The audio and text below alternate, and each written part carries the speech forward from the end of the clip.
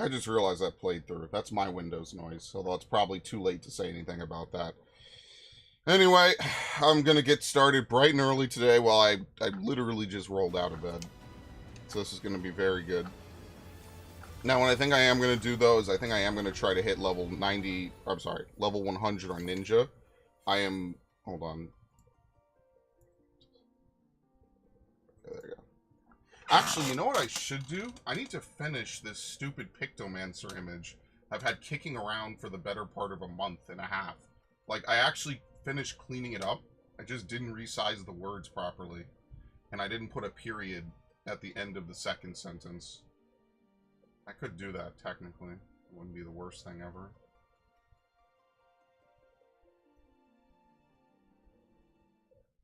Oh, jeez. I am not good with editing, that's for sure. Because I have to kind of move all the words over slightly to create enough room for the period to, like, feel natural, if that makes sense. And sometimes the words snap to weird heights. I have to give a lot of respect to people who do actual, like, full-on editing, because this is obnoxious. This makes me fucking annoyed.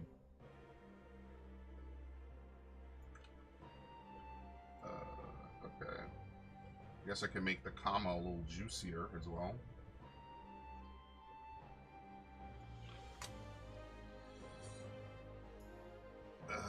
All. And it snaps into, like, the worst fucking position ever.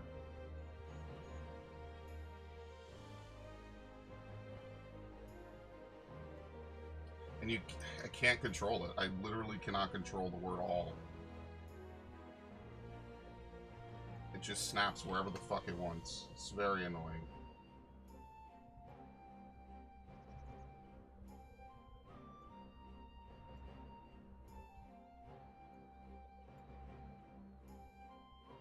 Okay. Now what we do is we steal the period. You think I could get away with using a box tool? You know what? Fuck it. Layer via copy. Alright. Now we blow it the fuck up. We take the eraser tool. By the way, while I do this, I'm going to sit in the roulette. Wait, no. Fuck that. We're level 99 on Monk, or on a... Yeah, no. I'm not using any more roulettes. I could just run through Origenics one more time if I really need to level up to 100. No, that makes no sense at all. Alright, instead, let's... the next melee I want to level up is actually Samurai, because they returned Tsubame Gaeshi to what it used to be. Actually, they did it better. So before, Tsubame Gaeshi used to be a charged action. Now, you use it after every Midare or Tenkagoken. So, like, am I a little bit sad that it's not charged? Sure. Am I a little sad that you can't use it anymore for Higanbana if there's, like, 2 targets? Yeah, it is a little bit annoying that you can't.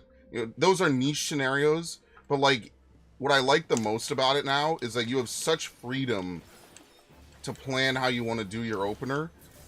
And now, obviously, there's always an optimized opener, but look at this. You just get to execute it just for free. I love it. That is, like, one of the best decisions they've ever made. Seriously. I love it. Thank you. That is so good. I don't know why they keep removing, like, key moves off of Samurai. Like, a long time ago, they removed, Oh, yeah, and Shoha has been merged into one move. Not the happiest about it, but I could understand why they did it. So it's not, like, the worst choice ever. I kind of like the different Shohas, I know. Now it's kind of, whatever, but it is what it is. Is it... Hold on, how did they change this?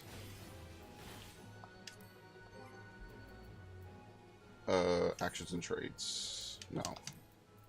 Shoha... It's a straight line now. 560 for the first enemy, 65% less for all remaining enemies. Can only be executed after accumulating 3 stacks of meditation. Execute Yaijutsu, Meditate, or Oganamakiri. Zanshin does not give... Yeah, it does not give a meditation stack. And what's the level 100? Just Tendo. So at level 100, you get what's called Tendo. Tendo allows you to execute just stronger versions of your Midare Setsugeka and Tenka Goken. It becomes Tendo Goken and Tendo Setsugeka. So all it is that whenever you use Meikyo Shishui, you get multiple buffs now. Right now, you just get the ability to skip through your damage phase. You can just start hitting whatever. You're also going to get Tendo. It used to also give you Tsubame Gaeshi ready, but I guess even they felt like that was lowering Samurai DPS too much. Because it's like, well, now, instead of getting a Tsubame Gaeshi every, 40 seconds? Every other Midare, or every 2 out of 3 Midares, now you just get none. So I guess they realized their mistake, and they fixed this actually a while ago. I'm just late to the party. So, yeah. Oh, wait, Oga Namakiri does give a stack. Oops, you didn't see anything. Anyway. I forgot that I already had one. Yeah, it's good shit. This is really good shit. This is why I still think Samurai on a fun scale is definitely in one of the top tiers. Like, if I had to, like, rank every single class based on how fun it is personally, and this would be a personal scale, but that won't stop people from getting mad, yeah, I think Samurai is definitely up there. I think the only real loss is Higanbana. I don't know why that they made it so you cannot do this. But whatever. I think it's perfect because it lets you repeat it, and if there's 2 enemies, you can put dots on both of them. Now, I don't know, maybe the super hardcore theory crafters will find out that it's not worth it, but I don't know, it feels weird that, like, Higanbana, while useful and still definitely used in 90% of scenarios, 90 on single target is always used, you always want Higanbana ticking, but you get my point. It's like, it feels weird. It's like, well, we just, you get to not have a continuation, but whatever, that's fine. Yeah, I don't know. They sometimes at the start of expansions remove really key abilities off these classes. So that's why I don't take anything seriously until the first actual raid tier drops, right? Like, they always try to remove stuff. They always try to see if they can trim some fat. The thing about Samurai is that the kit is just really good. The only thing that they could really trim about Samurai and not really fuck with the kit too hard is I think they just have to make it auto combo. Like, that's the only thing that I could think. So you have a Yukikaze combo, you have your Shifu, your Kasha, and then you have your Gecko. That's the only thing that I could think of. Like, Samurai of all classes would benefit from auto combo the most because it has some of the most buttons. But at the same time, it has no team buttons, you know? There's no teleport to friends. So, like, some of my hotbars stay full, others stay completely empty. So it's not even it's just more like the button real estate, which is up for debate. Everyone does their hotbars differently. Some people's hotbars I could not imagine playing under, and someone will look at my hotbar and be like, what the fuck is this? So I don't know. There's certain things about it that I just feel make a little bit more sense. Samurai and a lot of the other post-Stormblood classes just make a lot of fucking sense. Now, obviously, I think they way overtuned Viper and Picto. That goes without fucking saying.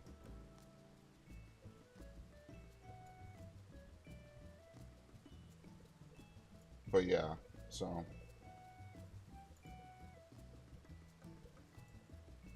And you see, that's what I like about Twitch. Twitch's automated viewer review is great, dude. Block that, dude. Anyway.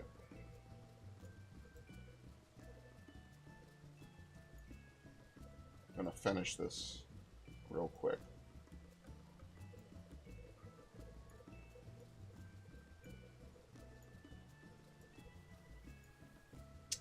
That's a little bit of a steep cut. Fuck. Okay. Alright. Good lord almighty. All this just for a fucking period dot.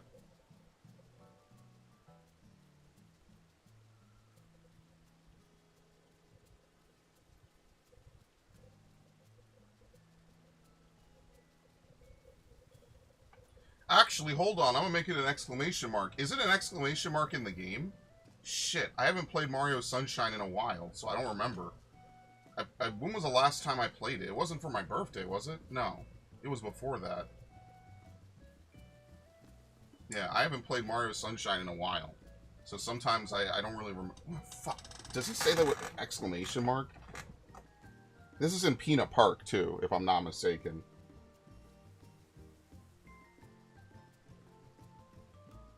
But yeah, I like Black Mage more than Picto. That's just me personally, though. I prefer Black Mage over Picto now. It's just more fun for me. My biggest complaint about Black Mage, though, is that you can't just cast Thunder. I think that Thunderhead is a great proc. The problem is I feel like they should have combined Thunderhead and Thundercloud. Like, I don't know, man. I just don't like that you can only cast Thunder while under Thunderhead. It makes it feel very weird. Like, let's say someone does a really big pull. You can't use, like, especially if you're in Umbral Ice, you can't just use a little bit extra to get it off. Like, I just don't like that. I feel like you should get procs of Thunder. I kind of wish, like, it's just not often enough, you know? I don't know, because then it's going to be chance-based anyway, but it just feels weird. Like, there's no way to extend it. Thunder is unfortunately in this very weird scenario where it either becomes a free button to push or it costs MP and therefore impacts your rotation. And it's really weird, and I don't really like Thunderhead. Now, it's not the worst change I've ever seen be made, but I am not a fan of Thunderhead at all. Yeah, whatever.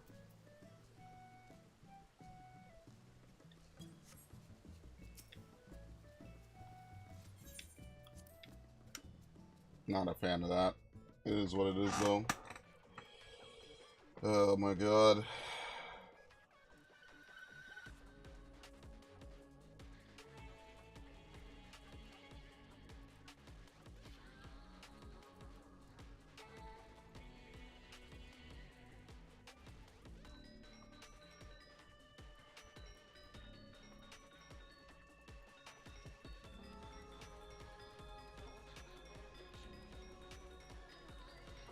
I miss Pandemonium. I kind of knew Arcadian had big shoes to fill, but I much prefer Pandemonium, man. There was something about Pandemonium that was just so fucking peak. It definitely was the voice acting, for sure. You cannot top that. Like, I think that when a fight has good lines, good moves, good everything, that's when it really gets to shine in this game. Like, it's not just enough to have voice acting, and that's not to say that Honeybee and presumably Wicked Thunder are not cool when they do their voice lines. But there was just something about Pandemonium and Theme. That whole raid tier. Anabaseos is definitely, like, insane. Like, it's just thematically, story-wise, and everything, it's so fucking good.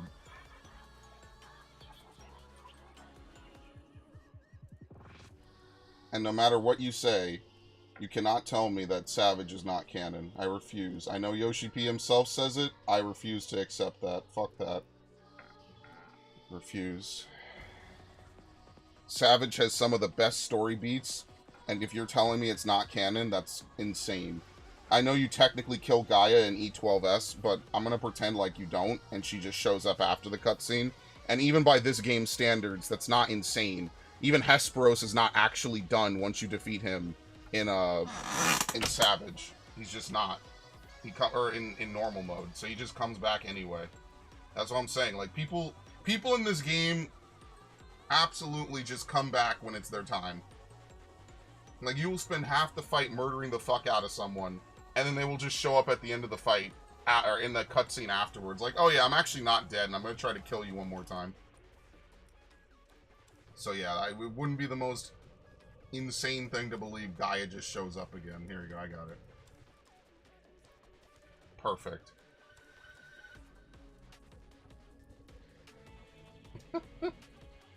I think it covers the limit break, though. I have to move this around. Oh boy. Something like that. I don't know where the limit break is. I think it's right on top of my chat bar. There we go.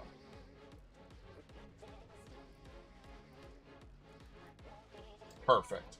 That is quite literally perfect. This is my magic brush. Good old Pictomancer. Yeah, they could have done Blue Mage. If they could do Picto and have a whole rotation around Picto, Blue Mage was totally not this impossible task to figure out. Because just remember, Blue Mage, there's been more Blue Magic in Final Fantasy than Pictomancers. Pictomancer is literally based off of one character from Final Fantasy VI, which admittedly this game takes tons of influence from. liberally, but yeah. It's actually insane how much Final Fantasy VI DNA is in this game. Okay. Besides that, I've been trying to do shared fates. I guess the only thing I could do, because I finished a couple earlier areas, is I could go back to places like Labyrinthos, because I finished... No, I could go to Mare Lamentorum. I was actually trying to finish up Garlemald. I haven't worked on this in a few days. You actually go to Tertium, but I went to Camp Broken Glass. Dude, 3 years went by in the blink of an eye. Like, seriously. I remember when I was doing this shit and I was sleeping while trying to move my character every 20 minutes. Oh, good times, bro. That's... Okay, that's gonna expire. Alright, we have time on this one. What is this move? Oh, yeah, Shoha 2. Yeah, oh well. I kind of like that there was a split between Shoha and Shoha 2.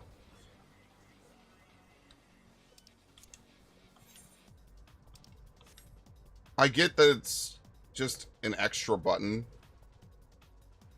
But yeah, I kind of liked it when it was multiple. I'm not gonna lie.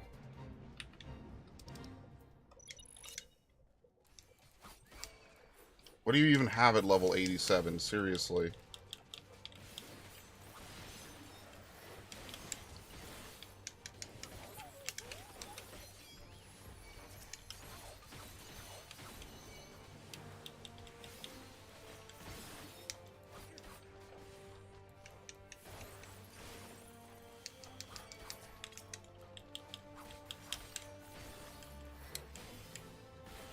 Honestly, I just need to set my Chocobo to be defensive at all times. Because I don't really need the extra DPS as a DPS. Unless you have a party, in which case then you can kind of get away with it. You actually really don't need your Chocobo to ever attack. Because the healing is just way too good. What, wait, where's Bloodbath? Oh, I pressed the wrong button. Okay, I'm like, what the fuck?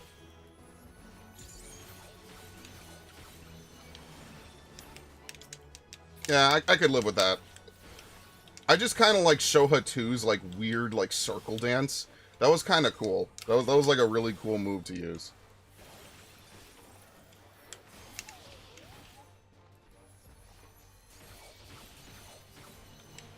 Okay.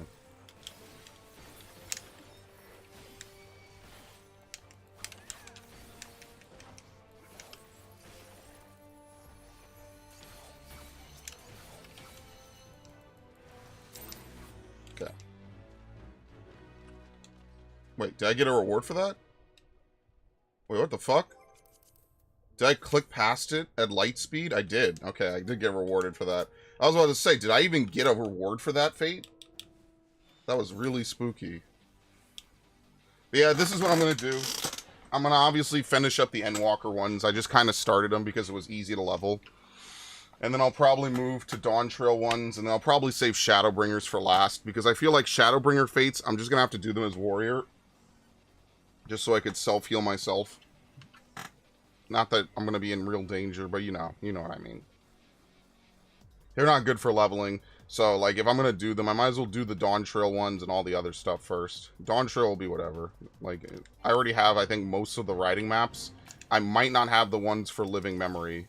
That might be the only set I don't have is Living Memory.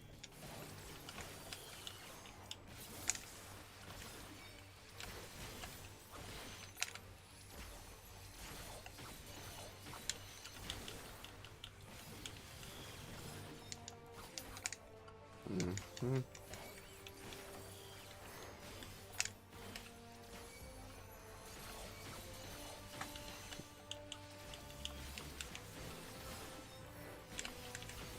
The other thing that I think you're supposed to do with Samurai is you're supposed to spend Meikyo Shishui charges on Kasha and Gecko wherever applicable. I feel like it saves the extra GCD because Yukikaze is only a 2-step. What the fuck? Where was that aimed? So I think that's exactly what you're supposed to do. Now again, I'm not a high-level Samurai. I think it's one of the only DPS classes I ever played in Savage, but that was a long time ago because I enjoy tanking more, honestly. Dude, it's so much better when you have at least one person to help you. You could take on so many more enemies. This is so nice.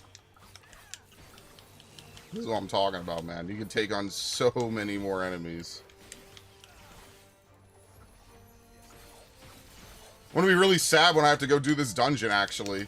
Watch, they're gonna give me something really awful, like 1,000 Maws or something, which I've gotten twice. Ninjas don't even have an AoE combo in 1,000 Maws. It's too low level.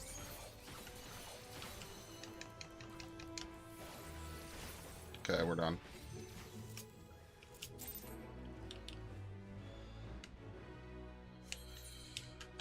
What the fuck is this quest, dude? Good lord. Artificial Malevolence, the Drone Army. Sounds like a Nier Automata quest, honestly.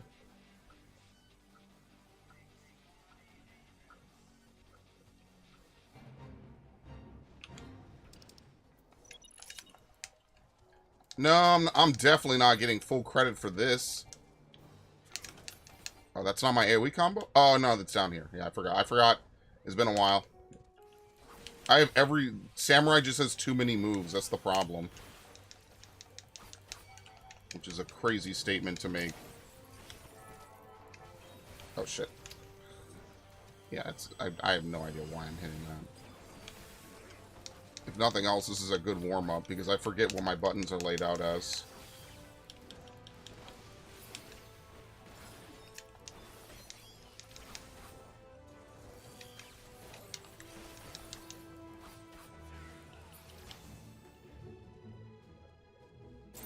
Okay.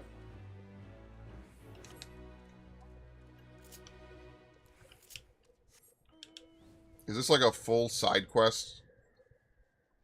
Like multiple fates back to back?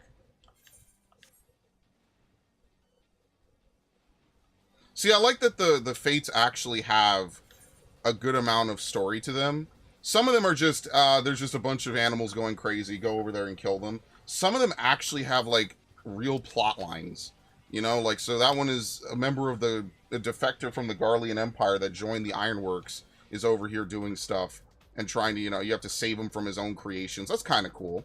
That has a little bit of story to do with it. Now, obviously, do I think it should have a mission crammed into it for the MSQ? Probably not.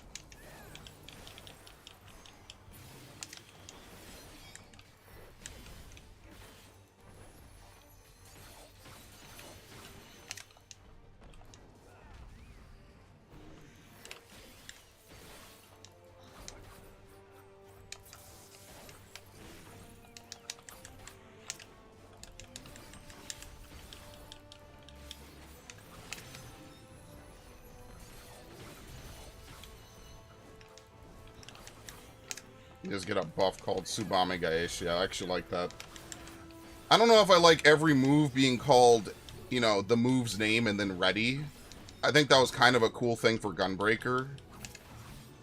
Like, now that every move is, like, ready to rip, ready, or, you know, ready to whatever. I don't know. It just feels weird. I kind of wish they had, like, unique, cool names. But I guess it's there just so that way people don't have to memorize weird-sounding names. Like, I could see the other argument is, oh, well, they put a bunch of names. I don't know what the fuck this buff corresponds to. So, like, it kind of works both ways. Alright. Nice.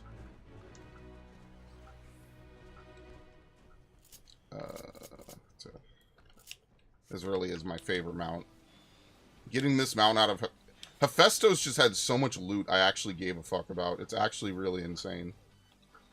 But yeah, the other benefit to doing this is that you can level up your companion a lot by doing this. So this is why, like, it's also really beneficial. Now, I don't know if I want to get Choco Strike, which will be the last... well, that's it. I don't know if I want to get Choco Strike, which is the last upgrade, because it's just an Enmity Grabber. And honestly, I don't really think Enmity Grabbers are good moves for a Chocobo to have. Dude, fuck off.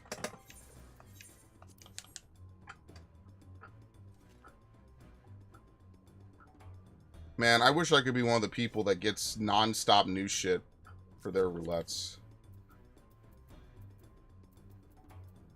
Yeah, what is this? The helm? Yeah, it doesn't show on Viera.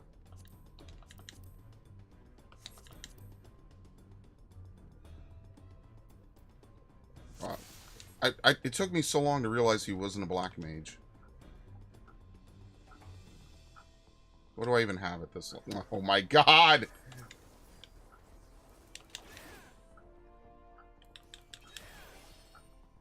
Dude, wait, what other EI jutsu am I supposed to use? That's it, I only have Higanbana. What level am I? 37. Oh, that, yeah.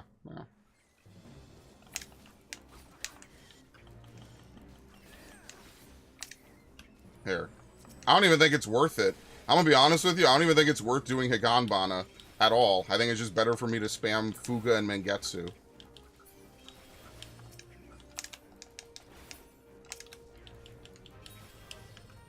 Is it even worth executing Higanbana over and over again? Like, at level 37, I don't think anyone answers this question because it ultimately doesn't really matter. But, like, seriously, it's not even like I have Tenga Goken. I just don't have anything at this low of a level. Okay, well, maybe on you. Bastard.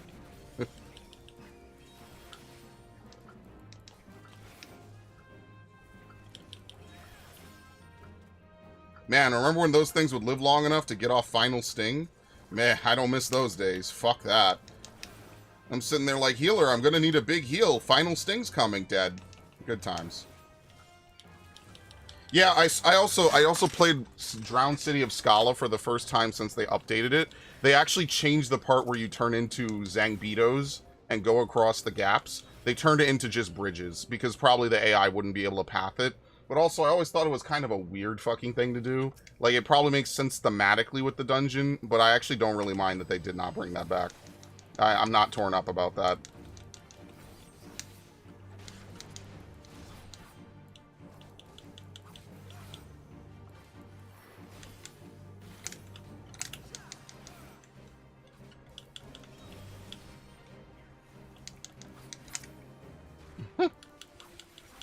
How much potency does this even do? 270? Dude, I think that's terrible. I don't know if that's worth it. Yeah, I don't think that's worth it.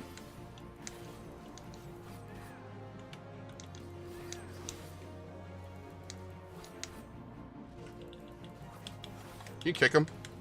Yes. No, don't kick him again! Wait, he never did the thing. He never did the Doom. What? That's kind of crazy. Usually he does the Doom roar. I guess we canceled it. You know what? Maybe that was the first kick, was to get him out of the Doom roar. I've never done that, actually. Hold on, this Gunbreaker might be cooking with gas.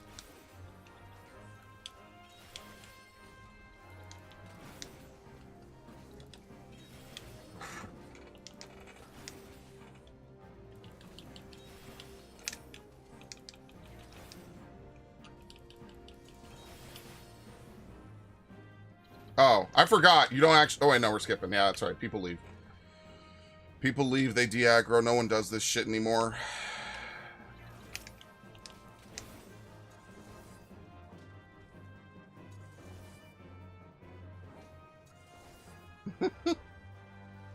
I cannot believe they removed Rough Divide, man. What a fucking waste. Seriously. They remove Rough Divide and replace it with the most boring fucking move imaginable.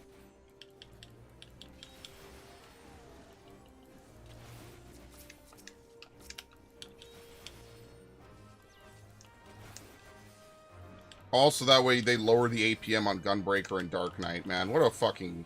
What shambles that fuck... That was a stupid fucking decision. I always think about that. I'm like, why did they remove it? Rough Divide's an actual move from Final Fantasy VIII. Maybe Trajectory is. I'm not, like, too familiar with it. But, like, why did they remove one of the few moves on Gunbreaker that's... It's so stupid.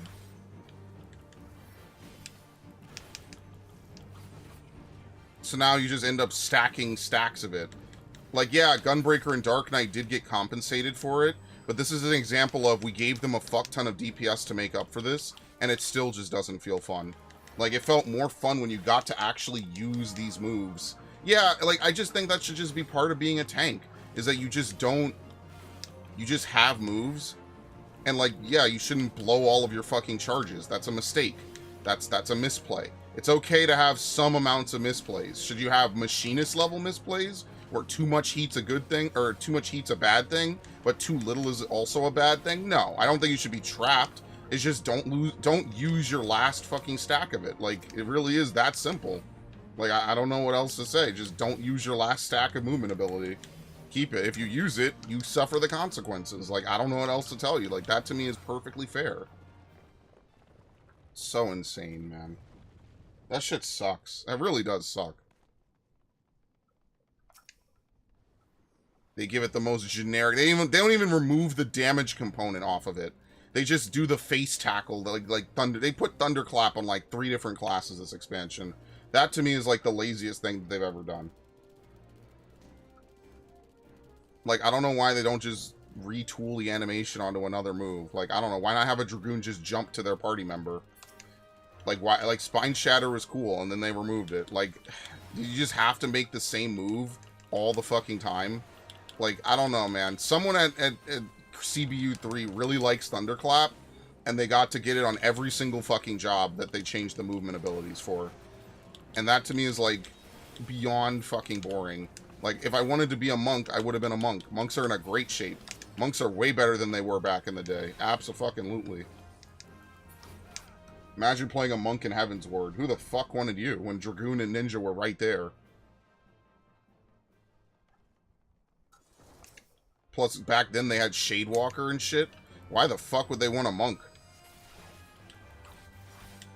That's why they used to call these dudes selfish. They're like, well, you don't want to help the team. You just want to play your fucking class. Remember those days? Nobody remembers those days. You gotta have been around in the fucking Heaven's Ward Stormblood days. After Shadowbringers, all that went away. So, like, now you just play a class because you like the class. Who the fuck wants to sit around and play and raid with a monk? At least with White Mage, they had Benediction, so if you had a Dark Knight, it was kind of justifiable. But, like, and Paladin, like, yeah, Hallowed Ground was kind of cool. Like, you could get away with some stuff because of Hallowed Ground that you would otherwise have to heal around.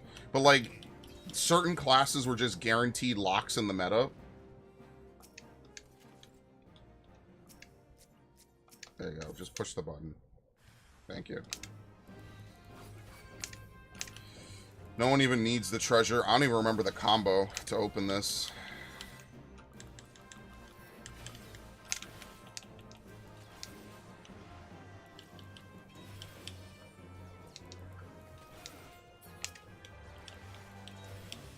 Maybe I'll do Orogenics after this.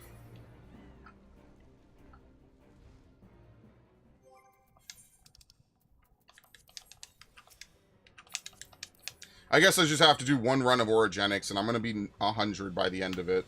I don't really fully know the entire ninja rotation, but I guess I'll figure it out.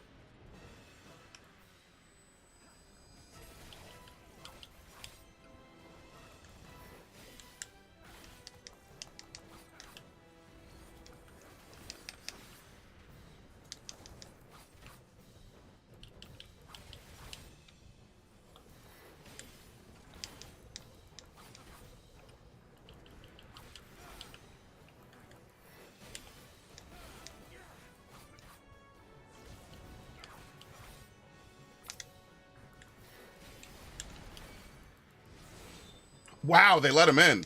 What the fuck? That was crazy.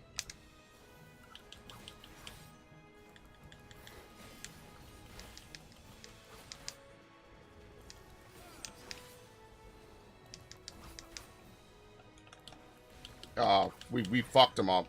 You can only do that on these low levels. You can't do this on higher levels.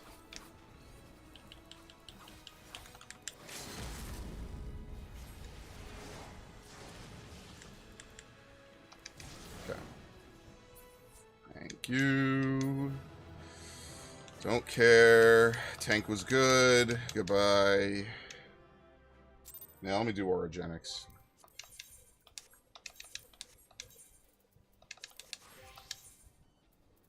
Oh my god, normal raids.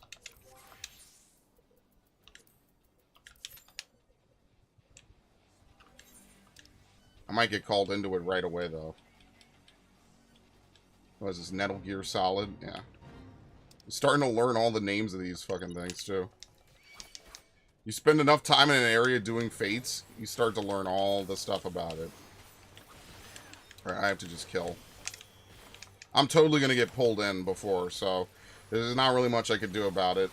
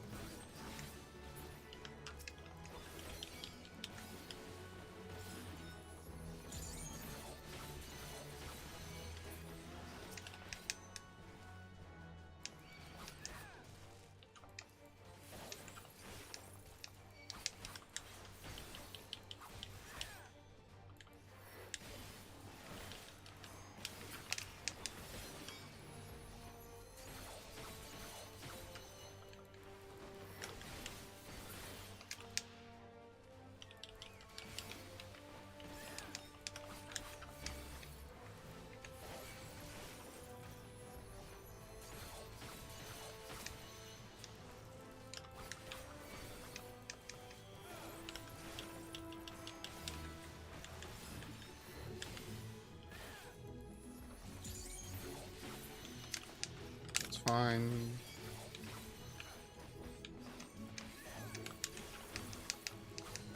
Actually, I wonder if I could kill a bunch of these at the same time.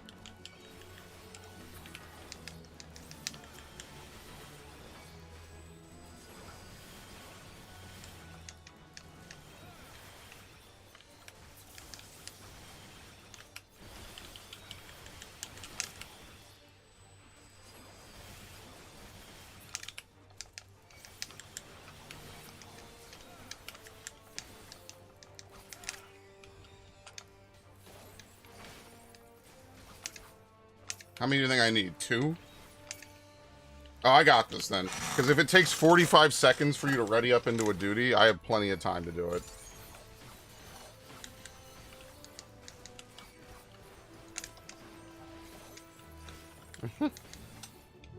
I actually did it. Holy shit. And that's why you always just give it a try. You always just try no matter what. Sometimes your cues are very uncharitable, and then sometimes they're, you know, cues. Alright, that worked out. I guess we just wait. Even though we're roll 18, remember it's 4 DPS per one, so we're in like group 5 or some shit. Yeah, like the first couple levels are easy to go. Like 91 to 95 is not that terrible. And if you do your roulettes every day, which I think I might have missed 2 days or 3 days, and varying roulettes, it's pretty easy to level up most classes. Like, I haven't really been grinding, and I'm already gonna hit 100 on Ninja today, and I'm already started on Samurai, and then there's only 3 more combat classes left to do. And it's just Reaper. I'm gonna do Monk afterwards, so I can get all the striking gear out of my inventory. And then after that, I'm gonna do the maiming gear. And then that's it. And that's why I think it's going to be really dope. I actually really enjoy this, so. Again, my only complaints, limited jobs, and then just some job changes. That's it. Limited jobs is definitely the worst fucking idea in this game, by far.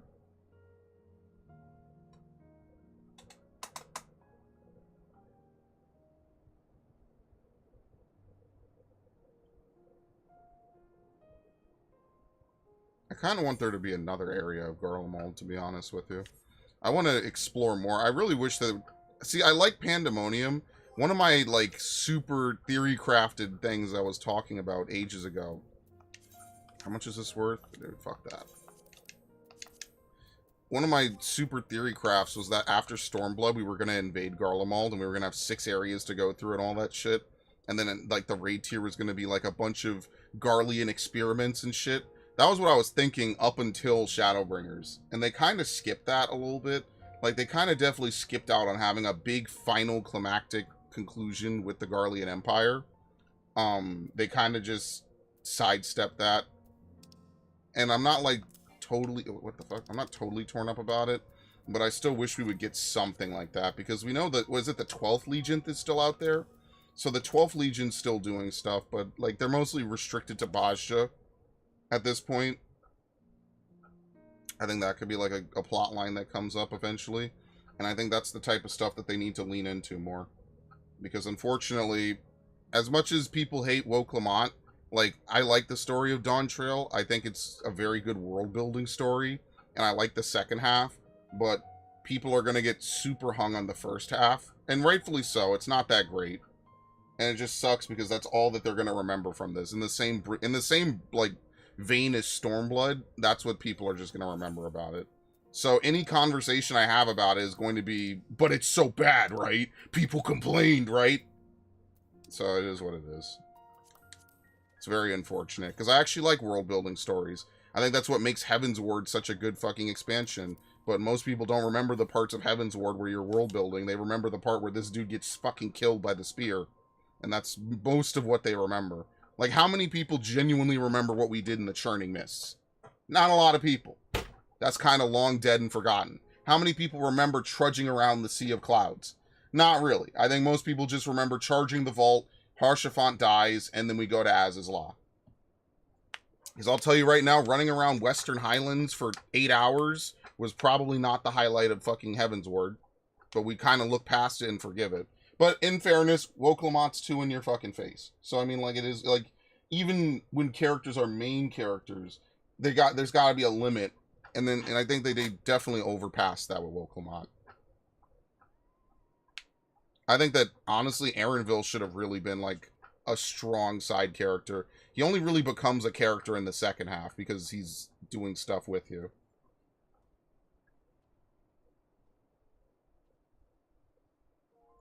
I feel bad that they got pinball between two big fucking games, and this was the end result.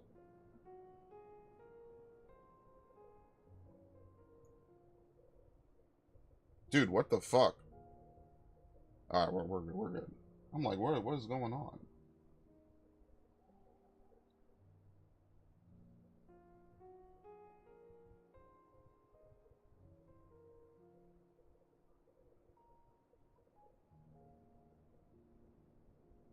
Like, I know they want to have the whole trials and introduce the different cities and everything. So, like, they obviously have to pace it a bit. They have to have that beginning of expansion. No one hits the first dungeon right away wall, because that's immediately going to fuck over the servers. So, like, unfortunately, like, because of hardware limitations, they are going to hit that wall to a degree of only so many people can be expected to get to the first dungeon long enough. So, I don't know. Maybe that's fine. But I just think it's really hard to do a full character arc like Woke Lamont's in the time, in the half of the story that we're supposed to really enjoy her character. It's really hard to make a character front and center that's that naive and that out of it, and it's a video game. I don't really have great examples off the top of my head where a character is like a fool the whole game, and no one really, and only at the end do they really get it together. Like, I would say Metal Gear Solid 2, but Raiden, as I talked about yesterday with some of my friends, Raiden was a very contentious character when he came out. No one remembers this now. People did not, a lot of people, not everyone, but a lot of people did not like Raiden when he came out. So it's very hard for me to really say, like, oh, you know, there's plenty of examples of this happening and it was good. I can't think of any. Maybe someone will, but I can't. To me, that's something that's not really done. It's just really hard to pull off.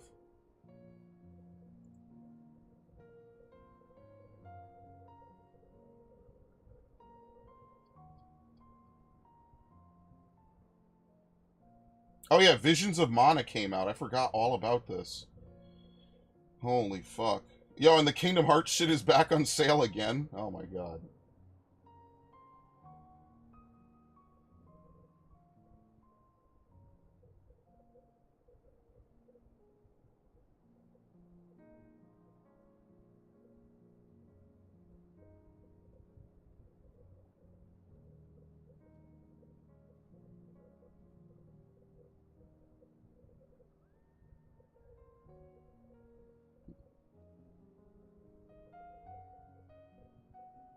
Yeah, they also need to figure out this whole thing where you can't...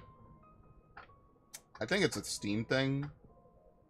I'm not sure. Maybe it's because Steam gets some of the money, but if you own the game on Steam and you buy the expansion on MogStation, you can't use MogStation to update a Steam version of 14.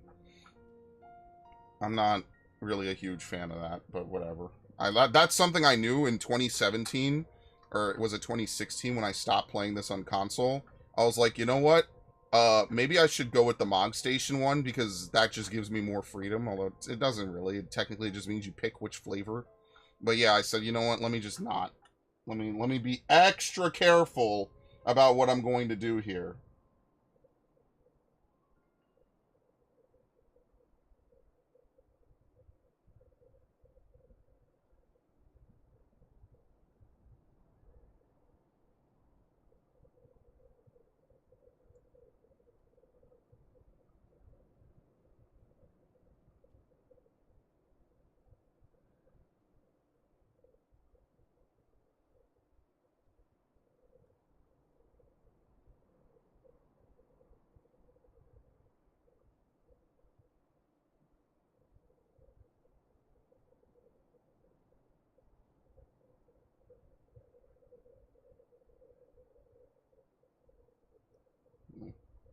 Dude, okay, I was about to say, that is the longest fucking queue I've ever seen for normal raids.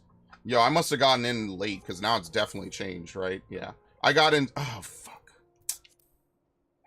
Shit. Whatever. I'm sorry, was it 126,000? Adventure in need? Can we kill this bitch super fast, please? Good fucking god.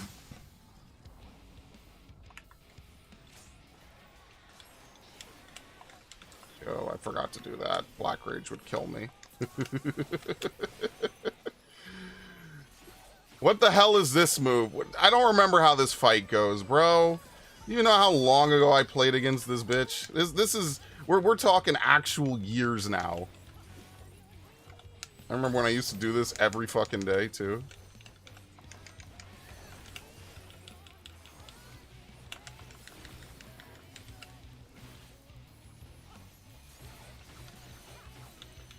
You can tell who plays Savage. That's not a knock on anyone who doesn't, but I noticed that a lot. You can tell who plays Savage on some of these fights just by how they move during normal mode mechanics. Because you know what's coming, and that's my favorite part.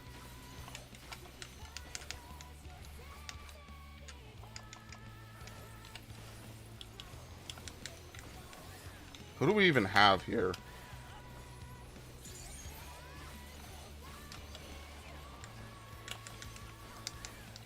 Visions of Mana came out, and I totally forgot I was interested in that. Damn, that kind of sucks.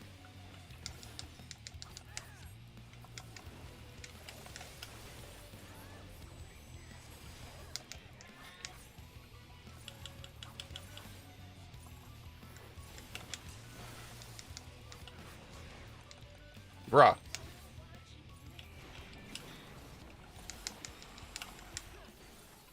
Anyway.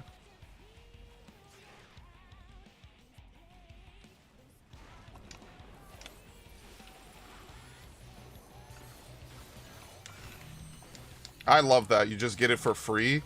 Oh, it's so liberating, man. It feels like a weight is off my goddamn chest.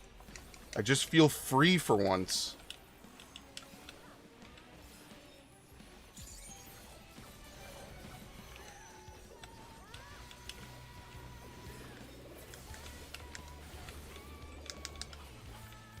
Which way is she firing? Okay, anyway.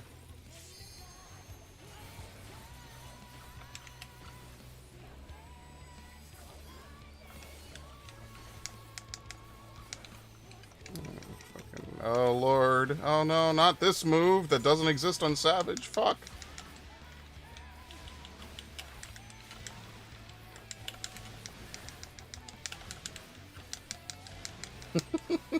Some people do it really far out. You really don't have to. But you saw what the Sage did there? The Sage followed the move without even really going that far out. Can I do this? Yes, you can. I did not know that.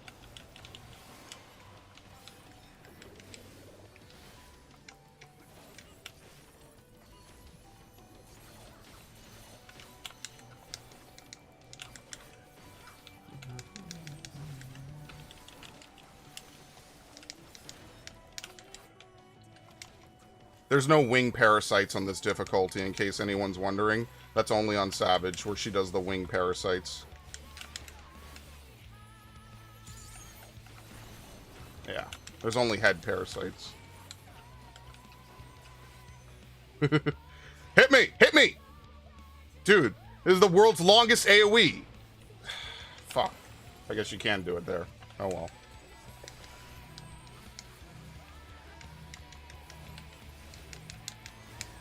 I'm an idiot. I forgot that I had a Stormblood moment there. That's not how you do that at all. Whoops. I forget that it gives the whole combo benefit.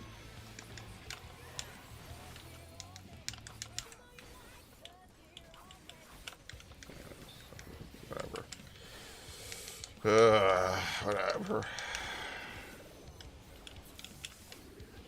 Are we under Starry Muse? Yes, we are. Fuck, I love you. Probably won't even see this. Okay. Anyway. You think I could still get into this? No! Dude, fuck! Whatever. I was gonna be so happy for a minute. Okay.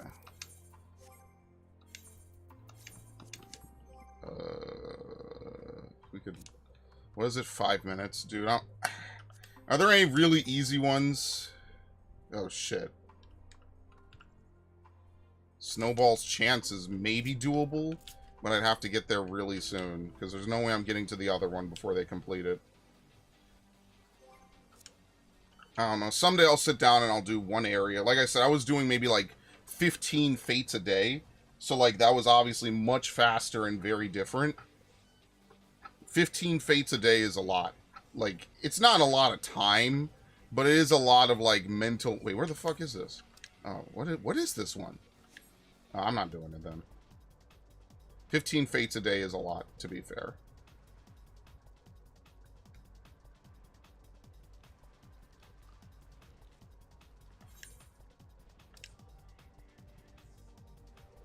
Roses are red, violence is due. Oh yeah, that reminds me, I need to charge my phone.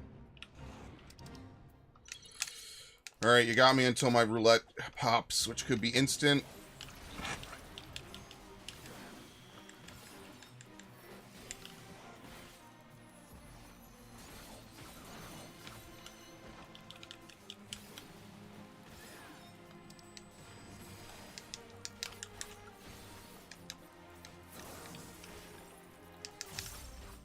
Wait, what? Oh, I'm below level 90. I don't have the other big move. I'm like, what the fuck? Oops. Ikeshoden is literally just a buff move at this point.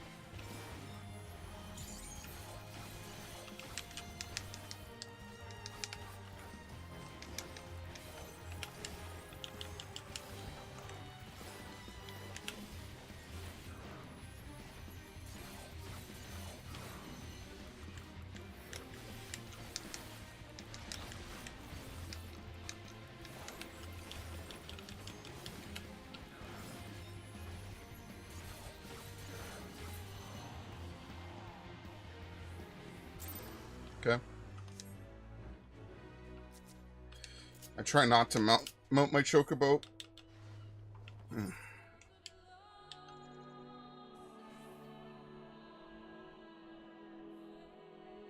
I'm early today? Nah, I woke up. I just said, fuck it, let me do leveling. Why not? Hello, Drakian.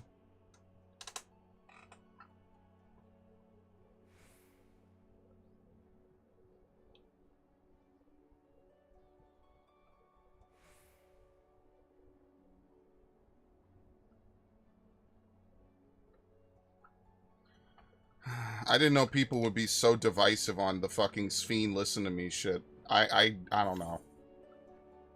To me, that wasn't any more cringe or anything than when Gaia did the same thing to Rin in E8. Although technically, if you want to go by my logic, that never happens because it doesn't happen in Savage mode. Fuck.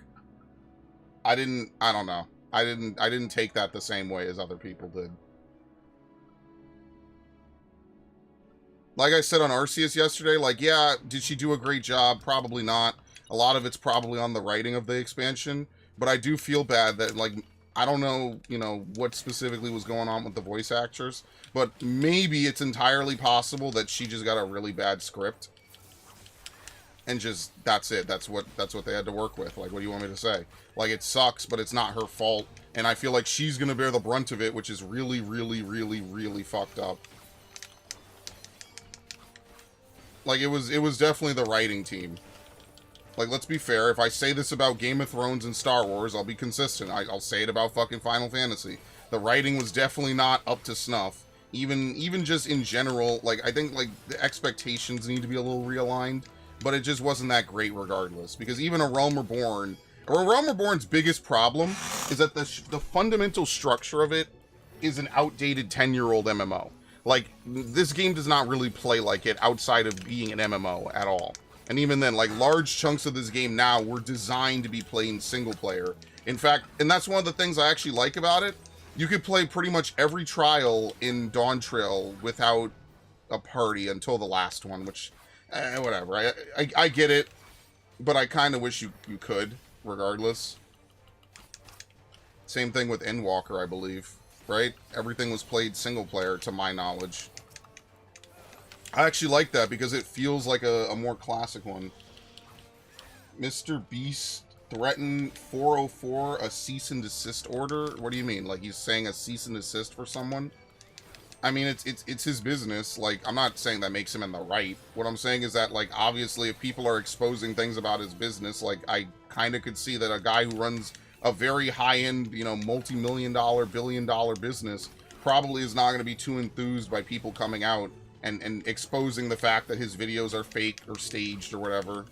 But, like, again, I barely know anything about... I'm going to let this person get all the credit. I'm going to let them get the fucking credit. I don't know. Now you're starting to look at YouTube as a business more than anything else. And this is not news, sadly. This is quite common. Whatever entertainment industry you're in, this is quite common. Is that people will do that. I mean, imagine Disney will probably do it to people. You know, all these other major companies, Paramount. Remember when Viacom was going crazy, claiming people's videos, striking them, taking them down? Like, it's happened on YouTube a billion times. You're just seeing an individual who is now big enough to do it, and that's their brand, as opposed to, like, a multi-billion-dollar company. I'm telling you, YouTube is going to become CorpoTube soon enough. Soon enough. Is this, Lapis Manalis? Yeah. YouTube will become CorpoTube. So enjoy it while it lasts, because something's going to happen, and then they're going to really start to vet who is even allowed to post on YouTube. So you might as well just enjoy it while it's here. Enjoy the content while it's here, because someday it might just be a Twitch-only thing. And that's just going to be it. Who knows? Anything can happen. Especially in an election year, anything can happen. Who knows what crazy censorship and bullshit they're going to pull.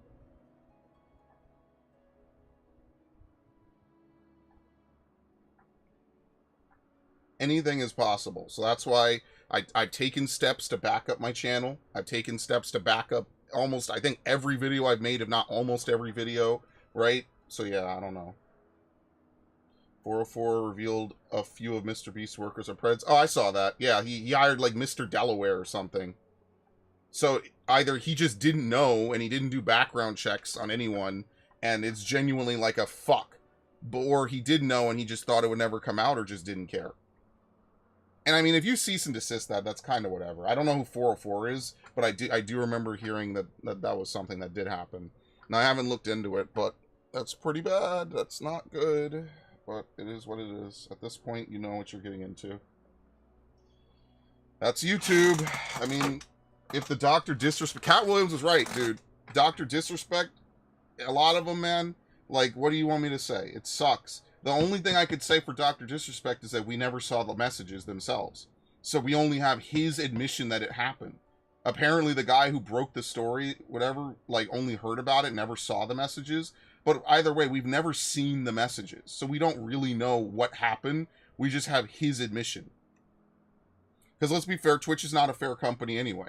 So Twitch kicks people off the platform for anything and everything under the fucking sun, depending on who they do it to and just how they're feeling at the time. So Twitch is very inconsistent in their rulings. This could have very easily just been Twitch is being stupid, and who knows. But like Doc admitting to it is either one of the biggest, like, I don't know how to defend myself against allegations, so I just say whatever hoping it'll go away faster, or he's just self-admitting and trying to get ahead of something. And it's really hard to find a middle ground because it's so obviously instantly divisive. But like, that's just the internet. I don't know what to tell you. You give a bunch of narcissists a lot of fucking power and attention and you're surprised that it turns out poorly? Like, what the fuck? Like, that's almost human nature. Oh, fuck. You do this? Oh, yeah, you do this. I remember this now. I remember being just as surprised before. He doesn't actually rotate. He just faces direction.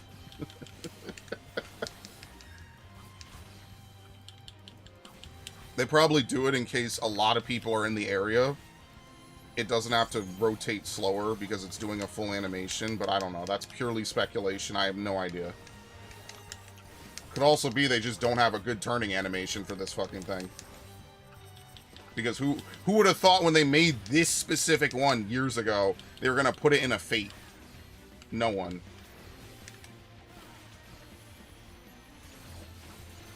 But yeah, that's just YouTube. You put a bunch of narcissists in a fucking video game, or on a website. You tell them the more attention you get, the better, and you turn them loose. Why do you think like so many YouTubers have so many fucking problems? And I'm not saying that I'm problem free. I have my own fucking views and problems and shit. Oh shit. Well, that doesn't mean anything to me, but whatever. So YouTube, I got white mage to 90. All right, I'm gonna back out of this roulette, and I'm gonna use you to get the Q that I need. See, it's not using if it's a mutually beneficial experience.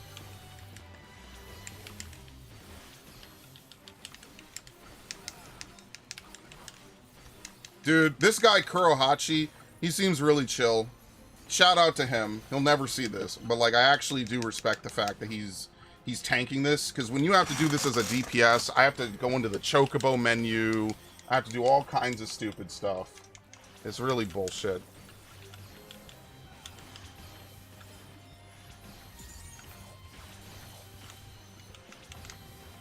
Oh, I shouldn't have done that. Fuck. Alright, well, here you go. Ready? Watch this.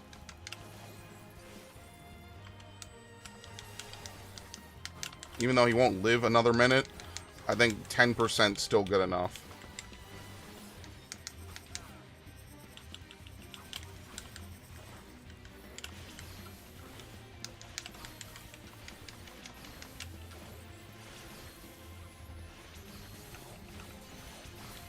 Alright, very nice. Level up. Oh, dude. Yes! Woo! Awesome. Alright, let me back out. Let's see. Invite. Where are you? Boopable Snoopy. Fuck, dude. Where are you? Dude, the people I know change their names so fucking much. It's insane. There you go. Okay.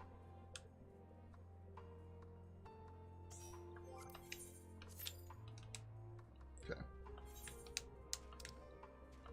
Yeah, remember when you used to have to cast Protect? I kind of wish Protect was still in the game as a spell. Oh, dude. I'm telling you, I'm never doing roulettes again without someone who's playing a support role, ever. Alright, hold on. Ash, join the stream channel. Then I'll join.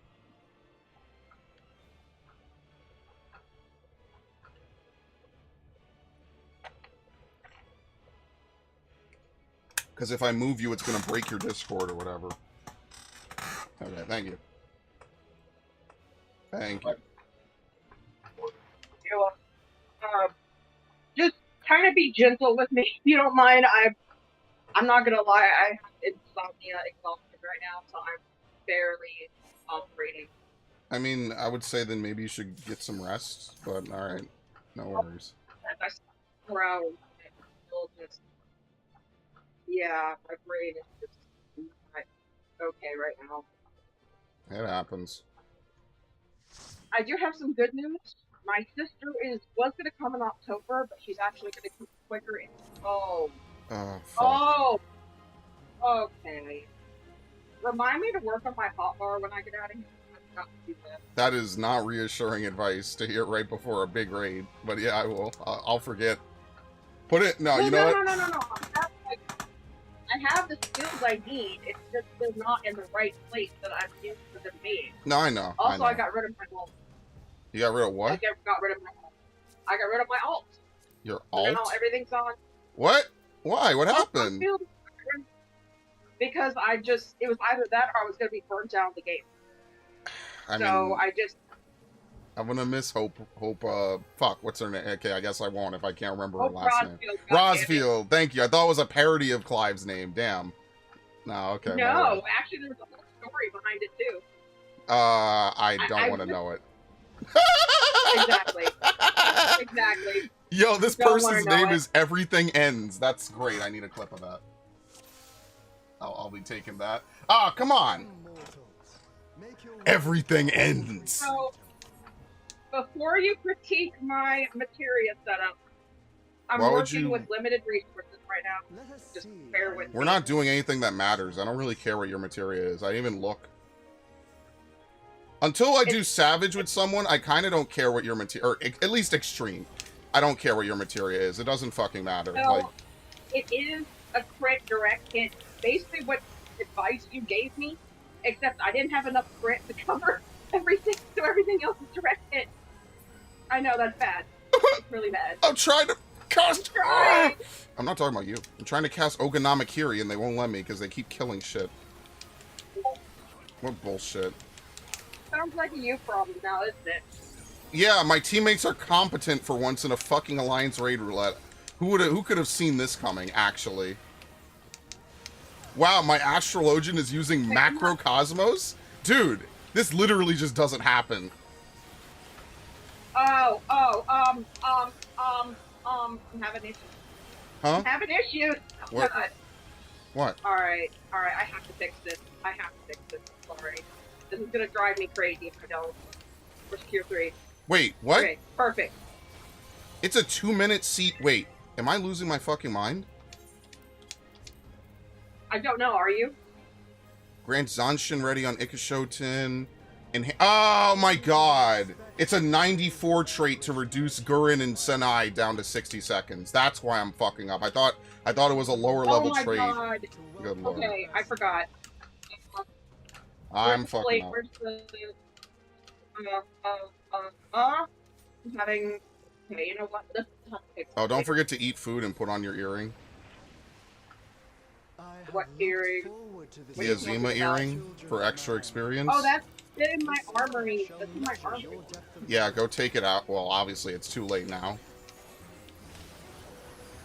No, what I can do is pop some food and make sure everyone has good health. I hope anyway. Okay, please tell me that that's AoE. A Blade of Solace is the AoE, right? No, it's not. Fuck.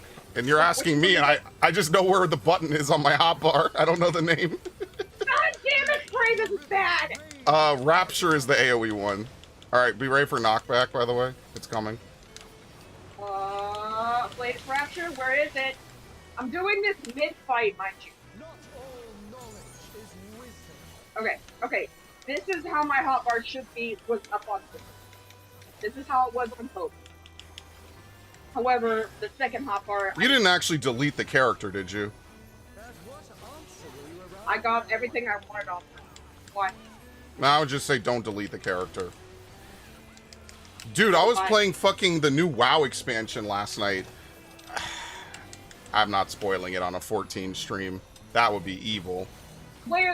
I have a question. So when it comes to the WoW 14 stream, or WoW 14, not 14, WoW is the series, are you talking about, like, they actually made a new expansion, or do you mean, like, they're re-releasing an expansion? No, I'm talking about retail. I'm talking about the actual World of Warcraft that's been going on. They had a new expansion. Okay, are they like a brand new expansion, or are they just re-releasing The No, basic it's a brand kit. new. No, it's a brand new. This is not WoW Classic. This is a brand new expansion. War Within. Okay.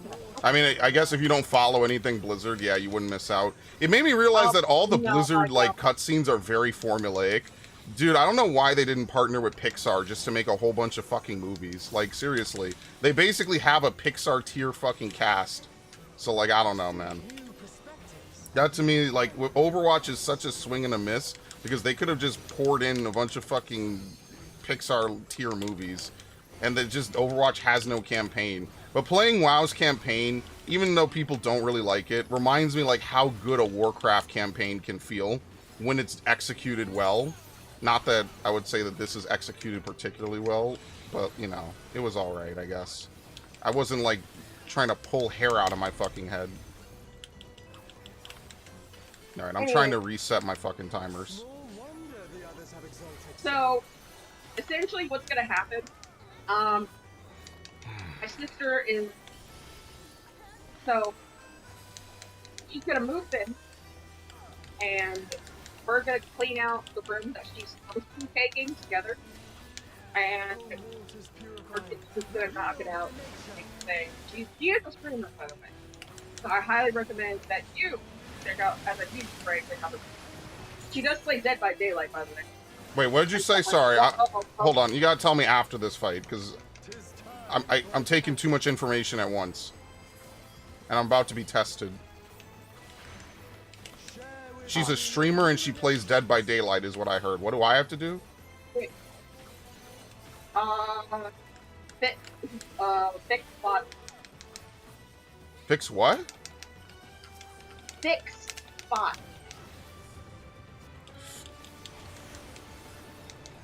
Fix what? That last word is really not coming across. Fix spot, as in like he's gonna fix us to a spot. Dear God. Hello? Yes. You called me. Why Yes, did I did. intentionally lose uptime here? Man, I'm really So? fucked up. I just ignored everything that just happened. Yeah, I'm overloaded. No. I can only focus on it. I'm not that great of a DPS. Fucking Black Rage would kill me, bro. Good thing Black Rage doesn't watch my streams, honestly. I would be in such deep shit. Disney has to pull back on the wokeness. Are you crazy? No, the fuck they don't. Have you seen these people? It's a religion to them. What are you talking about? No, they fucking don't have to pull back on it. They'll keep doing it until they literally have no one watching. As the Acolyte showed, they will literally make a show that no one watches just to spite those online alt-writers, which is apparently everyone who doesn't watch their show, according to the lead actress. Yeah, no, they don't have to do jack shit, brother. This is why I have to tell Gundam Otaku all the fucking time. No, they don't have to do anything. They could just continue to lose money and then blame men for it. They don't have to do anything. So that's why you just learn to stop caring. I stopped buying their shit ages ago. Just don't, who cares? I don't have Disney Plus. I don't buy anything Disney related. I guess the only thing that I did was fucking, what's it called? Kingdom Hearts, that's it. I'll buy Kingdom Hearts because that's Kingdom Hearts and Square Enix puts in good work. Do I care about Star Wars? No. Do I care about any of this other stuff? No. I buy stuff that's worth it. Like, I don't think I boycott things. I just think that if I see something I don't like, I'm just not gonna fucking spend money on it. So I just won't. When the Cal Kestis game comes out, the third one, if it's good, and it probably will be because it's made by people who give a fuck, then I'll fucking buy it. But until then, I won't. It's really that simple. Like, I don't know. Why should I be mad that Disney is flat out telling me to not buy garbage? They tell you that it's not made for you, which at this point is basically an admission that, yeah, we don't fucking care about anything you like in it. And so who gives a shit? So I'll just fucking go play something else, bro. There's tons of stuff, even on this game, I don't do. Why am I untargeting the fucking enemy? That's really weird.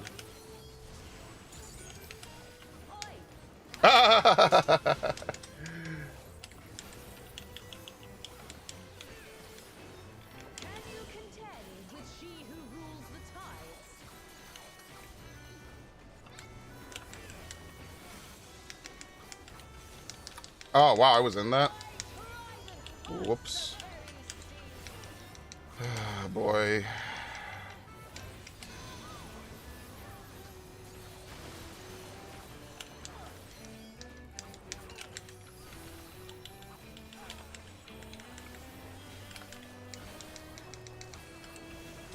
No, they're quite literally. No, here's what they're gonna do.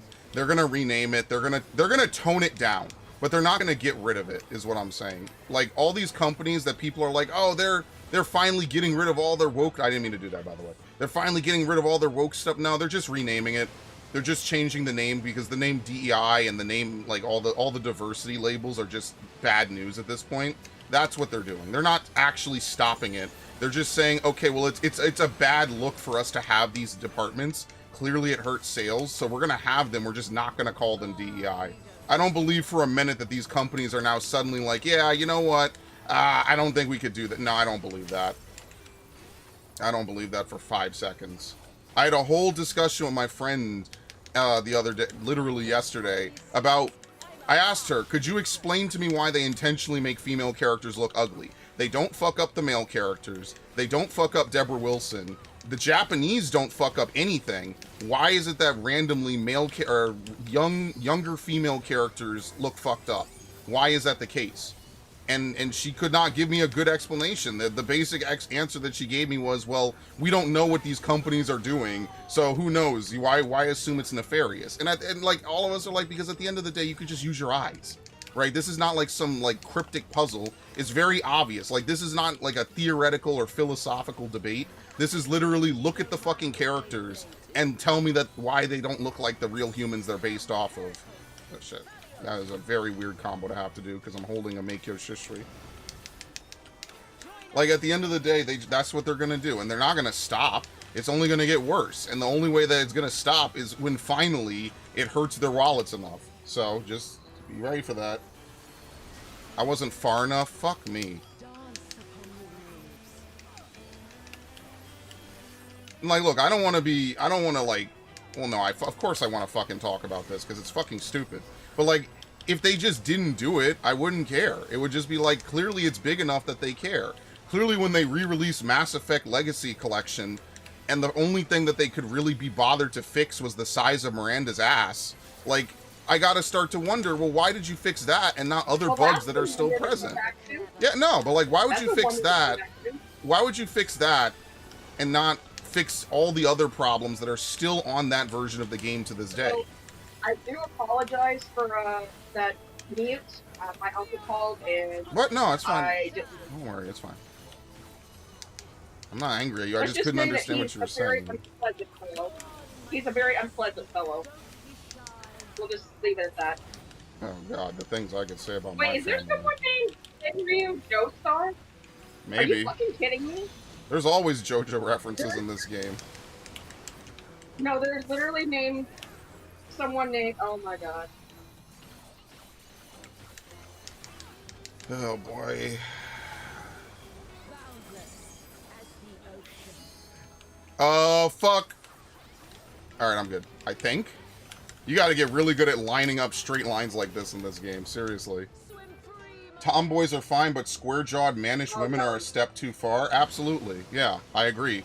And it's not even that they're just square-jawed women anymore. It's funny, too, because that's the thing that people made fun of Gears of War for. Like, Marcus having the most ridiculous jawline in history. But somehow the women of Gears of War do not have this problem. And that's what I'm saying. Like, if the women don't have this problem in what I would argue is one of the most diverse shooters ever created, like, what the fuck? And remember, Gears of War, when they had female characters in it, was it Gears 2? It was definitely by Gears 3. So, like, what's the excuse there? That Gears is not a fucking DEI game. No one would sit here and say Gears is a DEI game. Gears might be about as far from a DEI game as possible. So these dudes in 2006 figured this out. Motherfuckers in 2024 can't. Why does Aloy... Aloy isn't that bad. Aloy definitely looks different compared to Horizon, the first game. Aloy is... To be honest, Aloy is one of my favorite, main, playable characters. Legitimately. Now, can I ask you a question real quick? For making it this. Sure. And I'm going to pose this to everyone in the chat, both Narg and Drakian. I want you to name me a female character who is an asshole for most, if not all, of her game. I just need you to name me a female character who is just a complete bitch from start to finish in her game. Or not, okay, not even finish. I'll even accept does it not... have to be human, and do they have to have a voice? I will take any recognizable female character. So anyone we acknowledge as a female. The only two, because like the argument was that my friend, another one of my friends posed, was that, oh, you know, people are just harder on female characters compared to male. And so yeah, that was sick. So the people I brought up. I have the perfect one. I have the perfect one. Okay. So people, when I first played Okami, people were like, "Oh my God, savior of us all, Amaterasu." I'm not gonna lie, Amaterasu could get less of shit. She was just there. Could I make a rebuttal to that? That feels more like apathy than being outright asshole-ish. You know what I mean? It feels like she has a mission. There were some moves where she was freaking asshole. Like, no, the whole thing is that I feel she didn't want to even be there to do the mission. She just didn't care. Like, like, can I give my examples that I gave fuck? really quickly? I gave Lightning from Final Fantasy 13. At the start of Final Fantasy 13, Lightning, like, Lightning is not shooting people like a serial killer. But does she care if Saz dies? No, she like, that's the beginning of 13. Saz is falling. Saz is lucky that he lands with Lightning, because if he didn't, he would have died. And she would not have given two shits. She did not care about Saz until the very end of the game. In fact, most characters don't care about Saz. The only thing that she cared about, the only thing that she actually cares about, and I refuse to believe she cares about anything else, is saving her sister. Yes, no, that's literally the plot of the game. The entire game. Without heavily spoiling it, because I will play it for the channel, the protagonist from Forspoken maybe, but I didn't play that game. I mean, like, I'm saying like a general game, preferably older, not before, like pre-DEI era. Like, because the example given was, oh, well, people like Kratos, which I said, I don't know if people like him as a character until the Sony games. Kratos is very decisively a bad guy in most of his fucking games. Like, when in God of War 2, he meets the fisher, or there's a fisherman in God of War 1 that he needs a key from, like, around the dude's neck to open a gate. He takes the key off the guy's neck, doesn't save him, and just throws him down the pit. Kratos is decisively a dick in those games. And that's actually something that I like about his... Oh, fuck. That's something I like about Kratos, is that he's kind of unrepentantly an asshole. I kind of wish that they played into that more in the Sony games, or in the, you know, the God of Soy games. I think that would be like a really strong point that they could have hit on. Kaine from Nier? That's a good one. I actually said A2. Yeah. A2 was another person. A2's a little bit of an asshole, you know. She's not... What was the other one I thought of? There was another character I thought of that wasn't Lightning. And remember, most of the game, she has to be a dick. And she has to preferably be the only main character of her game. Oh, what about Velvet from Tales of Berseria? That's a good one. That's a good one. Yeah, but you see how she has, like, the Lightning thing where she cares about her sister. For Velvet, she cares about Laphicet. Wait, she actually does care about something? Yes, Velvet does care about Laphicet. To a degree. Like, there's no Kratos tier woman character, because to be fair, there's no Kratos tier male character either. Most people are not going to pen a character that's intentionally unlikable. And that's the Last of Us 2's problem. And if I had to give Last of Us 2 even the smallest amount of credit, listen up, because I'm only going to do this once. Last of Us 2 tells a story that is not safe. They endeavored to tell a story that they knew was not going to be popular. So I have to give them a little bit of credit. Yeah, that, like, I have to give a little bit of credit. It was an adventurous game in that regard. Like, they did intentionally write a story that was intentionally controversial. Yeah, A2 is more apathetic, I would argue. I'm dropping a little bit. I'm lagging. Yep, no problem. I am lagging quite a bit, so I apologize. Yep, all good. I drop or anything like that. But yeah, like, I had a hard time finding an example of that. So... We had a whole conversation about this yesterday. Before we do the next roulette, let me fix my hotbar how I had it on post so that I can navigate things more easily. Because I'm barely making it through. Right. Wait, why am I using Medica 2? Oh wait, no. Medica 3 isn't until Dawntrail. Okay, I'm safe. Oh god, here we go. Run! Run, motherfuckers!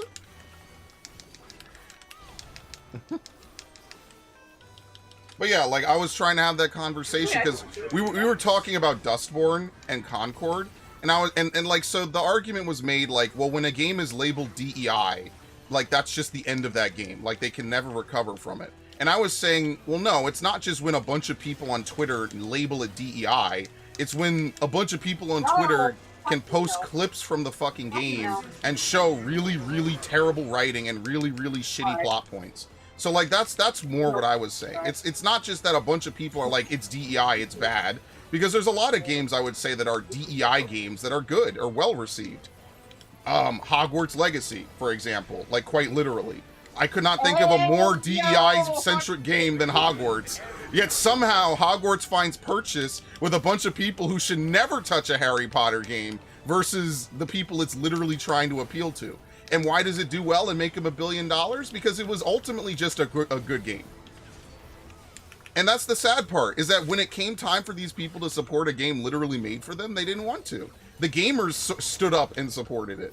So, like, that's why it's so wild to me that people are like, oh no, it has, the DEI must kill the game somehow. The DEI of Hogwarts was irrelevant to people buying it. Because it was honestly not that offensive. That was so bad. That death was funny, but bad. Oh my god. This guy is using, what's it called? That move. Goodbye, Green Giant! Oh my god, that's funny. But yeah, like, I don't think there's a lot of... I mean, to be honest...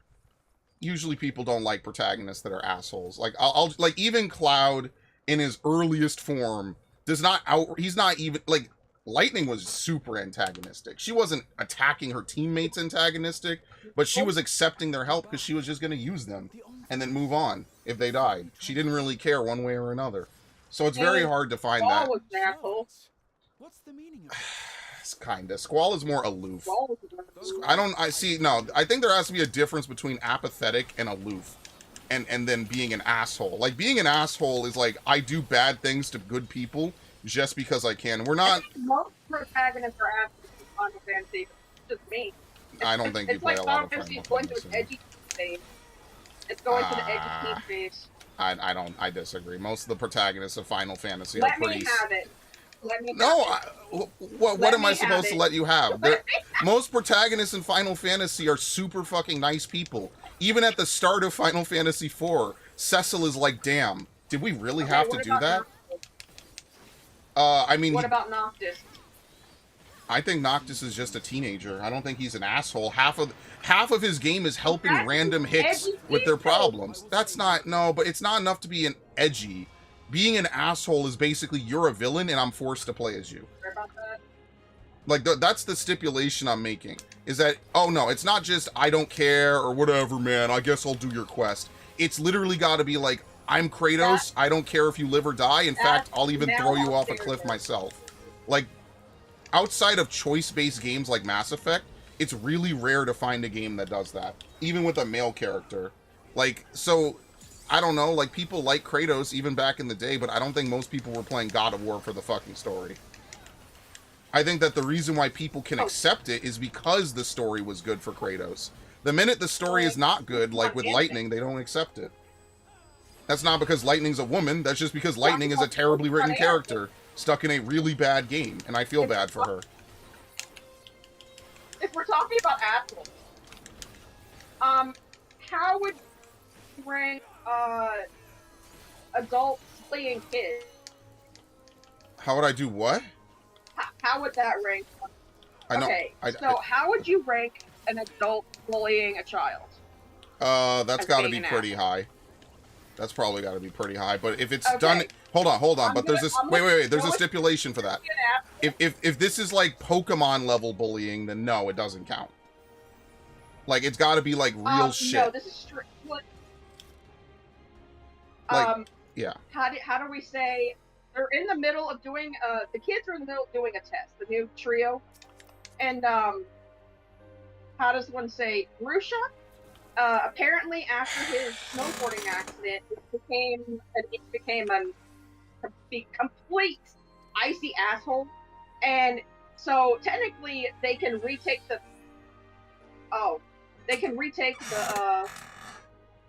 technically they can retake the test. But Grusha is just straight up, there's no do-overs in life. There's no do-overs in battles.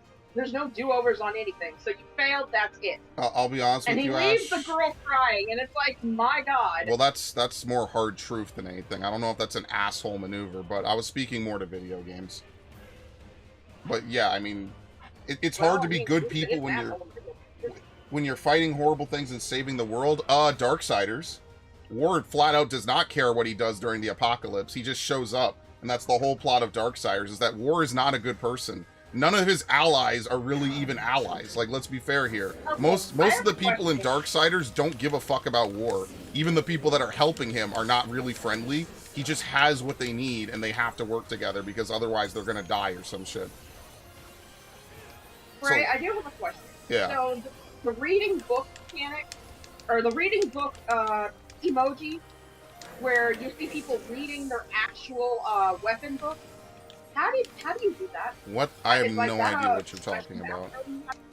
I have no idea what you're talking You've about. never seen people do that? Nope. Okay. Then I don't know. Left, The right, guy was left. just doing it in front of you. Left, right, left. Okay. Left, left, left, right, left. You could almost go right to the end, by the way.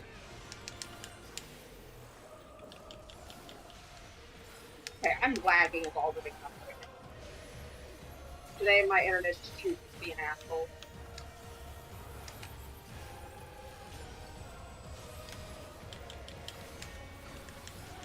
So, fuck me, dude.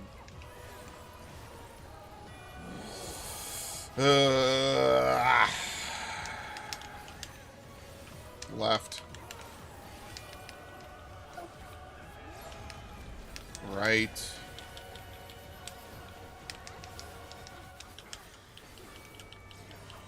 In. Oh my god, you could go right to the end. What a crazy pattern she gave. Holy fuck. For some reason, I think she seems to be, what's the word? Humane with us. This has been seriously one of the And best people are runs like, of oh, no, the Leia. this is they, them. And it's like, no. If it has a girl voice, it's a she. Oh my god, are you trying to get me fucking terminated on YouTube? Are you come on here and say some of the most heretical shit that only I should say, because it should be my job to terminate my own channel. That's so funny. No, it's the truth. Oh my Would you rather god! be lied? Oh my god, If you're a dude! liar, then that makes me a Oh my liar. god, dude! How can one I mean, woman you be could so just cut all based but out. so heretical? Holy shit! Oh. Boy, if I'm a heretic, that makes me a heathen. No, don't be fucking You know proud what? of that I like the label. sound of that. Oh my god, dude. Yeah, I'm a super I'm predator. already technically heathen in the Oh, eyes of dude, church, you like, literally hey, just did the I'm already a demon cause, and you don't even play that game. Oh my god. I'm already. What do you want me to say? I don't care. I don't know, you're supposed to be the foil. Like, I'm supposed to be the asshole. You're supposed to be the nice, sweet, oh, Ash shows up on this asshole streams, and he's just such a dick to her all the time. That's the dynamic that's supposed to happen, and then Here's the somehow thing. I'm the nice and the sweet one. Yeah, and it's gonna happen on the most weirdest of streams, aka me doing white mage. Wow, who would have thought? Dude, I'm gonna be honest with you, Ash. I'm dead. Okay, never mind. I don't need to be honest. I suck as a white mage? Yeah. No, that's not what I was gonna true. say. You don't even know what I was gonna say. I could assume, and you didn't say it. No, so I no, think no, that- no, no, no. Then say it, That's too late. or I'm gonna. No, say it. That's too I'm gonna assume late. it's 50 minutes. Why would you assume? What the fuck? Because typically, assuming the bad thing means that either it is the bad thing. And I Oh can my spare myself god. for There's it. no winning, bros. There's no fucking No, winning. there is. Life is never about winning. Bad things happen to good people, and good things happen to bad people. This is how the world is. Sad as it may be, that's just how it is. Like, It sucks, but what am I supposed to say? Maybe because I'm in a depression but still.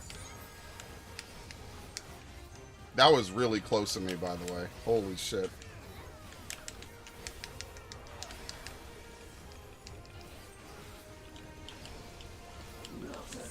Dear God. I'm so fucking done. I have to fix my hot one. It's fucking. Ugh.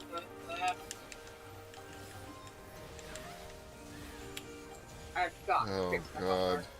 Run! Nope. Nope. Nope. Starting to doubt who's the foil. Yeah, well, welcome to I'm a male streamer and she would be a female streamer. No one shows up. No one shows up to male streamers saying, you know, I really like his voice. What the fuck? No one does that.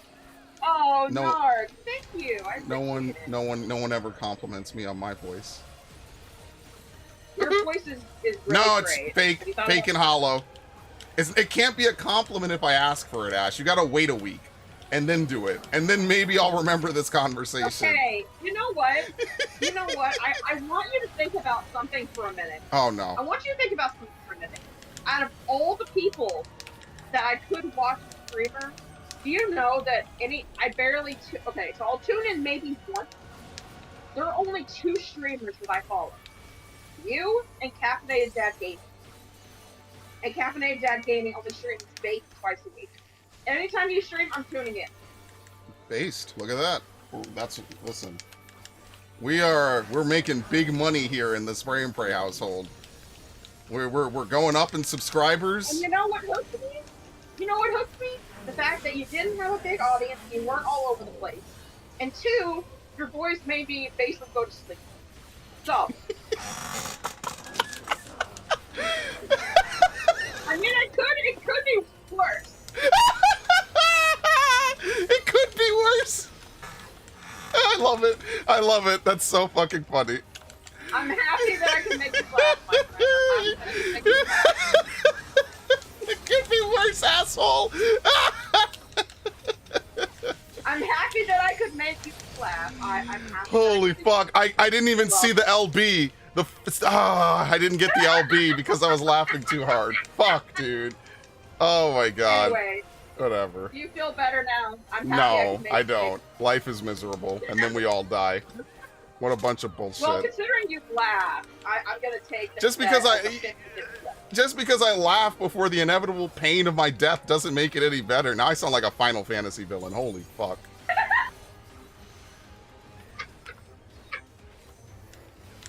Oh, come on. Bullshit. Shit. Wait, what? Oh, I thought I was under Makyo. Why the fuck? Narg said, starting to doubt. Neo X Spray. Voice be nice and flip it. No, Neo X Spray. Okay, that's good. That's good. Neo X Spray is actually really good. See, X-Death is a lot more Kefka-like than people remember him for. X-Death is like a super dick. I actually really like that about X-Death. X-Death has no concern. Damn! I mean, he's not wrong. I almost be millionaire in your street. Oh my god. I mean, he's not wrong. Money is hard to come by, bro.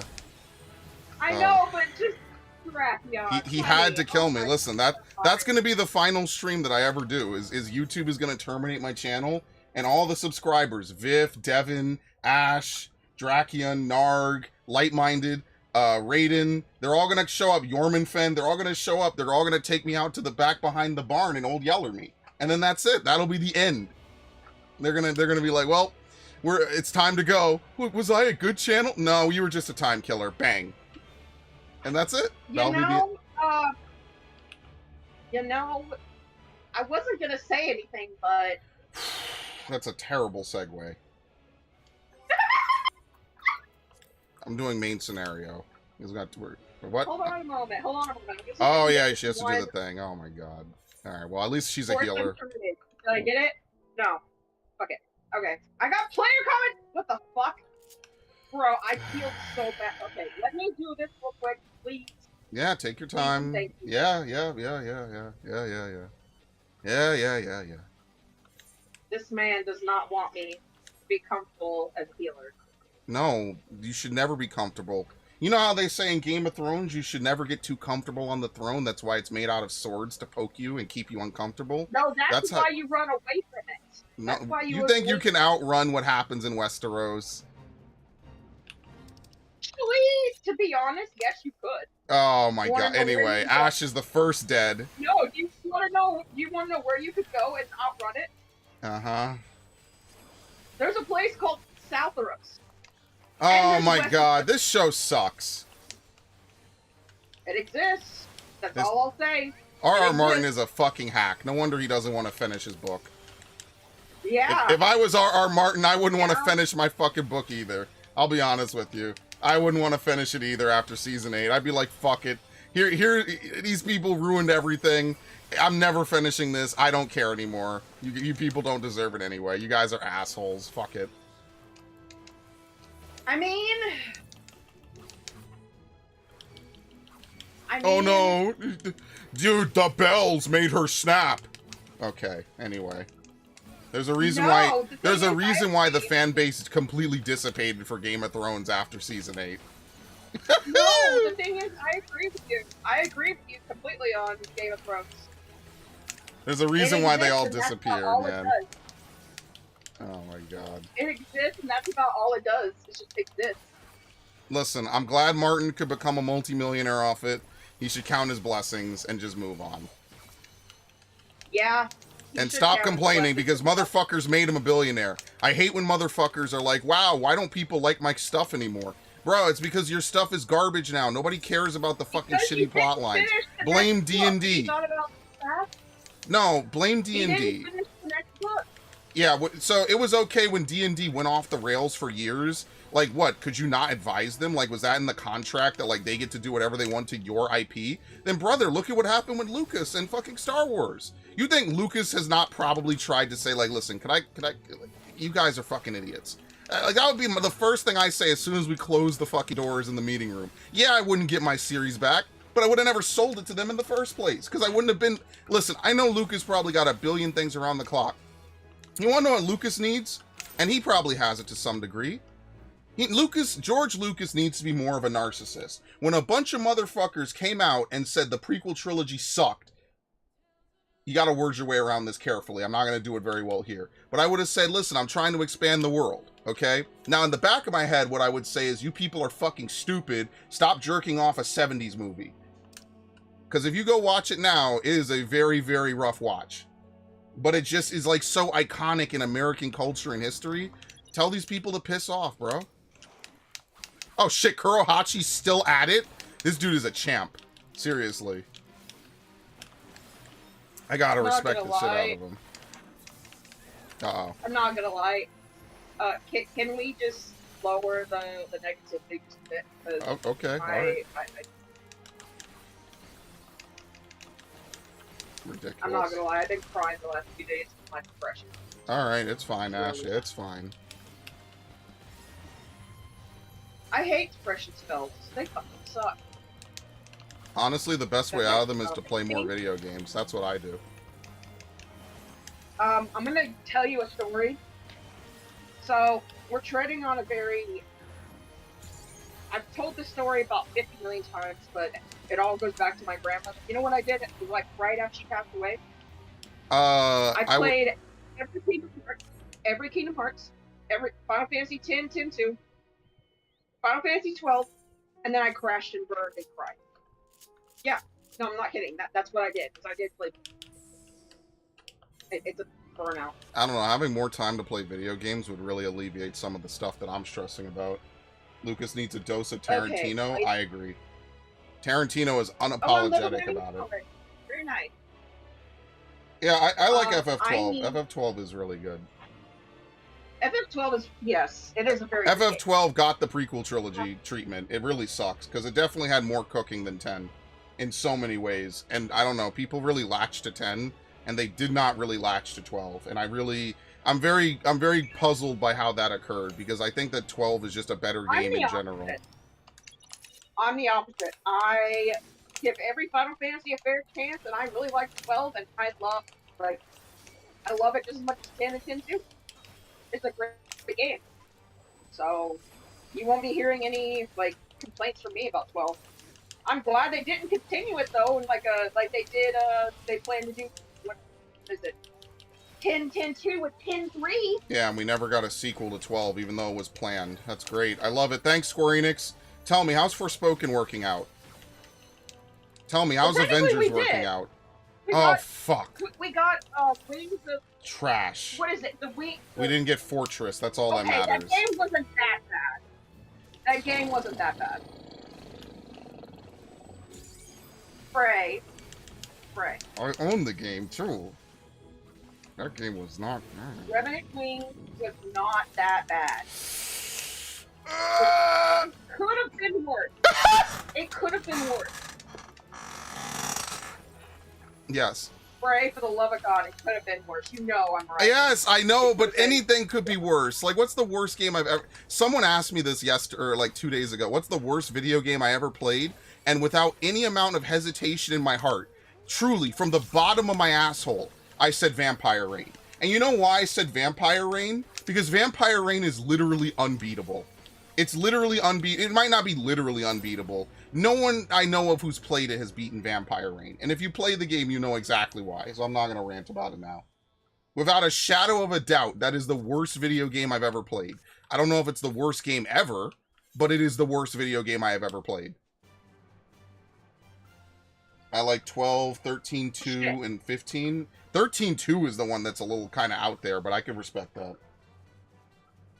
I'm not gonna lie, I played 13-2. It's okay.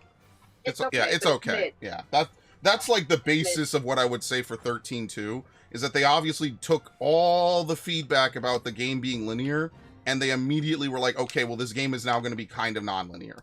It wasn't amazingly executed, but like Lightning Returns, hilariously enough, does it really well. But the problem is that like it's the last of a line of games that people didn't like the first couple games of. So why the fuck would they show up for the third game? Like, if they didn't like the first game and they didn't play the second game, why are they going to show up for the third game? And I feel like back then, like, a lot of games would get a lot of bad flack and they would actually be decent. You know? Like, they would actually be good games one way or another. So, it is what it is. I'm going to cut in and say something. Uh-oh. I didn't like it at first, but then you played it and I liked it. Which one? Legitimately. Lightning Returns? Lightning Returns. You watched that playthrough? Yeah. Yes. Oh my god, what the fuck? I didn't expect anyone to ever answer yes to that question. So, that playthrough's so old. Like I said, I didn't feel 13 needed that whole thing, but they did it for funny purposes. So I'm like, okay, sure. I played 13-2.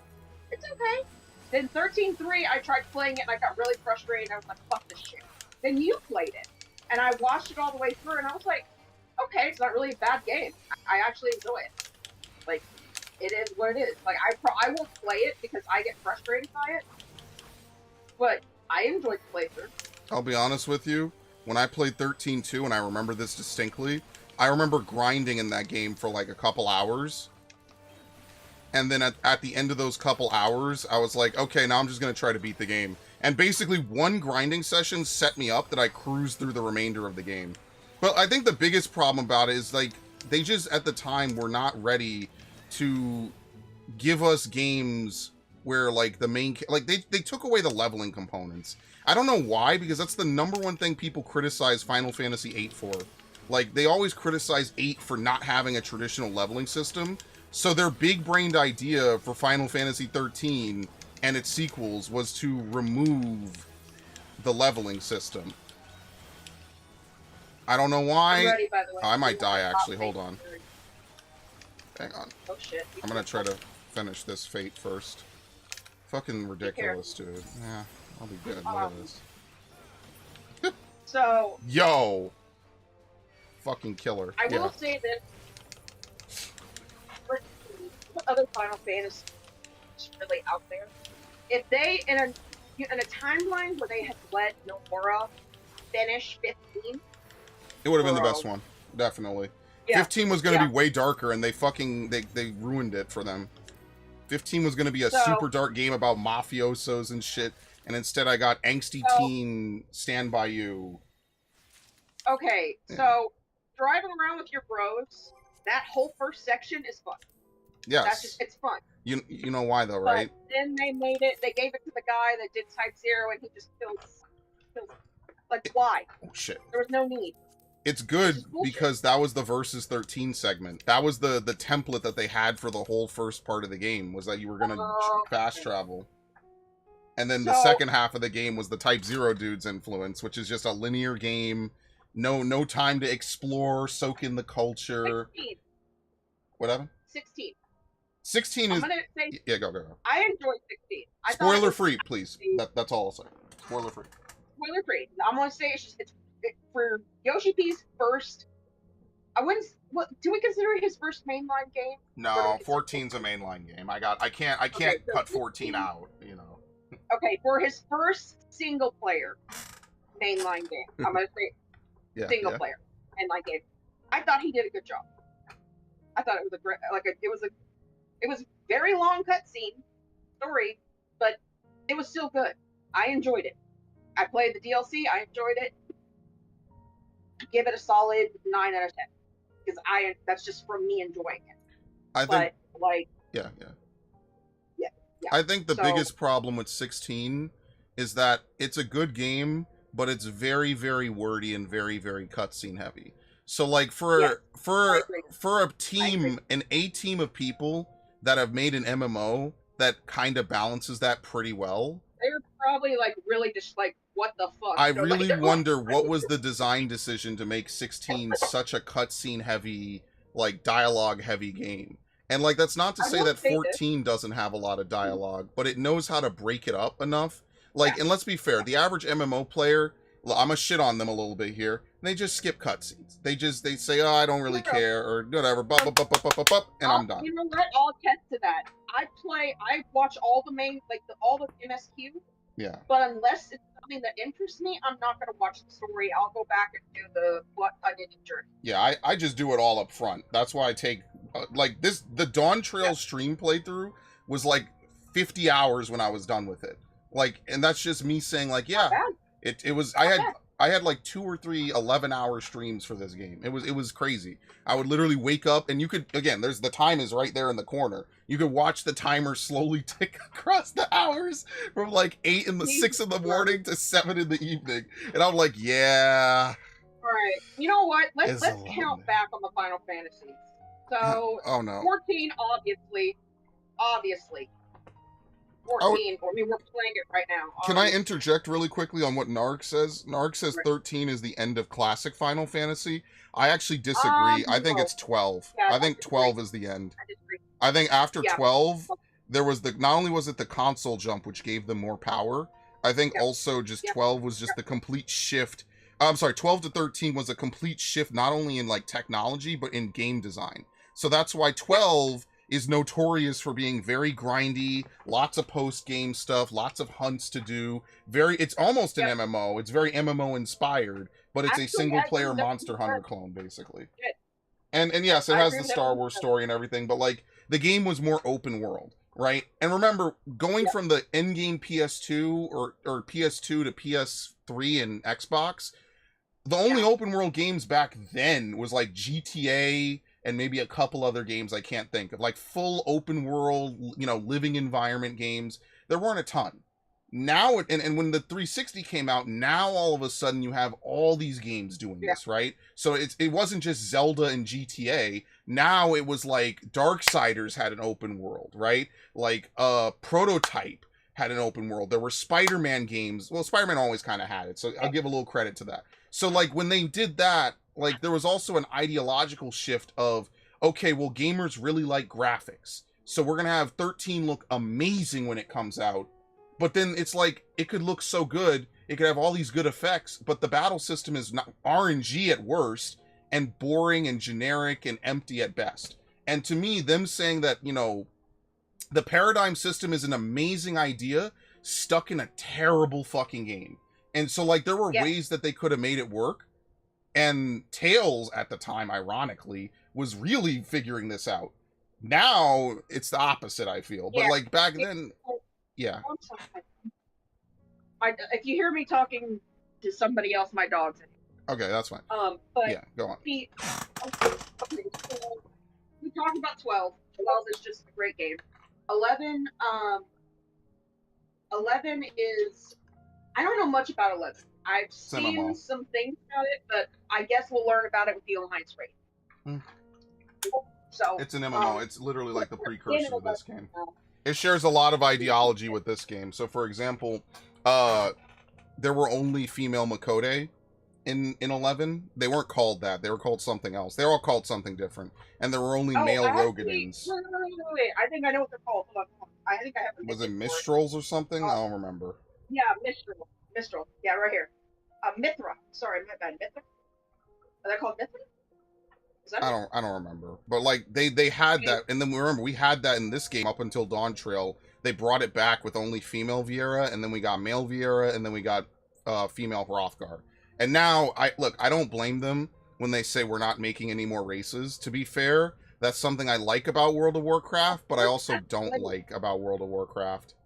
Like, no, I thought you were talking about sorry, my bad. Oh no. Yeah, like when WoW does it, it's cool, but like the things I could go on. Never mind, I'm gonna skip this because there's a whole bunch of stuff I don't like. Oh fuck. Okay.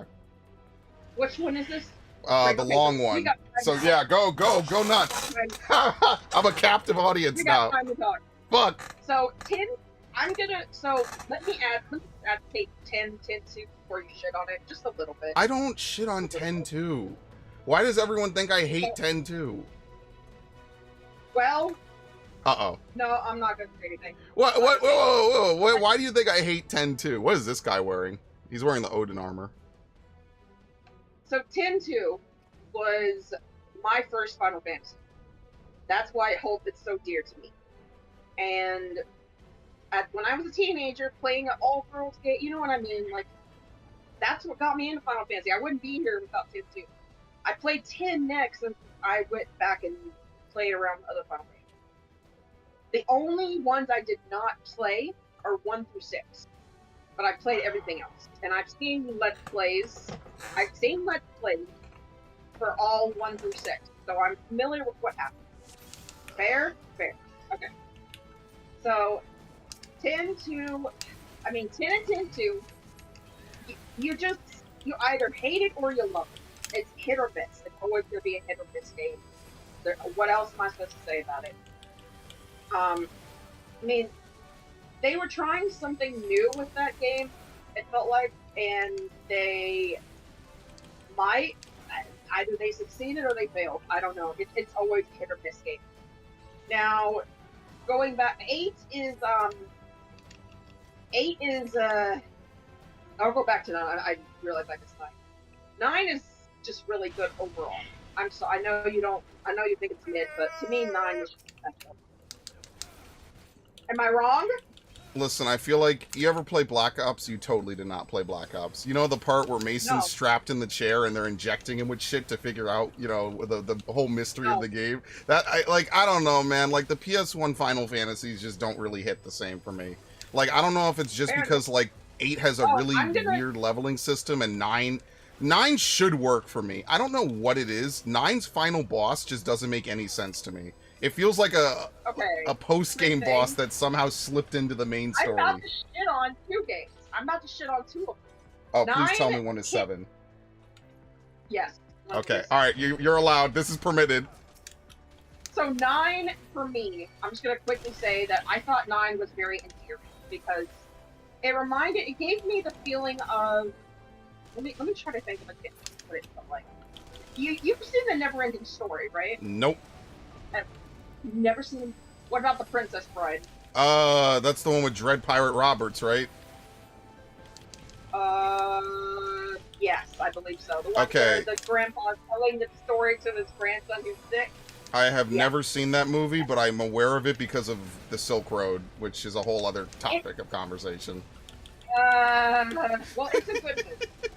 I would recommend definitely watching it at least once. Anyway, it reminds me of that classic fantasy feel that you get with those kind of movies. I don't know what it is. It's very endearing to me. Now 8, the battle system sucks, but I love the story. That's all I'm gonna say about 8. Whatever. Now Squall, on the other hand, I don't really care for Squall, but I do like Renoa because she is an Australian Shepherd. I don't know. Her dog is an Australian Shepherd. I'm sorry. Like, I'll be honest with you, Angelo and all his weird moves are really stupid. And everything about the dog is stupid. And you could have a dog party member in Final Fantasy. The dog is it's terrible.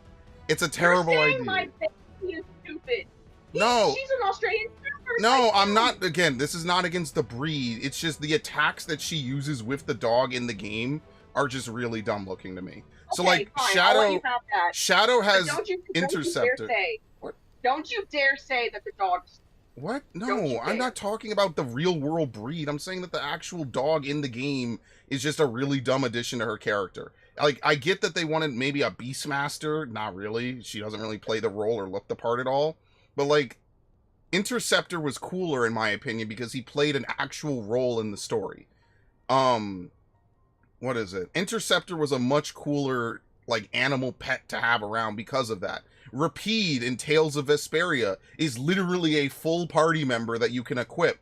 The dog in Persona 3, I didn't really care too much, but I thought it was cool because he can summon a persona. Is it the breed of dog that you don't like? No, is it because the dog was too sissy? It has nothing to do with the breed of the dog. It could have been a pit bull, for all I care about. Red 13 is a perfect example of a dog. He talks. Rapide doesn't speak, and that's fine. It has nothing to do with their ability to speak.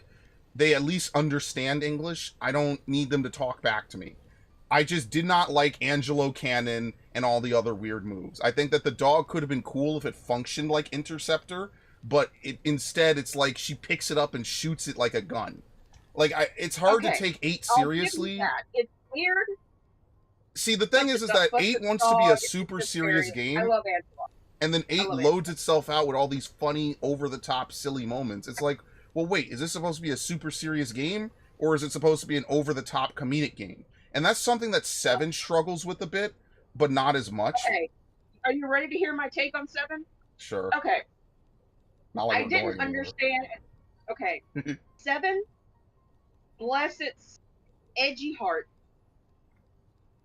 Oh, no. I played it, got stuck where you get the Bahamut material in the original game. I did not understand a damn sense of what was going the fuck on. It was only when I was, about 25 that I got the full rundown on a video on YouTube that explained it was it was the process of grief, going through a crisis in yourself and everything else. And once I heard that, it made a whole lot more sense. Now, here's the thing. Rebirth and Remake are fun. I'm not saying I care for the games that much, but they are fun. They're fun. Now, 7 can literally go and throw itself in the garbage pile. Wow, sorry, okay, I don't think it's that hard. I think the original is kind of better. But anyway, go on. It's the story. The story in 7, the OG, that really just... I like the story, I just don't like the way it's executed. I feel like the game wants to be super silly, but at the same time, it also wants to be, like, really... Like, it wants that Final Fantasy... It wants that typical Final Fantasy, like, haha, this is really funny, you know, we have light moments. And, like, because it's 3D, when you make that jump from 3D out of 2D, I think it's just very hard to keep that same level of almost Looney Tunes style slapstick humor. So I think fantasies because I can't really talk about 1 through 6 because I didn't play them. I don't have a history with them. But I will say I understand why people like 4, but I don't to me it's just a foreign concept why people are hold it as the greatest Final Fantasy. Because the love plot line isn't overly intrusive. You know what I mean? I don't give a fuck about the love plot lines in like half these Final Fantasies. Like, I guess the only one I really would like is like Vaughn and Penelo is kind of good, but you have to play other games to see that emotional relationship develop. Like, it's just a childhood crush. Within the confines of 12, Nothing really happens. It's like you have to play Revenant Wings, you have to play A2, and then there never was a sequel to 12, which is one of Square Enix's biggest fuck-ups in history, is that they fund other projects, but they can't give us a low-budget sequel to 12, bro. That should be illegal. 1 through 6, besides me talking about 4, the 2 that I don't really care for, I'll be honest with you, and they're just kind of there. If we're just talking about Let's Plays, I'm gonna be honest with you. I think it's the one with everyone being a kid or something like that in the remake of it. I think it's 3 and 1 are the 2 that I'm just like, what the fuck even is this? 2, 4, 5, and 6 are okay. I know there's a Final Fantasy where all of them are like kids, the Onion Knight or something. Yeah, they changed that in the remake. It makes way more sense in the remake. Again, the 80s was a weird time. No one knew what they were doing. They were just stumbling on hit after hit after hit. That's why the second game in all these trilogies, or all these games, plays completely differently to the first. Metroid 2 plays somewhat differently to Metroid 1. Zelda 2 might as well be a Castlevania game for its difficulty and for its content. And Final Fantasy 2 tries to adopt like the D&D, you work at something, the better you get at it type of system, which is more something you see in like MMOs or like GTA, where like you go to the gym and you get stronger and it impacts your ability to do missions and shit. That's more what you see that in. But like, I don't know. Yeah, like Resident Evil humor, it's dark and goofy, but the game doesn't take itself serious because Resident Evil is meant to be like... Bring these up. I'm gonna bring the sides up. So... Well, wait. Can I make this one point really quickly? Like, to address what Narg says, right? Like, the reason why it's okay in 7 and it's okay in Resident Evil is because, yeah, the games are goofy. They try to tell a serious story. Like, I'm not gonna tell you that no Final Fantasy is serious. But, like, they definitely try to tell a serious story. But you know Resident Evil is goofy, gruesome. It definitely didn't take itself too seriously until, I want to say, maybe 3 or Code Veronica. The remake of Resident Evil 1 takes itself very seriously. And that's why I think a lot of people consider that to be one of the best remakes ever made. At the time it came out, the graphical jump from Resident Evil 1 to the remake, mind-blowing. And now the game is not making all these cheesy dialogue decisions. They reference them, right? Like, they don't say, "You were almost a Jill sandwich," in that exact, way of saying it. Okay, well, yes, they've always had silly lines in Resident Evil, but you could tell Resident Evil 4 is just a different era, dude. Resident Evil 4 has that DMC DNA, even though it came out before DMC, or no, it came out after. But, it has that DMC DNA in it a little bit, where it's like, yeah, rain or shine, you're going down, Sadler. Ashley looks down at the pit and is like, Leon, we're not jumping down here. And Leon looks at her and is like, way, and then he jumps.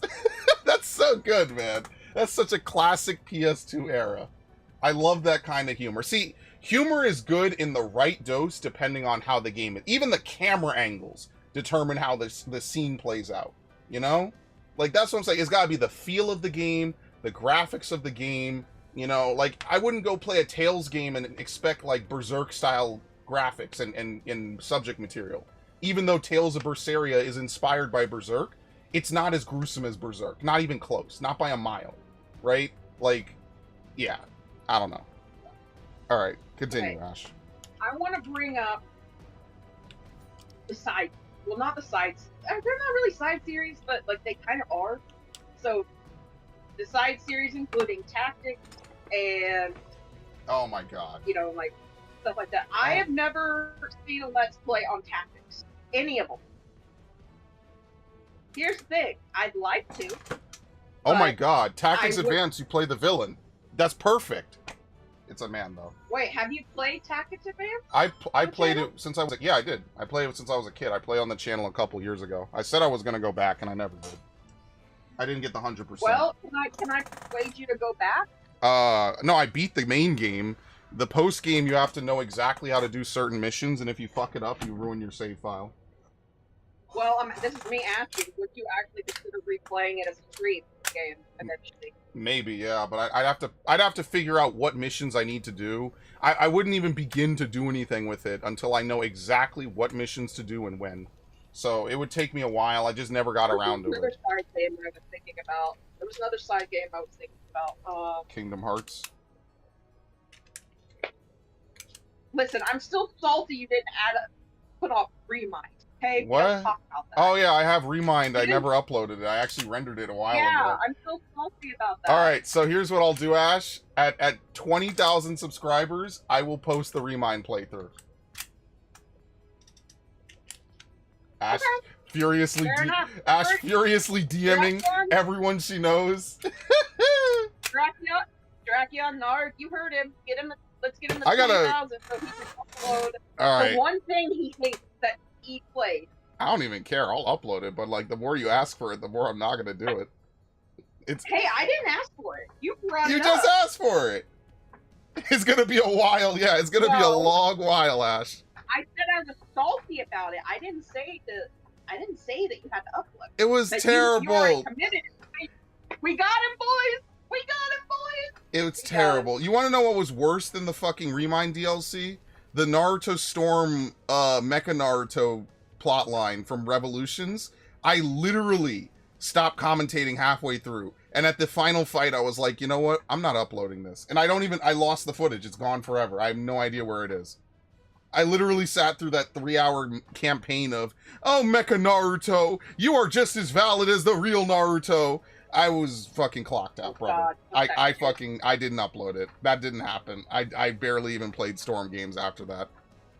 I played Storm 4 for the campaign, and that was it. I don't care. And that's sad, too, because they put a lot of... I think I accidentally deleted it. I think I thought I had rendered it, and then I didn't, and I deleted the raw. I was like, dude, who the fuck played this mode? Like, actually. For a throwaway Metal Sonic clone for Naruto. Come on, bro. Oh my god, it's so terrible. I never will forget how bad that was. That was so fucking bad. It was so bad. I can't. They should be ashamed of themselves making motherfuckers pay for that. That was just disgustingly bad, brother. And it will never show up on my channel, and I'm never going to replay it. Actually. What a waste of my money and my time. Okay. Why do you say it like that? I don't care about Naruto, so Oh, okay, alright, yeah, fuck it, yeah.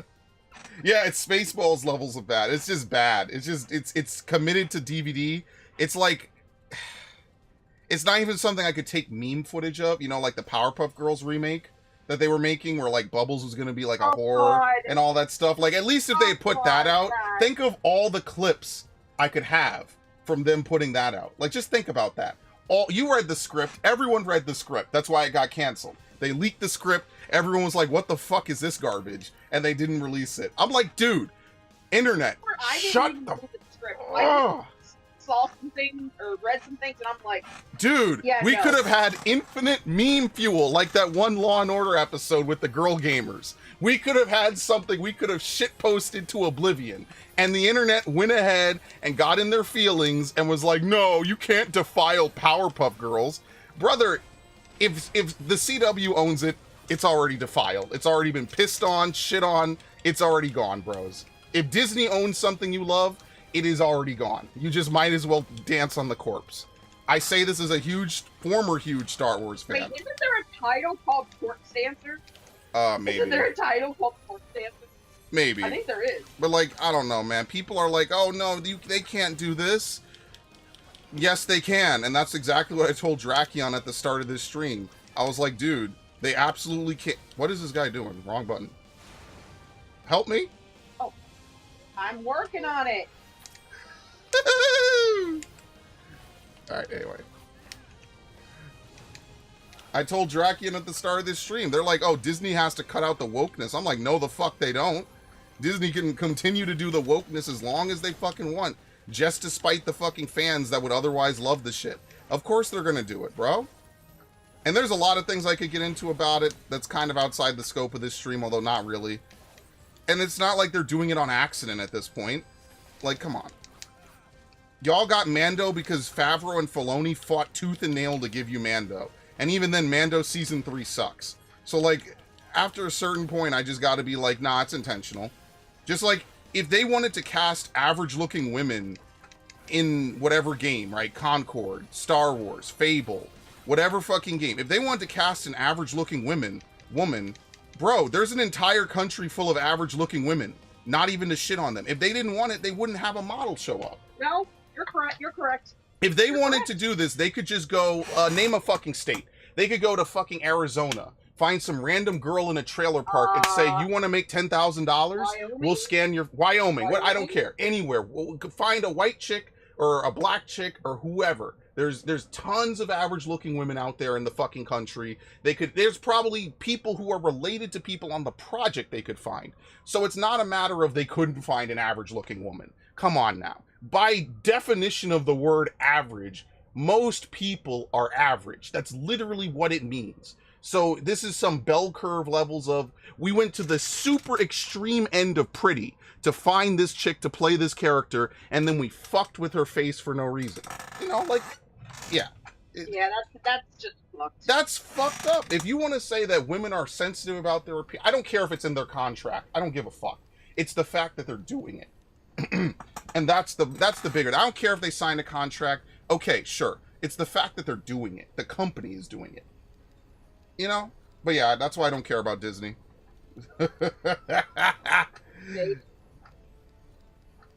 Based. I try to be the most based person I can. Good to know. Now, here's the problem. What are we going to do for Kingdom Hearts 4? Ooh, well, I don't know. Like, I don't If know. they put Star Wars, they'll put the Acolyte in Kingdom Hearts just to piss us off!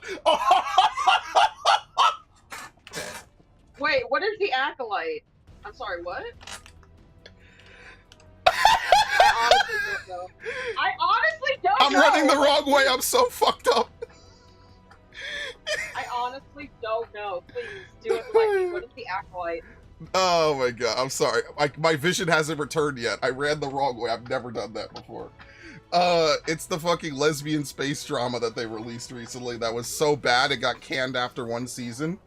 And so all the people on Twitter were like, yeah, the toxic fandom can't handle a black woman-led Star Wars. And then it gets canceled after one season because of low views. And now they're like, wow, what a bunch of racists refusing to watch it after telling people not to watch it. You can't win with these people, man. This comedy writes itself. It's so good. It's so good. It's so good. It's so good.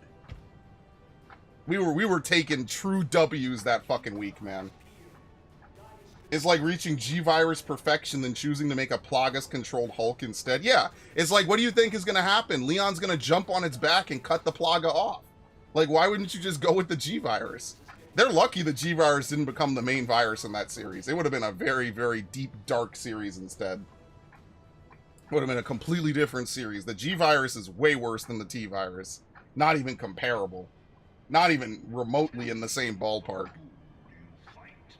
T-Virus is bad enough that they got to nuke a city. G-Virus stuff? Oh my god, could you imagine? Forget it. You're gonna have to nuke the whole United States. Anyway, besides that, I'm looking forward to Kingdom Hearts 4. The problem I have is that the worlds are probably going to be bad. I think that Kingdom Hearts is best when it's adapting 100-year-old, like, ancient Disney cartoons. Just being honest. I think that that's where Kingdom Hearts shines at its peak. And that's the thing I like about it. Even though I'll never watch these movies, and most of them I have never watched, it's cool to see them adapt it. And occasionally throw in, like, a Final Fantasy character or something. But yeah, I don't know. Kingdom Hearts 3 is definitely of a different cloth than 1 and 2. And that's the positive thing I could say about it, is Kingdom Hearts 3 is at its best when it's doing its own thing, or when it's doing Pirates of the Caribbean. They really know how to adapt Pirates of the Caribbean. I don't know why. They figure out pirates every time, and I don't know how. I love them. That is so good. We stand pirates in this freaking household. I really wanted to see Jack use the Keyblade, even for 5 minutes. That would have been so hype. Because even though he's a pirate, the fact that he could use the Keyblade is actually kind of insane. Disney can't make a decent Dark Girl. He touched Sora's Keyblade. Does that mean that he'll get a Keyblade Yes, later? that's what people were saying in Kingdom Hearts 2, is that Jack might have the potential to use a Keyblade, because normally anyone who's not worthy of the Keyblade, it immediately dissipates. So Jack being able to hold it, even for a minute, was probably enough for the Keyblade to recognize him as at least a user of a Keyblade. He just doesn't have his own Keyblade. Now, I don't think this will ever go anywhere. It might be an oversight. It might just be a little nod and a little teaser. But I think that that's such a cool thing. We don't talk bad about Fran. About who? Fran's a badass. Who? He's like, LMAO, Disney can't make a decent dark-skinned girl. Meanwhile, FF12 make you feel like romance for what amounts to being a bunny girl Chewbacca. Yes, because... Fran? Yeah, Fran is fucking amazing. awesome. Yeah, that's what he says. People, Balthier and Fran have the perfect amount of romantic tension that I don't feel like every cutscene is them basically trying to make out.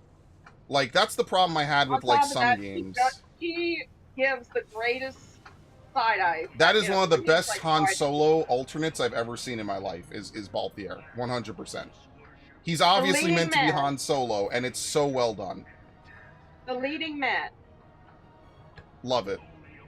And instead of a random, like, shag rug walking around, he has a hot bunny girl. Like, bro, hell yeah! How could they not make 10 games with this dude? Square Enix is fucked up, brother. I still laugh over the fact Vaughn asked how old she is. Yeah, Vaughn asked how old she is. Could you imagine a sequel? And like, they're all back together and they reference stuff like that? It's such a genuine question to show that Vaughn is actually, like, not... He's a kid. He's like 14 or 16. He doesn't think about stuff. You don't think about, like, how asking a woman's age offends them. And everyone blows him off like, oh, what a fucking dick you are, dude. How could you ask that? And he's like, I just want to know. She said she's like 200 years old. How old is she? You know, like, what the fuck? It's a legitimate question. It's a legitimate question. And like, Pinello and everyone else would be so... I apologize. Pinello and everyone else would be so... You know, Pinello's probably asking the same question. She just doesn't have the bravery to ask it, you know? That's why it's such a good question. The writing in 12 is really well done. It's just that people don't like playing as, like, alternate, like... Goddamn. People just don't like playing as alternate, they just want to play as Balthier. Like, I don't blame them. Back then, like, the main character being, like, this super overly competent Han Solo smooth talker. I apologize if anyone heard the dog barking. Yeah, that's fine. Was Scooby being a dog, as one would say. Like, I don't need to Yes, catch... I know I shouldn't have played something, I'm sorry. Like 16 did this a little bit decently, too. Like, I could tell the relationships forming. It felt natural. I never felt that with Noctis and Luna Freya, partly because of how that game is structured. But, like, you could tell that Fran and Balthier have really good chemistry. Probably romantical. But, like, the game doesn't delve into it, and I don't feel like the game is lesser because it doesn't delve into it, you know? Like, I feel like you get just enough to know that it exists in their lives, but it's not important enough for the story to outright address it. You already know that Fran is what the fuck? You already know Fran has sacrificed a lot by choosing to live with the humans. That's flat out what happens when she visits the Uryut village. You already know that she sacrificed a lot. They even say, once you leave, you're disconnected from the wood. You don't even hear the wood's whispers. And they look down upon Viera that leave the wood. And I totally get it. And they don't need to drag into a long quest, a sob story between her about how bad she feels for leaving her fucking brethren. You know it hurts her. And that's all you need to know. And that's basically the extent of it. She says you only have one sister. Yeah. To her younger. And that's why it's so good. It didn't need to go any further than what it did, but the fact it never got a sequel is what bothers me. What? The Okuria definitely feel like aliens, but, like, I don't know. I didn't read too deep into it, and admittedly, I think that that's the weakest part of the plot line. I think when it was just a bunch of kingdoms fighting over fake magic stones, I thought it was actually really cool. Frey? What's up? Frey. What's up? After this, I need to go do something I'll do right now. Yeah, no problem. I'm gonna run one thing then. Maybe two. No, because I'm gonna run some. I just need to No, I'm gonna run Orogenics. I'm gonna max out my ninja on at level 100. You're not gonna miss anything. I'm running Orogenics. Bro. I see how it is. What? You're not even high enough level to do Orogenics. See how it is. What? See how it is. Are you gonna run it on Summoner just to run it on Summoner? Oh fuck no.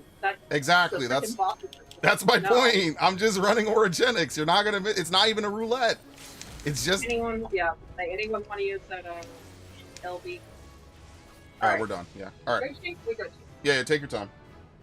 Let me know when you're back. The gods were never real. Magic isn't real. It's FF4 again. Yeah, basically. That's unfortunate, but like I just feel. Yeah, no problem. All right, I'll mute myself in the meantime. I just feel like certain plot lines in Final Fantasy just kind of get way out there. I don't know how else to describe it. Missed his energy. Oh, dude, the limit breaks. I never liked how the limit breaks were in Final Fantasy 12. Like, I like quickenings. I think they're cool. I think that them having a cutscene and stuff is kind of interesting. I don't like chaining them. Yeah, the gods in 14 are real. Hang on.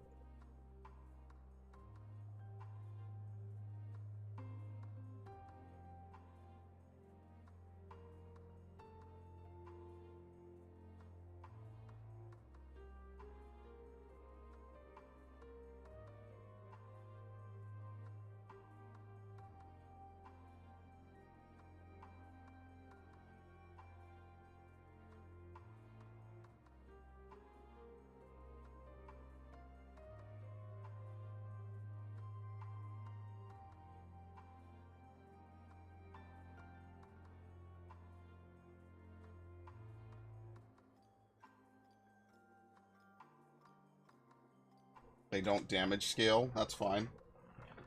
Well, I mean, it's not, but again, I think the limit breaks are kind of just a thing that's stuck around in Final Fantasy since 7.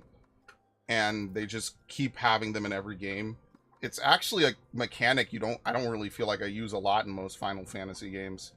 Like, ironically, this game is kind of the biggest example of limit break that I could think of in my head. Alright, let's do Orogenics real quick. Where the fuck is it? There we go. Oh, oops, I have to leave.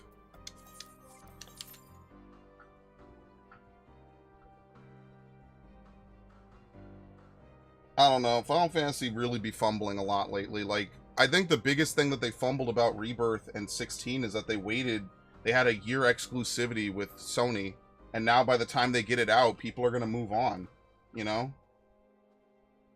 10 has the best limit break mechanic, as multiple yeah, I could give that to 10. I don't like 10 for other reasons, but the limit breaks are definitely not one of those reasons. I think 10 does a really good job. Oh shit, we are nowhere close to leveling up. I think 10 does a decent job with it, personally. Hold on, how much do I have? Alright.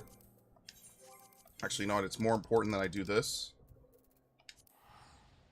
I believe Espers are War Machine magical construct. No, I think Espers are real. And at least in 6, they're definitely real. Now, it depends. What game are they called Espers in 12? I forget. Are they called Espers in 12? Because they're called Espers in 6 and then different in 12? Why do I think they're called something else? Scions, yes, the Scions came later. Okay, yes, that's correct. Okay. Yeah, okay. That was kind of insane. Alright, let me buy this. I'm back. Oh, okay. Ash, I'm still running Orogenics. I mean, I'm about to. God, you're in fucking Idleshire. I know. I'm saying I'm about to. I'm in a queue. Look, I'm 11 minutes out. Oh God. I gotta hit. Okay, fine. You know what? Here. Where are you? I'm not joining for Orogenics. What? No, just party up. Come on. Have I ever steered you wrong after all the help I've given you on this game? Who the fuck? To be fair. Who the fuck is Frog Girl? I don't even know who she is. Okay. Actually, you've never steered me wrong. But what you have done Oh, Christ is alive. you teach me, and then you're like, okay, I've taught you everything I can, and then just literally dump me and go off on your merry way. And I'm like, what about this? You're like, figure it out yourself. You did do that. Now, to be fair, it was sink or swim. I swam. But my point is, you still did do that. Listen, sometimes in life... Oh, no. Oh, fuck me. God damn it. I hate this. I hate this. This is not Monster Hunter, you fucks. Remove this content. I have the mount. I don't care anymore. Yo, imagine showing this to someone out of context. You know, this is the only piece of content that Asmongold recognizes Rathalos from. Someone asked him, like, hey, you ever play Monster Hunter? He's like, oh yeah, that's the one with the monster from Final Fantasy, right? I'm like, oh my god! To be fair, I knew about Monster Hunter before I even met you. I knew about Monster Hunter. But I didn't even know it was in the game. So I'm like, what the fuck? Yeah, it's also in Smash Brothers. Dude, in 2018... Dude, why do I have aggro? Aggro doesn't matter. Aggro doesn't matter in this fight. Oh, well, it matters for the ads, but we don't talk about those. They don't hit hard. Dude, Rathalos was in every game in 2018. They really wanted motherfuckers to play Monster Hunter World. This motherfucker was in everything. Like, what's the most recent Monster Hunter game, that World Series that we have out? I have no idea. I don't play Monster Hunter, I'll be honest with you. Oh, I have Armor Crush, whoops. Like, you actually have to look for the animations he's doing. Alright, here we go. Are you ready? I'm stealing this. Get tackled, motherfucker. Ow. Alright, it's time, boys! Yes! So, funny story about this on Extreme. Funny story about this. I was grinding this when I was grinding out the mount. Yeah! Yeah! We were having a fun time. And, one run, this motherfucker decided it was gonna go into the river. It was like, nah. And so we all died. Literally, this thing went into the fucking river. It was like, yeah, no, fuck you guys. You want to know what's my favorite part about this, by the way, for the people in the chat? The name of the debuff that you get for this is called Scalebound. I don't know if that's intentional or what's going on with that, but yeah, the name of the debuff is Scalebound. Oh, we don't have Yoshimamaru, fuck. Good times. Alright, carry on, sorry. I have to point that out every time. That's the entire story. Oh, I didn't get hit. Fucking hell, man. Ow! Alright, anyway.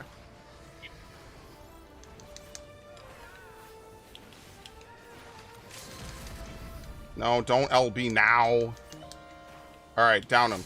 Down him and hit the tail. No, don't LB now. Do you see him follow him? What the fuck? I don't know why he LB'd at all. But anyway. We are friends. Don't worry.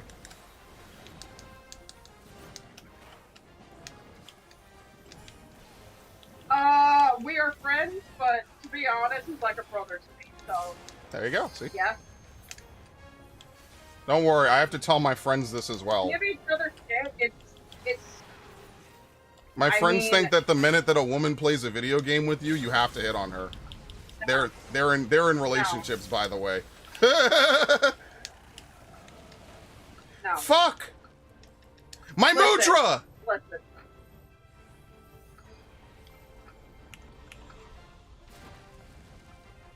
I'm in hell.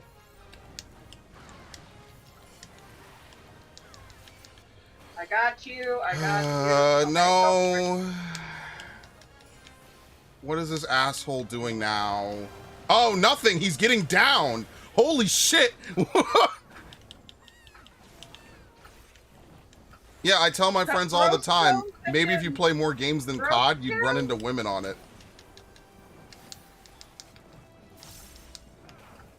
He's gonna get up. He's gonna get up. I'm not gonna lie, like, you honestly fight like siblings do, if I'm being quite honest. And even then, it's just me giving him shit. So I have a gun to the back of my head. I'm blinking 3 times. This is a cry for help. Yeah, basically. Honestly, I'm probably one of the few people that can give them shit and get away with it and not get blocked. You think you get away with it? What the fuck? I mean, you haven't blocked me yet. So... That's because I use you for cute. No, I'm fucking around. I'm fucking around. I'm fucking around. I'm fucking around. Yeah, if that's the only reason why, we're gonna have to have a serious talk after this. Yo, his tail is actually off. I don't remember this. God damn, did they change this? I don't know. Can we get a... I already have all this. Wait. No, the normal mode scales are different. Yeah, they're different. The normal mode scales. What the fuck, man? Yeah. It's the extreme scales. And extreme is very farmable, by the way. Like, you could just go in with all machinists. Yeah, like, you just... That's one of the few fights Fizz Range is really good at. We all got our raffle out. We got our raffles out by farming. It was a friend of mine and then 2 random party finder people who needed it. We spent all night farming it, and it was fun. Yeah, it doesn't take long to get everything you want out of it. No, it doesn't. It's fun, actually. Especially at level 90 when I was doing it, like, you could just breeze... Or I might have done it in Shadowbringers, even. You could just breeze right through them. There's not a lot to that fight. Alright. Let me see. What am I getting now? Scholar weapon? Sure. Codex? Yes. That which binds. What the fuck is this? Hello? What the fuck is that? Alright. Increases spirit bond. Okay. Alright, what can I do next?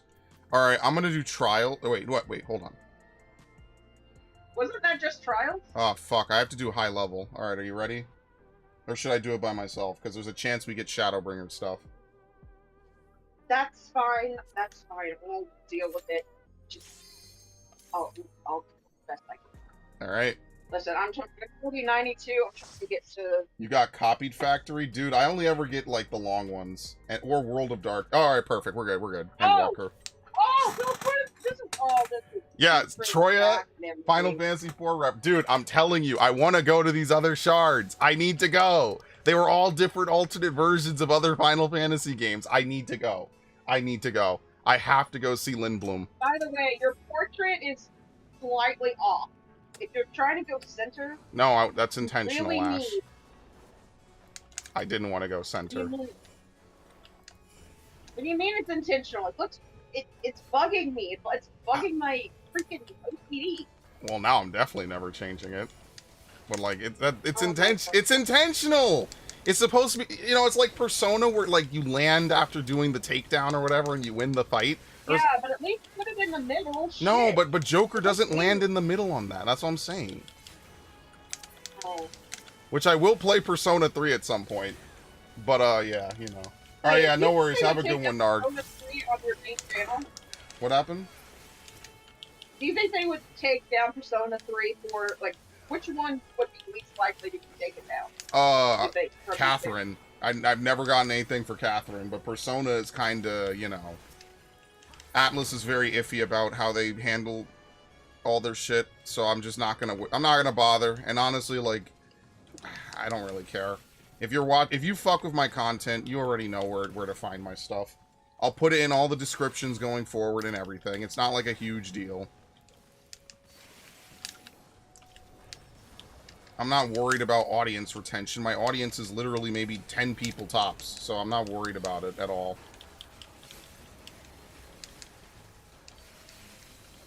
If I had maybe like a couple thousand or a couple hundred people, maybe. Yeah. Hi, Raiden. How have you been?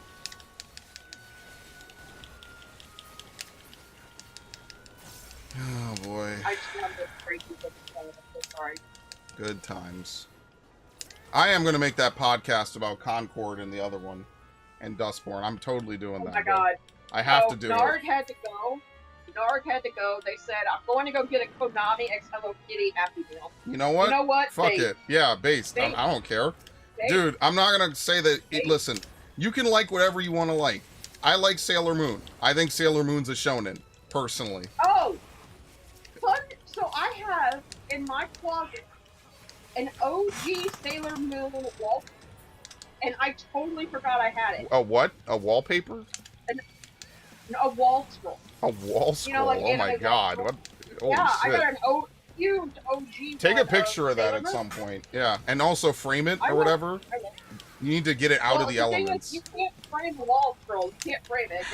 I don't know. You could. It's just probably really expensive. I'm gonna give it to my sister because she really likes Sailor Moon. Isn't she gonna stream? So. Yeah, She have will her hang it stream up. once- Have her hang it up in the streaming room. If she does she do VTubing shit or does she do IRL? VTubing. Ah, okay, it's fine. It's fine. That's fine. Okay. I was gonna say that's the perfect fucking thing. To be Yeah. honest, like that whole thing is gonna be. First, we actually have to get the room done before she starts VTubing. So that's gonna be a. Well, that's got to be pretty exciting. That's got to be something positive to look forward to. It is. It's exciting. It's just, I'm not gonna lie to you. Me nor her are looking forward to what's in that room. Lol. That's the whole thing. That reminds me of when we redid this place. Like, my room is actually the least changed room from before we redid the room. So, like, my room is actually completely almost unchanged from, like, when this was first put up and when we edited it, or when we altered it. I thought we only had 3 people. I thought we only had to take out 1. Why are people taking out multiple? Because they spawn anyway, so you might as well get a jump start while they're doing nothing. That's why. If you're really good, you could take out 3. Holy is blinding. I know Holy 3 is blinding, but quite literally, I'm just trying to get everything down. Alright, do you think putting Dotun down on single target's good? Yo, someone made fun of a ninja in one of my roulettes. Someone made fun of a ninja in my roulettes the other day for putting down Dotun on a single target, and then he did it again, and he was trolling the dude. He's like, oh yeah, I'll just do it, yeah, whatever, oops, my bad. I'm like, oh, that's so funny. By the way, I made progress on Roulettes. I have started almost learning the meteor. Like, I know kind of where to stand, but it's not 100%. I'd say about 80%. I understand what's going on. Oh wait, what the fuck? Shit, get away from that. So, what? I am away from it. What are you talking about? Oh. What you talking about, Willis? You know, my mom makes that comment from time to time. I'm not gonna lie. She does, like, meme on that. Wait, did I have my earring equipped?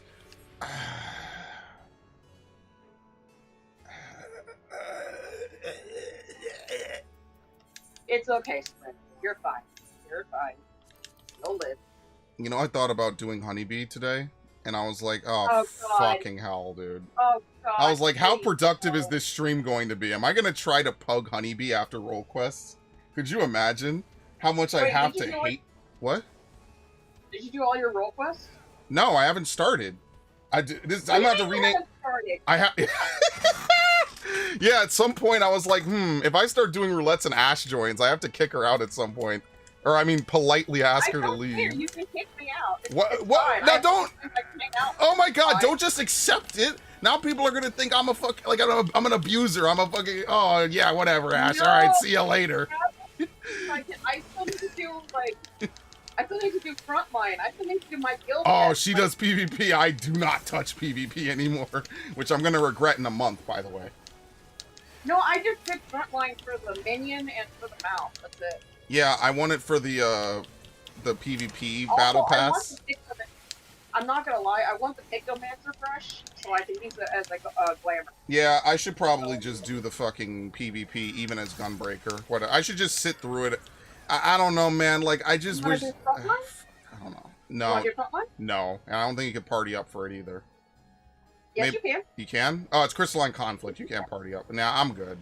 I don't like it enough, and I don't like it enough. Dude, leave that cat alone. What the fuck is your problem? Oh, you're talking The to. dog put yeah. the dog put the entire cat's head in his mouth. The entire cat's head. This He's is why I trying to love eat turtles. the cat.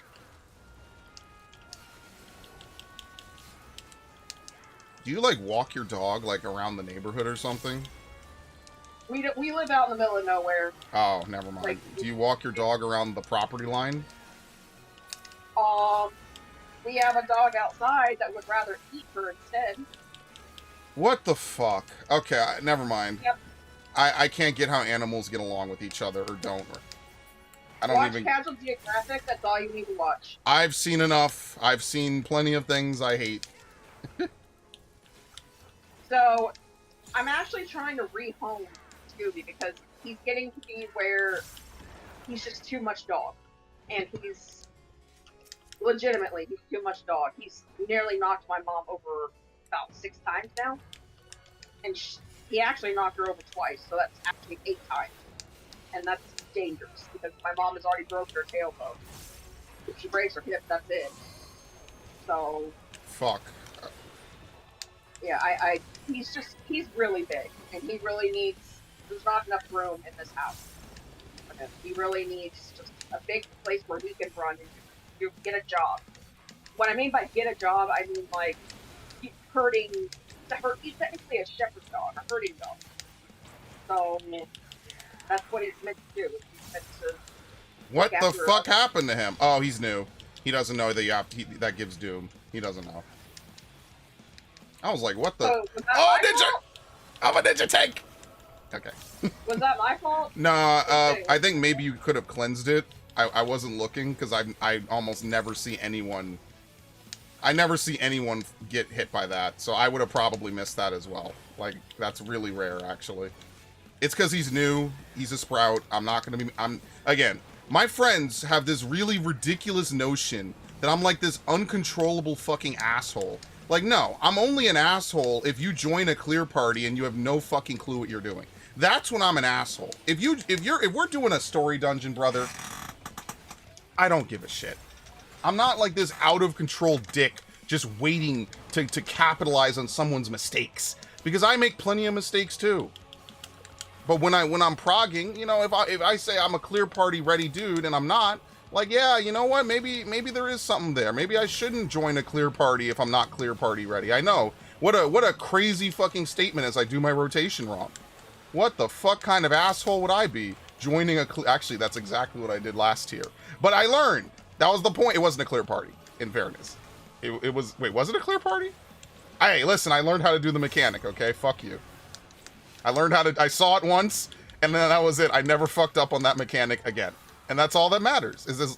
Like, fuck off. I hate people. Now, this is why I'm becoming a misanthrope. I hate everyone, bro. I'm not this super huge dick. I used to shit talk way harder in the Call of Duty days. And you know what? It was part of the times. It was part of the culture. I don't hate people who still do it. I just don't do that anymore. Mate run. It has a little bunny sleeping on the moon. It's actually kind of cute. The level 90, what is this? What am I wearing? The Augmented Bunny's Crescent. Augmented Bunny's Crescent, yeah. I think it's cute. I don't know, man. I'm also not gonna flame someone for silly mistakes in hard fights. That's why I don't want to fucking pug Honeybee. You know how bad Honeybee must be? Honeybee is a fight. Oh, it's terrible.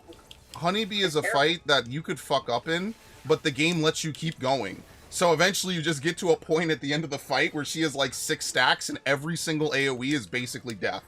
Yeah, like... And then people run on Reddit and they're like, wow, this tier is so easy. I'm like, wow, most people haven't finished it yet either. It's so easy they haven't touched it. I hate... The 14 discussion Reddit is seriously one of the most up and down fucking subreddits I've ever seen. Like, what a bunch of fair weather fans. Like, sometimes they'll have good discussion and it gets downvoted. And sometimes these people are just like, wow, did you see how easy this tier is? And like 90% of people haven't cleared it yet who even raid in the raider base anyway. Like, what the fuck? It's so easy. First of all, most first tiers are fucking easy. That's not news. That's how this game has been since its inception. Secondly, I just Tenshi Gen'd. Oh, I moved Phantom Kamaitachi. It's not supposed to be there. Holy shit. Like, I don't get it. Like, what do you fuckers want? You want ultimates in every fight? You know, if you made every Savage fight an ultimate, nobody would clear Savage. You would actually kill the game off faster by doing that. Not to mention how long it takes them to make one ultimate in the first place. You know that you could actually awaken Garuda earlier than normal? I didn't know that until the second time I was progging Ultima Weapon, that you could actually wake Garuda way fucking earlier than normal. It changes the whole fucking fight. Which button did I push? Oh, fuck it. I have no idea. It changes the whole fucking fight. That's why nobody does it, because it makes the whole fight way harder. But you could technically wake Garuda on the first bubble if you're really fast. Nobody does it, though. That's not the general strategy. You wake Garuda at the end, so you only have to do 2 mechanics with her woken, and then she dies. And then you go to Ifrit. I don't think you can awaken Ifrit and Titan any faster. But for some reason, they let you wake Garuda super early. I like that. Even though no one will ever do it. We did it by accident, which was really funny, and I was like, oh, fuck. Because now every tank buster becomes an in and out, and a party stack. Oh my god. Fuck that fight. That fight is so... That's why I don't like Ultimate fights. First time, I think, in the dungeon that... And he skipped the cutscene! Yep. Alright, I'm wiping the group. Oh my god. Pray not. How could I do it? Not. How could I even do it? How could I even do it? I don't have that kind of power. I'm a DPS. I could. I'm so jealous of the evil energy that she's giving off right now. I could. Yeah, don't. Let's clear this. This is why you don't want me to be a healer. What? Because I actually could fight an entire... But why would you be so myself. evil, Ash? How could you do this to me? I thought you were nice. I thought you were about positivity. Now, I never said that. Oh. I don't know where you got that from.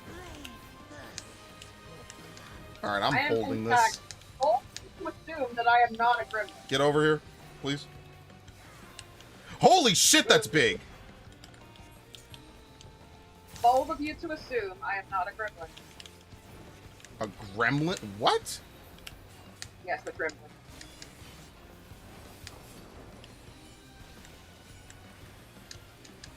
I feel like I'm having to explain a meme to my grandpa at this point.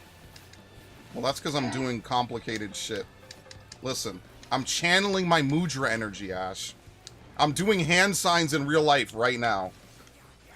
I have those tactile controllers. Why do I hear the keys of your controller clacking? Because it's the metal on my hand guards. Come on. Yeah, physically that'd be impossible to do because... What? their You're hand just guards not a ninja. You're just not a hood ninja. Oh my god. No, that's how fast my Mudras are going. That's how fast they're clicking. I'm clanking it, man. I'm throwing up gang signs. Crip, blood, Wu-Tang. Yeah, you're basically you're basically smoking mirrors right now. You're smoking mirrors. I'm sorry. I'm so sorry that you're fighting something. I'm so Fire sorry. style. This man is just. He's... Okay, Grandpa. Let's get you back in the bed.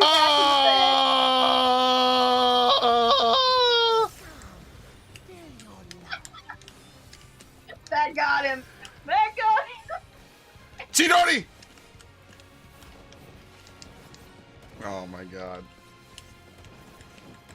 Well, he didn't deny it.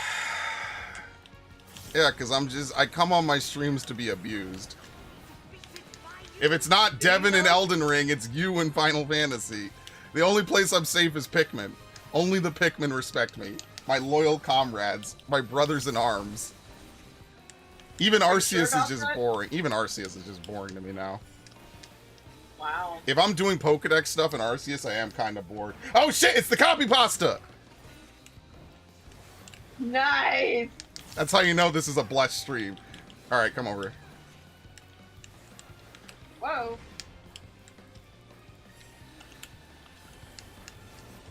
Alright, here you go. Ready? Watch this. Bunshin, now Dokimori. Look at... No! No! Alright, I got to level 100. Wasn't me. I didn't do it. Wow, 2 Orchestrion. My inventory's full? I have both. You know what? I don't even give a shit. Give it to this dude. He deserves it. But before we do anything else, No, we can go. Okay. Oh boy. Alright. Now it's full-time samurai leveling, which we got 3 levels in one day, which is insane. Honestly, I'm gonna wait till tomorrow. You know I'm gonna get another level off of samurai, and then I could start doing Sky Deep. Sky Deep is seriously my favorite dungeon in the whole expansion. Behind the mass grave of aborted babies and malformed fetuses, there's another mass grave living in the cloud. What the fuck? See, that's that good shit that 14 hits on. It's like you take a nail and a hammer, they open up your skull, and they just boop, boop, boop, boop. It's beautiful. Right into my brain. Just zzz. I love this game. Anyway, this man's lost money. All Moving right. on. We're doing expert. We can't. I'm 92. All right, so switch to summoner. I'm capped out. How do you cap on Saturday? Wait, hold on. You're asking that question, really? Well, I'm gonna do expert. You coming along? You want the extra? No. You're gonna need a lot of tomes of aesthetics, Ash. So. I'm capped on aesthetics. Spend the. Oh my. Do you have the whole healer set purchased? So I bought a level skip. So. No, but for level 100. Don't just cap. Buy everything and then cap. And even then, you want to know what you could do? There's tons of items. I don't know what to spend my poetics are capped, and I don't even know what to spend them on. No, so, right. I mean, but I'm saying come to Solution 9, go talk to Zircon, and then just you're clearly leveling healer. You're gonna get white mage to 100. So what I recommend, this is serious advice, buy the whole white mage set. Everything. Buy everything for white mage. The weapon, which is 500, the armor, which is like 4 something, right? 700 set? No, right? yeah, just the 700. Just buy it. Just buy all of it. You might as well. Why are you gonna sit at 2,000 and never use any of it? Like that doesn't make any sense. Buy the weapon is 500. Yeah, okay. Give him a minute. Yep. Making sure I'm buying the right shit. Right. Buy healing. Just buy everything healing. Yeah, I know. I'm just making sure I'm buying it. No, I know. I misclicked 1 week and I fucked myself for 2 weeks. Would you believe that? Okay, so I'm down to 190. Now, question. What should I spend my poetics on? Have you bought every piece of gear from Poetic stuff? Okay, here's the thing. I just spend it on, what is it called? Okay, go to Idleshire. It's easier for me to explain if I go to Idleshire. I know, yes, I know. I'm one of those people. Why don't I just hop on over to the Gilgamesh and follow you? No. Mimic what I'm doing, alright? Go to Idleshire. Okay. Actually, you could come to Gilgamesh. It doesn't matter. Yeah, It gives me a second to take a drink anyway, so. How could I what? Raiden, she's newer to the game. She's newer. This is something you get when you've hit max level multiple times. You just see all those cannot receive any more Allegan tombstones. Yeah. To be fair, I haven't been playing as long as I've only been playing like what, 3 to 4 years? Now? Maybe less something than like that. I mean, my general advice is that you buy out whatever glamour you want, right? Like, sometimes I'll see a piece of glamour and I'm like, where the fuck is that from? And then after that, you buy out items that you know you could sell or you could use. So, like, for example, I'm still going to be at Idle. Okay, here she is. That's really fast. Holy shit. That was like a minute. Yeah. All right, come up here. We're going to go talk to Rowena's Center for Cultural Promotion. I remember when this was literally a broken down building. Seriously, people will never experience what it was like to see Idleshire get built patch after patch. That was really crazy. All right, so you talk to Hismena. Wow. Talk to Hismena. You go down to Allegan Tombstones of Poetics. Unidentifiable ore. Buy that. Special arms. Unidentifiable ore. Special arms. Now, what you could do is if you've never finished your weapons, you could just buy Ooh, there's a lot of what is it? Orchestration. Or you could buy those. That's true. If So, it's up wait, to you. What's the name of it again? Okay, so don't actually buy it yet. What I usually do is I go down and I buy unidentifiable ore, and then I come over to Bertana and I go to Uncanny Knickknacks, and then I trade it for grade 3 to have grade I don't 3. see unidentifiable ore. Oh, you have to progress a Heaven's Ward relic to do that. Oh my god, I forgot. You have to. Yeah. Okay, I don't know what to spend it on. You know what? I'm just gonna buy the orchestration rolls. Yeah, buy the orchestration rolls. Yeah. But that's what I do is like I've done all the Heaven's Ward relics, so yeah. You buy all the Heaven's Ward stuff, and that can actually sell for decent money, I'm sure. I don't know because I haven't checked. In fact, let me check right now. I'll be right back, or maybe I won't. Whatever works.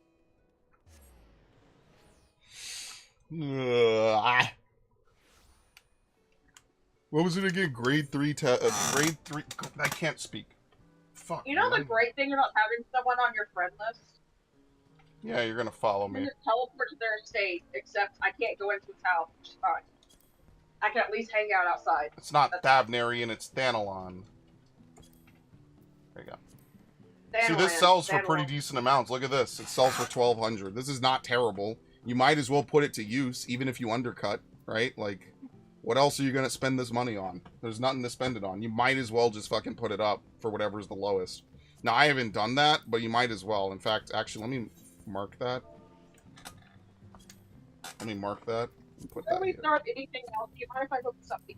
Because I'm feeling, like, really disoriented right now, so I feel like I need something. Yeah, if you want to go chill, I'm just going to do my expert, and then after that, I'll probably do the role quests. So if you just want to go chill, Ash, you know, we've done enough, like, you don't feel obligated. Especially since you want a level healer, and I basically would have to have you play Summoner or Scholar, which would probably be very difficult, because Scholar is kind of hard. So, like, if you want, we could just call it here.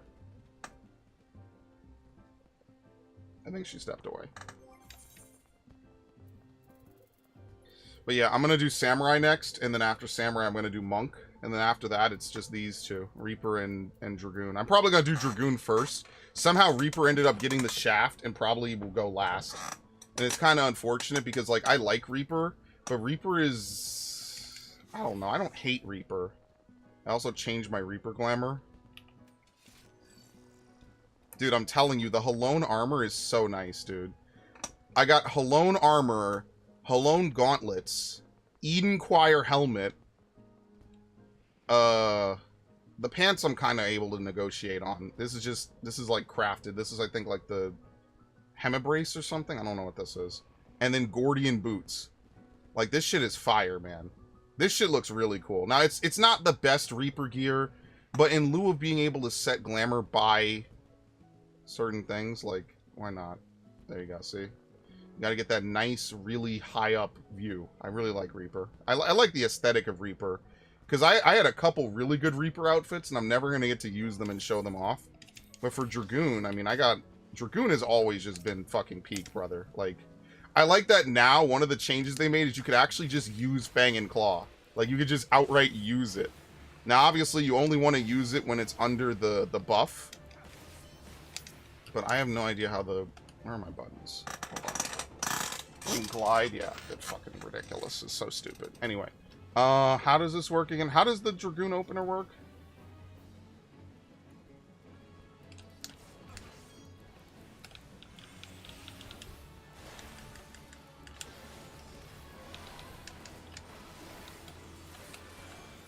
Oh shit, yeah, you can't double weave that. I forget that you can't double weave that. That's really fucking weird to me.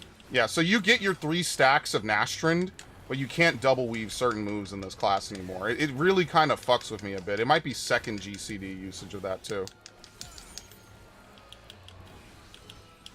Like, that's why I don't really mind that you just use high jump on cooldown. I actually like that it's not necessarily bound to anything.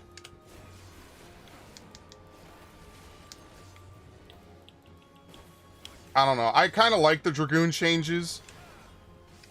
I don't feel like Dragoon has really lost anything. The only thing that's changed is you no longer execute Wheeling Thrust after Fang and Claw, and Fang and Claw after Wheeling Thrust. So that's like the #1 major change I think that they've made to Dragoon, is that they've made certain aspects of it a little bit easier to swallow. So, like, I don't even totally hate them, honestly. Like, I think that they're actually pretty alright changes. Now, someone will get really angry at me, but, you know, it's the 14 fucking fan base. You're never gonna please everyone.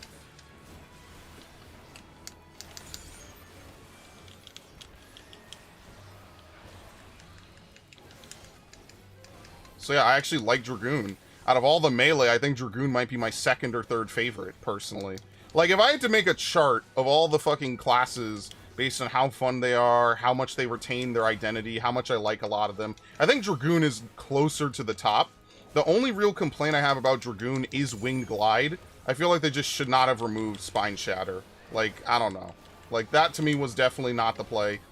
It's not as thematically killing as... It's not as thematically killing to me as removing Rough Divide. I feel like removing Rough Divide was definitely like a huge fuck no. I don't know why they did that. That to me made no fucking sense. Let me eat some of this. There's something in this. Oh no, you can't. It's a movement ability. I forget.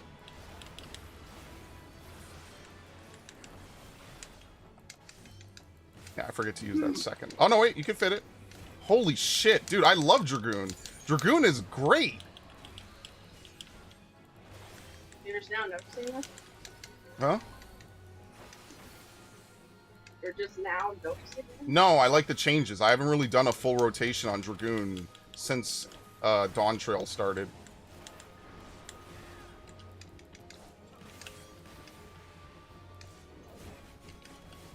Drakesbane is pretty cool too. I forget that you're supposed to hypercharge it. I look and I see Drakesbane and I'm like, I'm not supposed to use Life Surge on that. This is awesome, man. I love this class.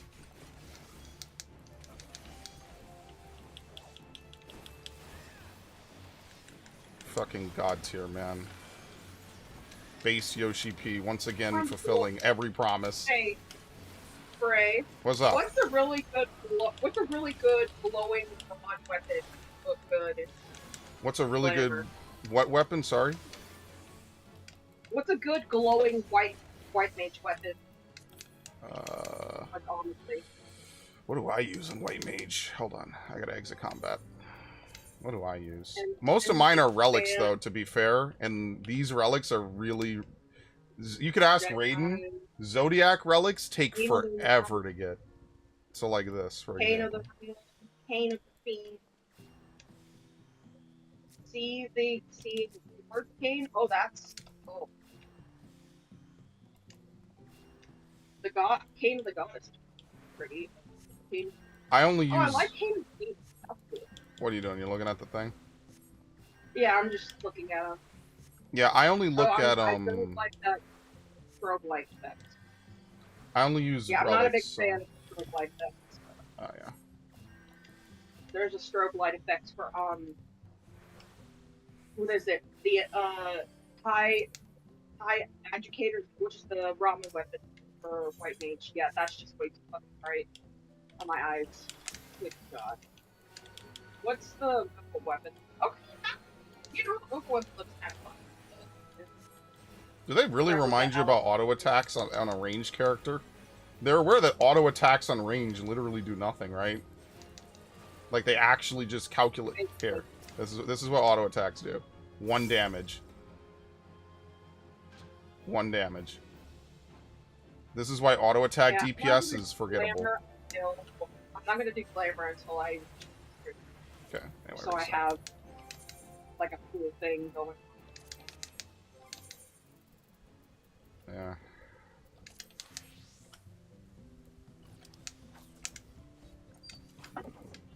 So how did Reaper change again? I tried Palace of the Dead.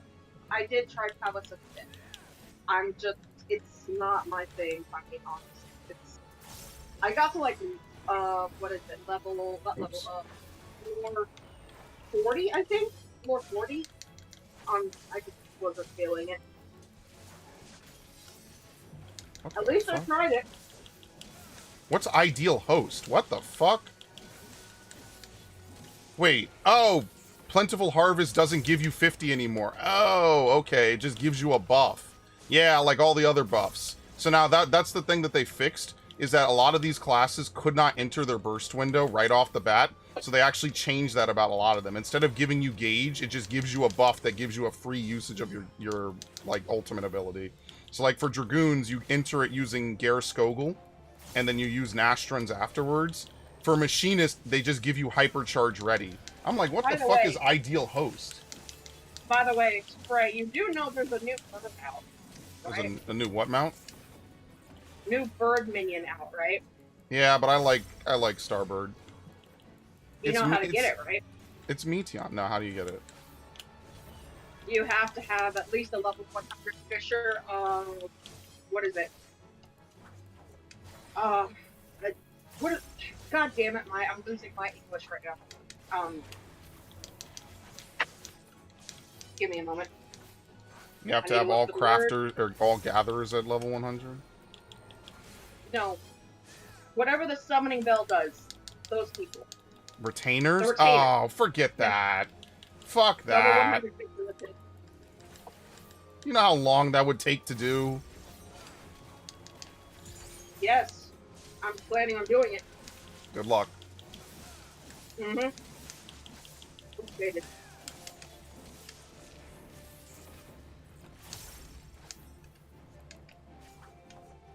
See, the only thing I don't like about Reaper is you can't really get back Harvest Moon. Like, it's completely fight dependent. Like, that's the one thing I don't like, is that there's no way to charge up this one move ever in the middle of a fight. I really hate that. That's the one thing I don't like about Reaper. It's kind of also the thing I don't like about Pictomancer, is I don't like that you can't just, like... It's so hard to get these moves back, basically. I don't know. That's the one thing I'm not, like, a huge fan of.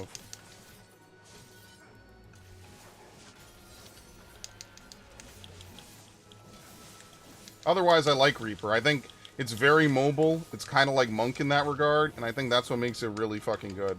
But that one particular part of it, like not being able to get back Harvest Moon, is kind of a killer. I don't know.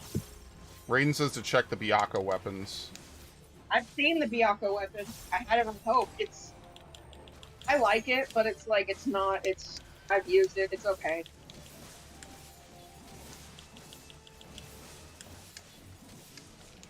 I've also used the Suzaku weapon as like flavor. It just isn't my thing. At least not anymore, because I use it already.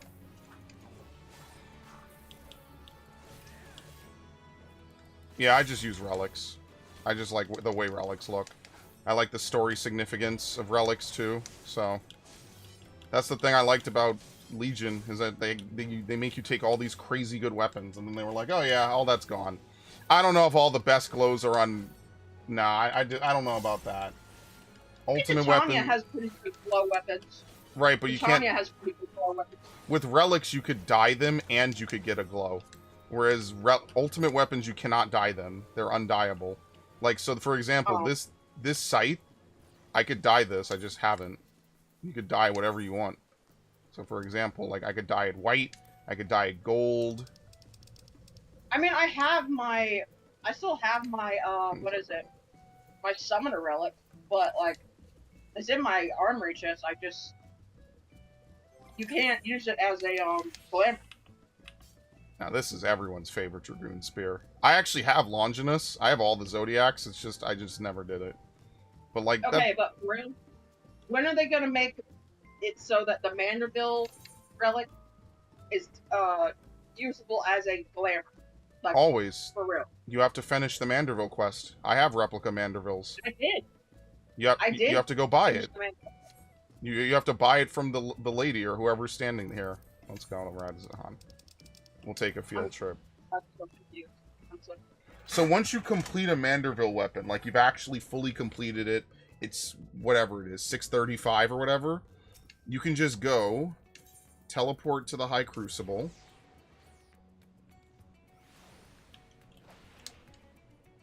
and then you just talk to the House Manderville vendor, and then you buy a replica. You could also, if you want, just glamour your weapon as the Manderville weapon. Like, that also works. That's exactly the same. Over here. Over here. This person. To the right. This one? No, over. I'm jumping. You talk to them. And then you just buy a replica for like 1,000 gil. And it's any step along the way. Including no VFX on that second step. Mm. Just most of the Manderville weapons weren't that great for me. Like, I don't know. Like, I don't like monk knuckles like this. Oh, shit. This isn't that terrible. Look at that. You saw how it spun around his hand? That was pretty dope. Not gonna lie. These are actually not that bad. Holy shit. I don't think I ever actually used these. These are actually pretty dope. I just don't like these kinds of knuckles.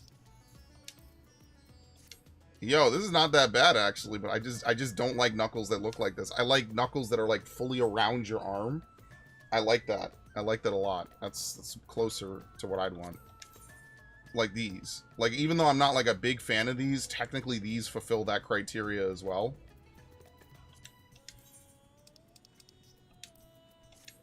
Like, these are not bad, and I actually thought about using these. Like, look, this is a nice effect. Now, there is another weapon for monks, the Omega Knuckles. I actually got rid of those by accident. I had to join a party to get it back. Yeah, I know. It was one of my sterling moments. But yeah. Alright. Alright, Ash, I'm gonna run expert. You wanna join? Or do you wanna just take a breather? Alright. I'm good. Alright, no worries. There you go. Let me do this then. Please give me Tender Valley. Lords above, do not make me go through the fucking Strayborough Deadwalk again. Please, Lords above. I want to see Barrel Tender. Please. Please. Or Alexandria. I want to hear how her smile means that everything's right in the world. One or the other. Do not make me go through Strayborough Deadwalk. Lords above. Gods above. I'm praying to the 12. Yoshi P. Creative Business Give him Unit Tender 3. Valley, so he'll be quiet. Please give me Tender Valley. Please. I need my delicious Give the chicken man tenders. Tender Valley, please. Give the man Tender Valley. Amen. In Yoshi P's name, amen. I'm tanking for fuck's sake. Please. I'm doing the job nobody wants to do. I accept lower numbers. I accept that others may have fun in my stead. All I ask this one day is for Tender Valley. Give him Tender Valley, let it be done. I'll fuck it. I'll get on my hands and knees. No, okay, I'm good. Dude, somebody made a Grahatia. What? They actually made Grahatia. What the fuck? Oh wait, did I tell you I bought the Ambistoma plush? The keychain plush? Did I show you that? Oh my god, I never showed you the Ambistoma keychain plush from 14. Oh. There you go. Let me show you. I'm gonna tag you, or I'm gonna post it in general. There you go. Terrible as a mount, beautiful as a plush. I love it. Can't hate it. You can only respect it. You have to love the Ambistoma keychain. Hold on. My Discord's being stupid right now. Let me bring it up on my tablet. It's not wanting to come up on my console. Terrible as a mount, beautiful as a plush. Oh, now it comes up. Is this the face of mercy? It literally looks better in the plush than it does in the game, bro. Even though there's more detail on the stuff. That's cute. I bought That's it. Cute. I bought 2 of them. I was like, yep, this is worth it. And the worst part... Okay, I wish you could ride Pandemonium, bro. That would be so high. Okay, please! Tender Valley! Tender Valley! No Deadwalk. I'll take anything. I'll take Alexandria. Please, I want Queen's Fiend to fucking tell me about how great life is before it gets taken away from her. Please, do not send me to the fucking Strayborough. Please. Yes!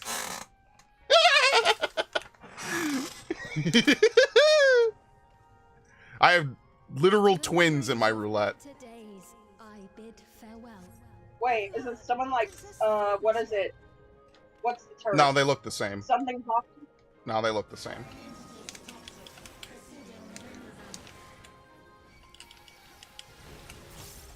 Oh! I was about to say, I know some people on Make Our Server that it's the same person playing 2 characters at once.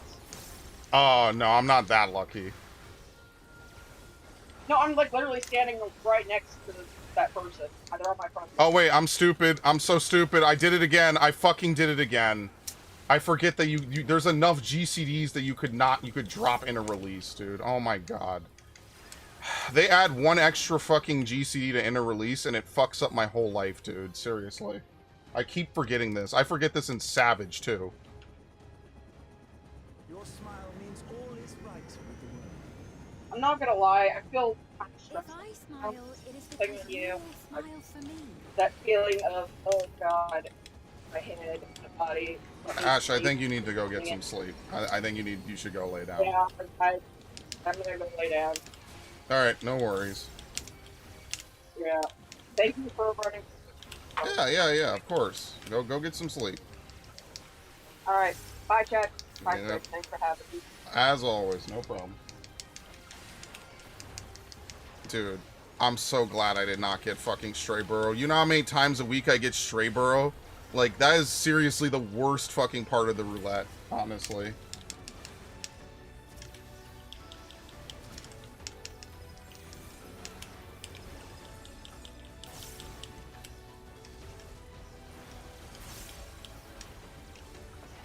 Alright, bye.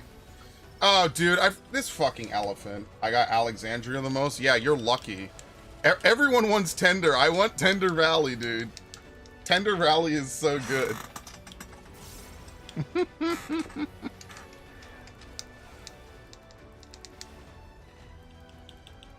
At least this has that epic music. I love this. I love this dungeon so much, man.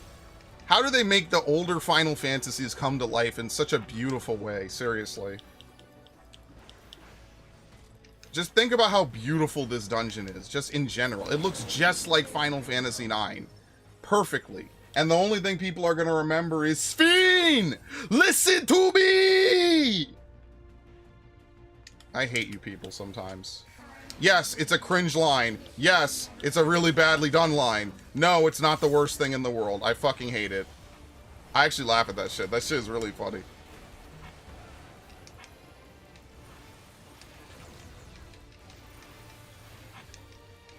I did not know that line was going to become a meme. I also did not know that people were going to really love Bakul Jaja. But I could see Bakul Jaja becoming really popular. He does have actual character growth, which is kind of insane.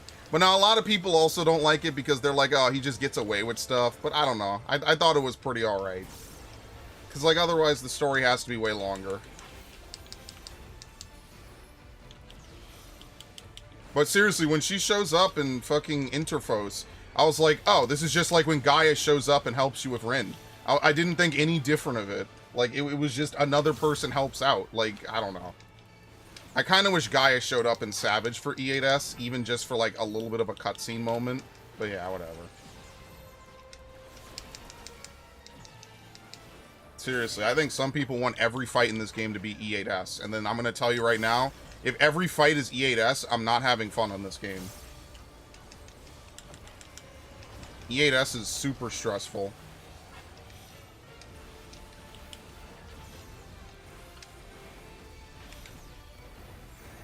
Ooh, I did it.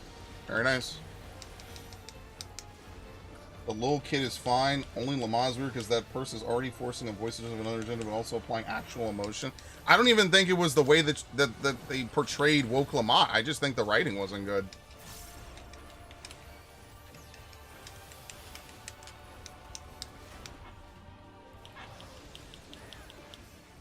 I think it felt like a very safe but very typical story. I don't think that a lot of things in the first half really stand out too much. Even though there are moments where they try to revisit some of that earlier magic, like when Woke Lamont meets her birth parent. I don't know if the mother was ever mentioned or there. I forget. I don't think she was.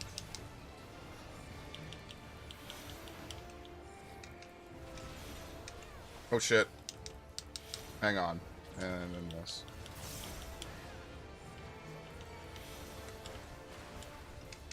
We have a Picto? Yo, we only have the new DPS. Alright, let's get out of here. Mom never showed up, probably dead. Okay, good. That's what I thought, but I forgot. But that's what I'm saying. Like, most of the early part of this story is sadly just necessary backstory to have the second half, which really kind of sucks, unfortunately.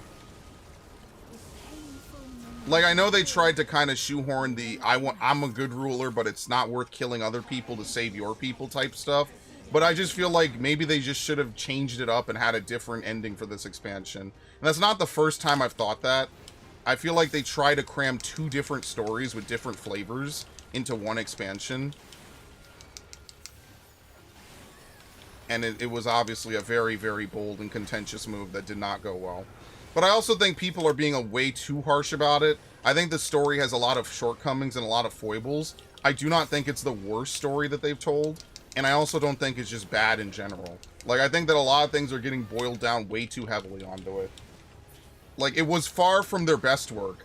But it's not like this unplayable, unswallowable fucking mess that you can't fucking enjoy something with. Like, I thought there were really good parts of the fucking Dawntrail story. Most of them are in the second half, admittedly. Yo, they're AoEing the house? Yo! Oh no, it's lightning. I was about to say, what the fuck? I've never seen that before. Oh my god, that's really funny. Like, honestly, I think that it was fine to keep it contained in those first 3 areas. I don't know. Because you have 2 different stories kind of spinning in opposite directions that are tied together at, like, key character points. But then at the same time, it would have been probably better to separate them.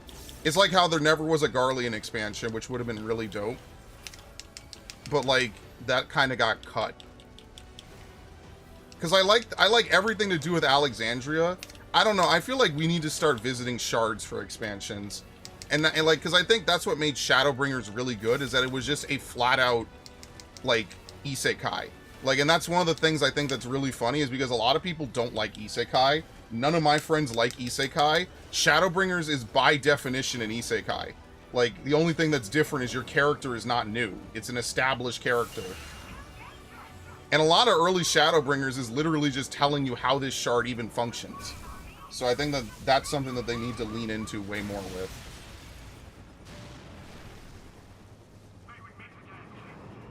I actually like that there's a lot to talk about. Because, like, if this story was just flat out good, right? Like, would I really have much to say about it? I'd be like, oh, the characters were good, the story was good. I like that there's stuff that's not great, because it gives you something to talk about. But, like, I didn't take it as, like, offensively bad. I just said, yeah, that didn't really work out. Even playing it, I was like, oh, yeah, this is going to be, like, the I want to be the Hokage of my village type arc. Not great, but, like, I don't know.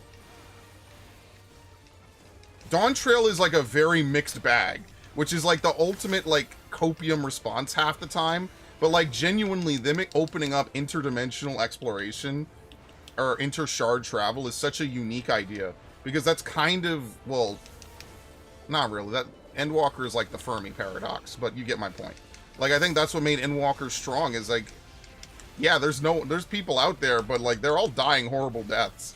It's like, well, what's the reason to exist? You know, like, if everything is just gonna go to shit, then why bother living? And that's what I forget their names, the Glob people figured out. They were like, oh, we solved everything. We have infinite forms and infinite lives, but it doesn't matter because everything's gonna go to shit anyway. We can't solve the heat death of the universe. Spooky shit.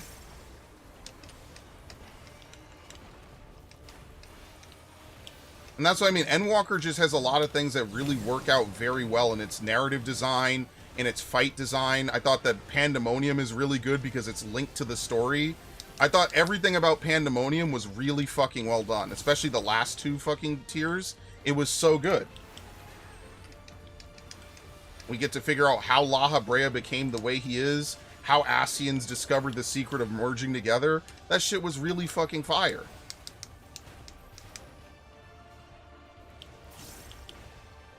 I'm not sure if they ever related Ultima to the Heart of Sabik, though. I might have missed that. I might be forgetting how that was related. Because it's been a while. If she was just like a creation of the Asians, or if she was kind of similar, I forget how that worked out. It's been a while, admittedly. Like, I just don't remember.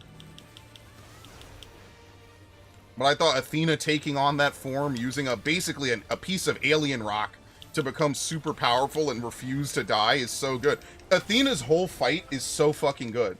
I never got to see the Enrage, though, because I did not do it when it was new. Athena's whole fight of, well, I can't learn everything, so therefore nothing should exist, is such a good fucking plot twist. And at the last, my final moments. Bro, how does someone on Twitch have the name Walking Abortion, and they're asking me for more fucking viewers, or if I want to buy viewers? What the fuck? How are you even allowed to have that name? Isn't Twitch supposed to be super PC? What the fuck? I know I'm talking to a literal robot that's only designed to seek out low-view streams and advertise, but holy shit, dude. I'm surprised you even got to be in the stream with a name like that. That's hilarious. What the fuck? That's so crazy.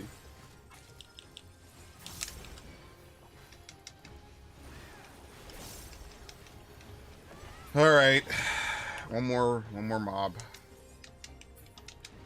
They've done it! They've prepared the queen! We can't give up! Not until keep complete.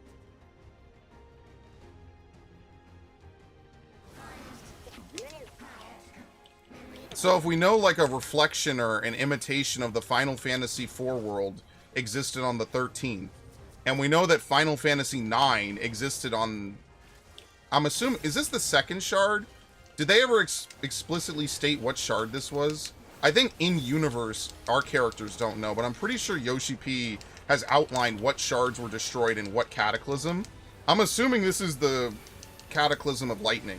That kind of makes sense. I'm pretty sure that's directly implied. Whatever shard was gone from there. So it makes me wonder, like, what shards are still out there and what could possibly make a return? Because this shard was originally destroyed. This is, like, the only bit of it that exists is inside of the big bubble. Everything else doesn't exist. It's basically floating in its own, like, fallen dimension. And now it just exists in Eorzea. Or rather, in Terral. Okay, we're good.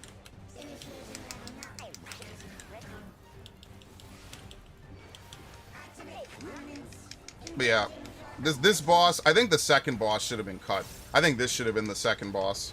And then that way we could fight, like, the bootleg Interfos boss. I just really wanted to fight the Meso Terminal so badly. Something about the Meso Terminal just screams, like, final boss material. It looks like a Fal C. That's what it really reminds me of. And that would have been such a peak reference. Alright, anyway.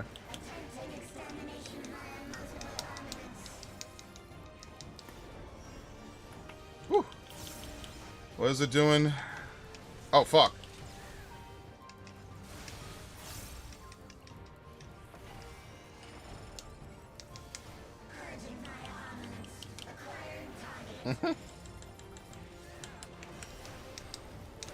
Oh, no.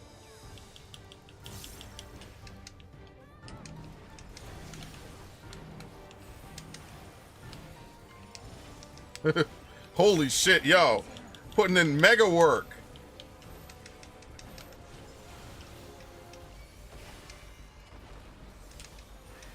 I think it leaves now. Yep.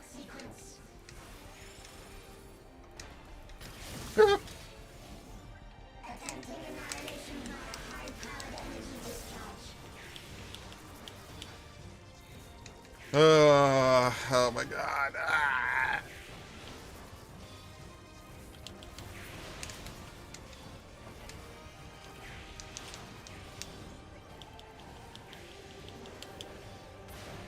Holy shit. Dude, Comet in black is disgusting.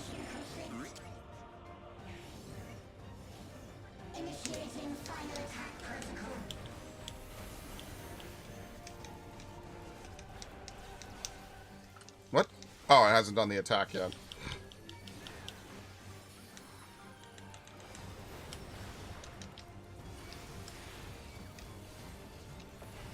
Alright. Alright, after this we're gonna do the role quests. I'll put a time thing in the description, so that way people don't, like, totally think I'm misleading them. We're gonna do role quests. I should have changed the... Wait, am I immune? Oh, I'm immune. I'm an inner strength. Hilarious. I forget about that sometimes. You gotta be really cognizant that inner strength even exists, because sometimes it'll just sneak up on you that you still have it. Or you'll be expecting to have it and it'll fall off. Yes, I'm a warrior main again this expansion. Fucking kill me, dude. Seriously. I didn't ask for this fate either. Just they thematically have murdered Gunbreaker, dude. I couldn't play it anymore. Seriously.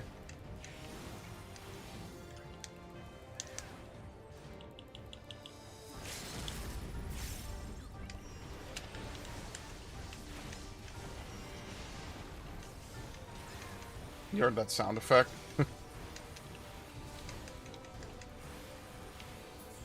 Okay. Alright. And give it to the healer, and goodbye. Okay. I'm trying to remember what FC I belonged to before I left Gilgamesh. Remember, it's 60-bit, the one that exploded? Yeah, my FC basically doesn't even... They're almost never on. So luckily for me, I don't have to worry about it. Thankfully, I could just do whatever the fuck I want. What? I'm mounted? Oh, wouldn't even notice. Yeah, the Ambystoma is definitely not a great mount. Who's adding me?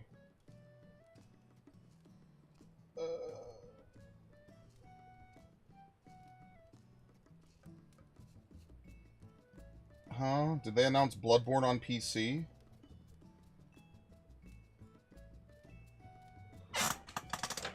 Let's see.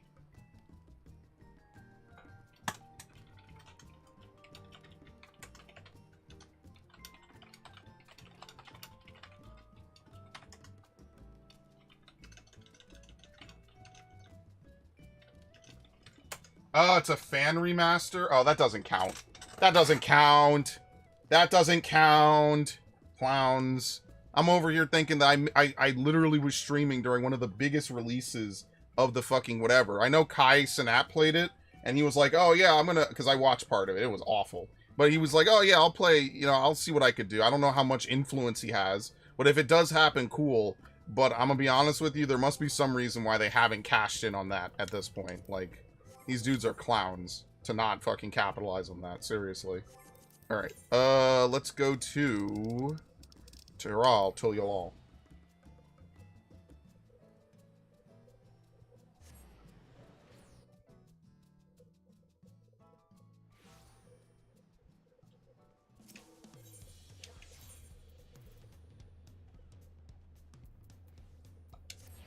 I haven't done this yet. It's been months. There you go.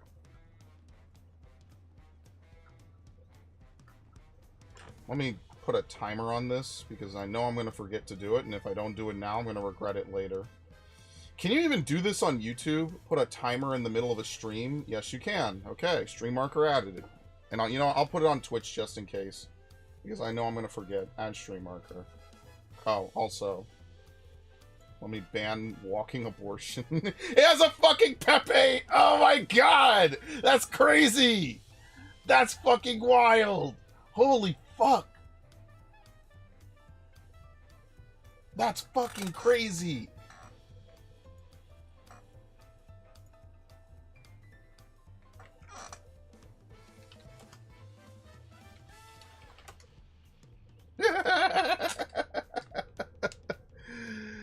That's so funny. That's really fucking funny.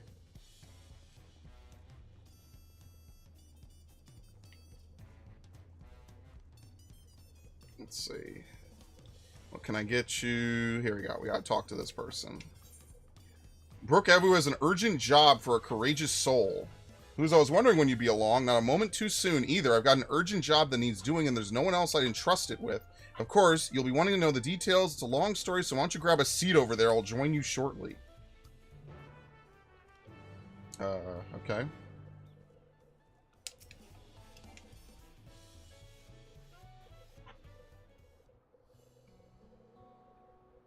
Yeah, I changed my armor, by the way. This is a classic armor set. I'm not changing those anymore.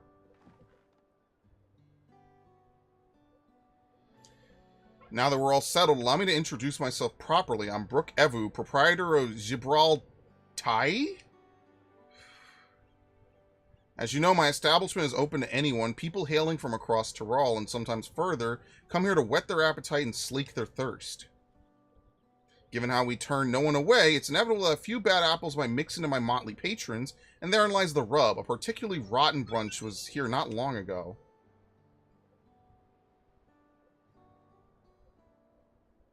Sitting just over there, in fact, having a conversation most foul.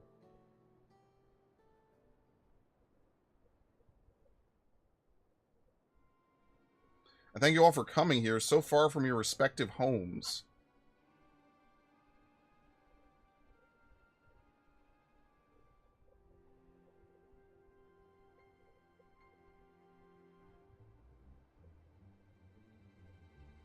This is the first time we have all gathered in one place. Perhaps formal introductions are in order.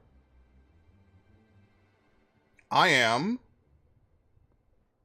Welcome, welcome. What'll you be having?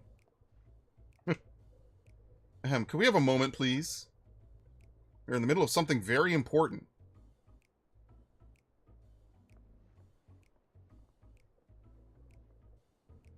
Now then, where was I? I am Apyahi. If you are sitting here now, is because I have personally invited you to the passage of the Unbound, my secretive villainous order with ambitions to sow discord throughout the world.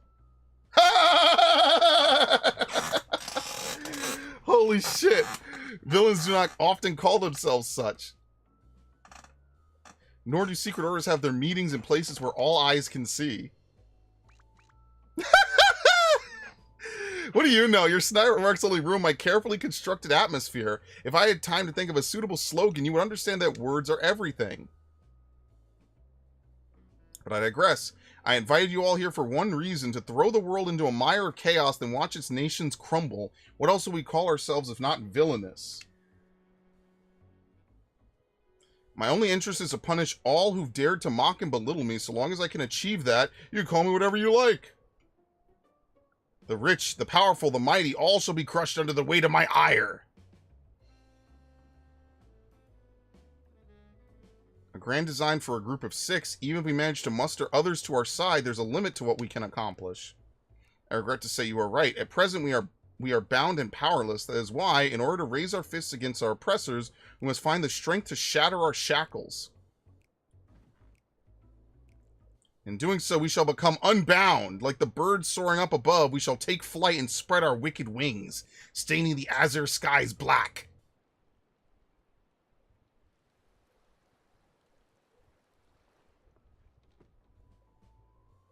But sometimes skies become treacherous with clouds, and even birds must rest.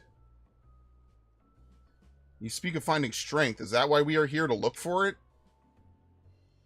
If so, then I pledge my aid. With newfound might at my beck and call, I shall win adoration known only by a hero.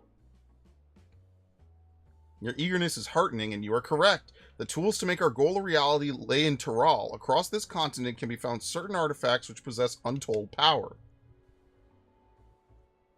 Ooh. Ah. Eee.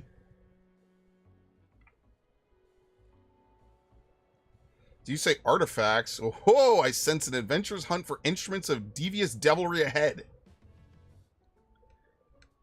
My imagination is overflowing with images of the new forms my trickery might take. I dare say the world is not ready.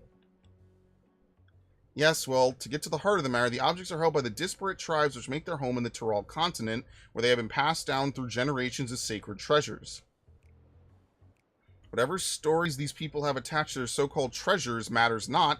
Each contain the essence of fearsome beasts called Tyrol Vidral, and with them in our possession, none shall be able to stand against us.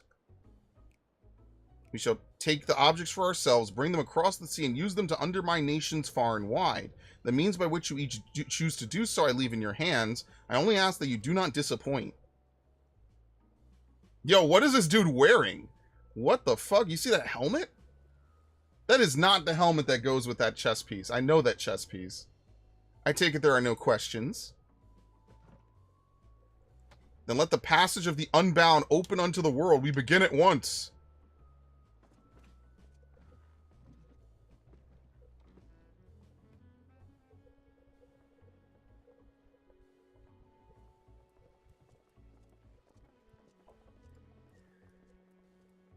They didn't order a single thing, and that's what you first say? Oh my god, yeah.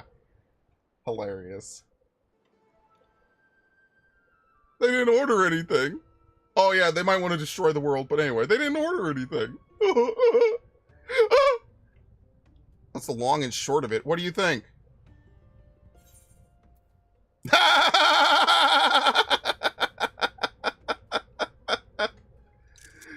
Yes. That's so funny. That's peak humor, bro. It's right there in their name. They're unbowed by manners and respect and won't be welcome back here anytime soon. You, on the other hand, can stay as long as you like. Oh, okay. Nice. Sweet. Yes. I'll totally order stuff. Of course, we had a duty to report what we heard to the Landsguard. We did, but it didn't make a damn difference because we soon learned those unwelcome guests had teeth. Not long ago, one individual from a remote tribe came here seeking help recovering a stolen relic. Then another came with the same story. Then another, and so on. By the time we realized the passage of the Unbound was a real threat, they had one and all made their way across the sea with their ill-gotten gains. Each tribe has sent one of their own to recover what was lost, but being in strange lands, they're at a disadvantage. That's why I've been looking for someone who knows every corner of Eorzea and beyond. Now, I know you've business in Tyrol, or else you wouldn't be here in the first place, but if you could take the time to hear Ral Majun out, you'd be doing a service to many who could really use a helping hand. Oh, Lord.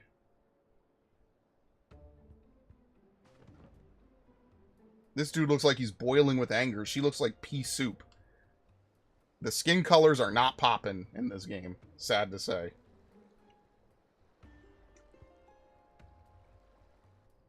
I would never design my character to look like that, ever, in a million years.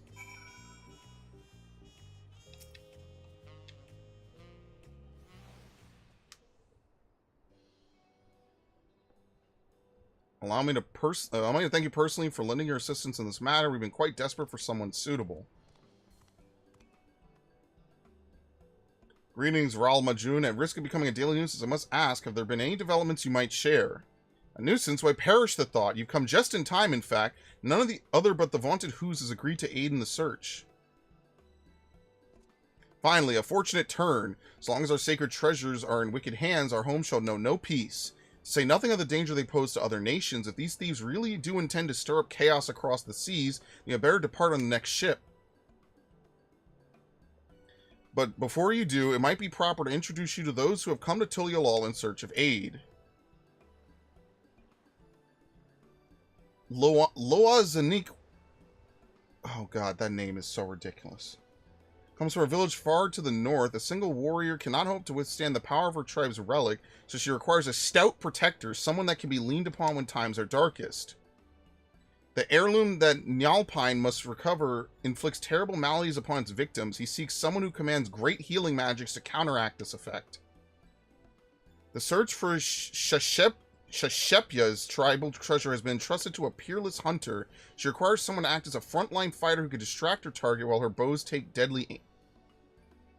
That literally sounds like a tank. I know it's meant to be the melee, but whatever. Lastly, there is Sunhee, who knows little about her people's ancient artifact besides it must not fall in the wrong hands. She seeks a mage of great power, but anything beyond that lies shrouded in mystery. Aren't you forgetting someone, Rahulja? Your crisis is just as pressing, even if you won't say so yourself. Rahulja hails from further south than even Mamuk and has traveled many days and nights in search of someone who could strike down their prey from afar. It's the only way to escape the effect of his village's treasure. Did I get that right? Indeed, indeed. I do get so forgetful in my old age. Thank you, Raul Majun. 5 tribes, 5 stolen treasures. All are waiting for the aid of a brave soul. Hopefully that could be you, Who's. Okay. There are a lot of lore in this game? Absolutely. There's literally textbooks worth of it. Of course, I'll share all that I know on the matter. You need only ask. And know that I will not hold it against you should you choose to assist only for those only those for whom your talents are best suited. So long as you do what you can, so long as you do what you can, the people of Tyrol and maybe even further will be in your debt. All right. Well, we have enough to do all of these. We have all the healers leveled up, all the tanks. Only things I don't have are all the melee. Everything else I have fully leveled up. Okay. Should we just do the tank one first? Yes, let's do it. Loa Zeknawe. The Narwhal beckons. Oh, are we going to Coerthus? Where is this taking us? Oh my god. Judging by your attire, you must be the traveler from across the seas, and I suppose Brook Evu has enlisted you to our aid.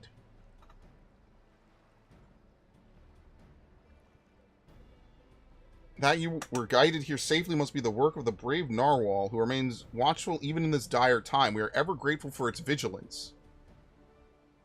My name's Loa Zeknawe, and I hail from the northern reaches of Jacques Tyrol, where even our breath freezes when caught in the chilling winds. Our people revere a Tyrol Vidral of the Narwhal, whose essence rests in the cradle of the sleepless, our most sacred treasure. Though fathomless depths it swam without rest, protecting its home from any who would do it harm. Legends tell that the Narwhal could place the burden of its fatigue upon another, and thus it was able to maintain its vigil night and day. So too can any who possess the cradle lull a person, willing or no, into a deep slumber, all while avoiding the need for sleep themselves. Needless to say, such power could cause untold harm in the wrong hands. Thus was the greatest warrior of our village, Ten Tawawa, tasked with crossing the ocean and returning that which is most sacred to us. I'd have joined him, but I feared I'd only be a burden, so I remained here that I might find someone to send to his aid. Ten Tawawa has ever rushed bravely and blindly into the thick of things, leaving me behind to watch and worry. But if there's anything I could do to help him even a little, then I must. Brook Evu has done well to send you to me. I could tell you are just the man to temper his more reckless tendencies and keep him safe during his quest. As luck would have it, a letter from Ten Tawawa arrived shortly before you did. It seems he discovered that the thief made their way to a place called Ishgard. While I don't doubt his prowess, even Ten Tawawa would be rendered helpless before the Narwhal's lullaby. Could you follow him to Ishgard and find him before he does anything rash? Ishgard is like a second home to me. Oh, that is so good. I knew the Narwhal would guide a brave protector to our side. Ten Tawawa sails to an unfamiliar place, but despite his hasty nature, he doubtless spent time gathering information about his new surroundings before planning his next step. If Ishgard has a place like this one where people gather to drink and talk, he might go there first. Ask for a swordsman with blue hair and attire like mine, and I'm sure it won't be long until you find him. What is it, the something knight, the Forgotten Knight? That's where the Dark Knight quest is. Alright. Foundation.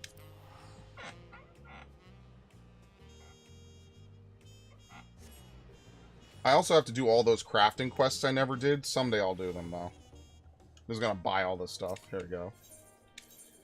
Forgotten Knight. Wow, I was right. I haven't been back here in a long time.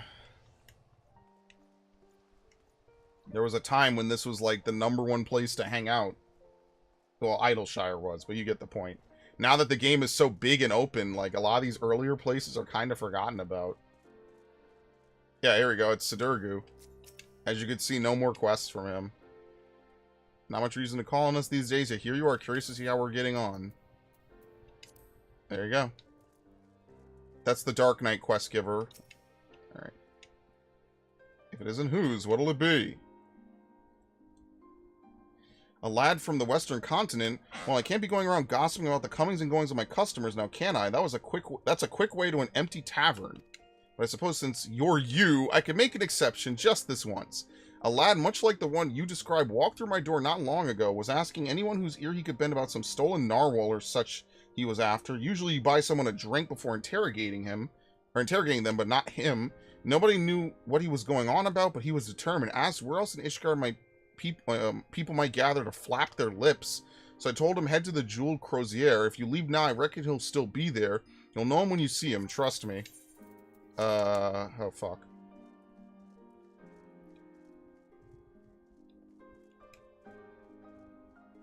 Yeah, I'll know him when I see him because I'll have a big question mark over his head. What the hell is this? What? Oh, these are crafting quests, I think. Yeah, that's for the other place. The Sky... Or not Sky Steel, the Diadem. Oops, never did those. Never did that. Dude, I gotta make another retainer to dump all sorts of stuff on. Glamour and stuff, important things. I have to make another retainer. Until they expand the glamour dresser again.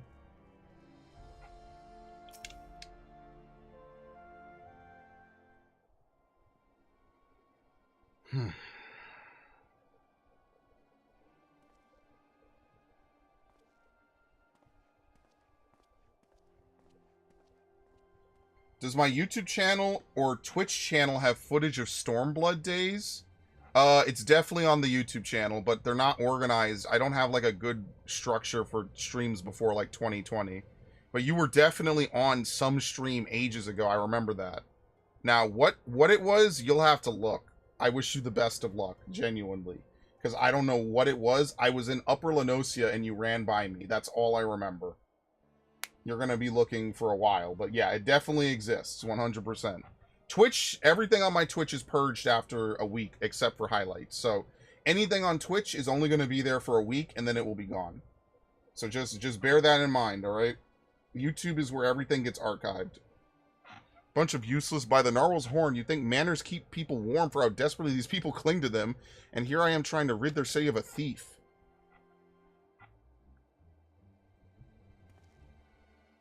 Yes, it seems you know me, but I don't think I've ever seen you before. I'd remember.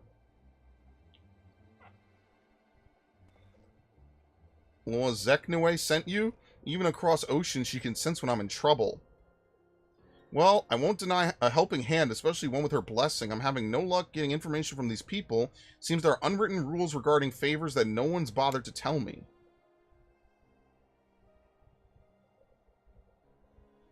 I know the thief traveled here, but that's where the trail runs cold. I thought it would only be a matter of time until they use the trail to commit some misdeed or another, but it seems nothing is amiss within or without Ishgard's walls. I have only a description to go on, although it's availed me nothing so far. A woman of a race known in this land as Elizin. She has striking red hair and eyes the color of rust. A scar dominates her forehead and a mole rests upon her lips. She came to my village posing as a scholar with an interest in the cradle. Although she gave us a name, I know now it was a lie, just like everything else that spewed from her mouth. The bounty of meat, vegetables, and fruit she offered was worth its weight in gold to us. After the cold snap we suffered last year, we couldn't afford to turn her away. But looking back, I realized how brazen her deception was. Although she wore the robes of a scholar, she moved with the poise of a predator. I marked her as a fearsome warrior the moment I laid eyes on her. Of course, she wouldn't have been able to travel so far in the north if she was unseasoned, so I thought nothing of it at the time. It was my first misstep of many. That's all I know. It's not much, but if you see even the even the smallest scrap of a clue in there, it'd be a damn sight better than what I currently have. Few scholars passed through the... Oh, fuck. Well, right. The Astrologium, maybe? I don't know. Definitely, she's not going to feel remorse. Her guise as a scholar was only meant to win our trust. I doubt she's a woman of learning. Okay, well, it's definitely not repentance. A skilled sword would be known among the knights of the congregation. Why would she feel an ounce of guilt? Knights, was it? I suppose that's what you call those deadly-looking fellows clad in steel. Yes, you might be onto something there, but where will we find one willing to speak? Well, I have connections. At their barracks near the tavern? I know the way. I'll meet you there. Even the scholar was a guise? I don't know. I might level a guild character and hang out with my old FC. I mean, I wish you the best of luck. Listen, if it makes you feel better, my FC, basically, no one's ever on, to my knowledge. Yeah, like, they were on when Dawntrail dropped, and, like, basically, outside of that, I pretty much keep the lights on. And I'm fine with that. Look, I'm not angry at them. You know, like, at least there's zero drama. They show up, they come, they play for a bit, and in the meanwhile, I get to use however many points I want on free raid buffs. You know? There we go. Firmable. Firmalbert. Firmable.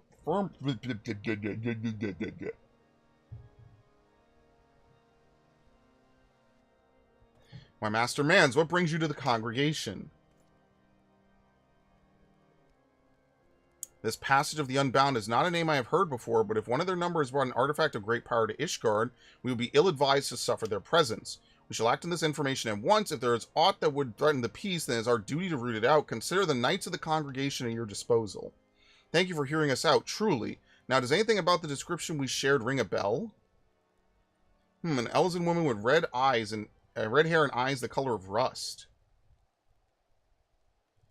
Wait, you said she bore a scar on her forehead, yes, and a mole? No, it could not be. You know who she is?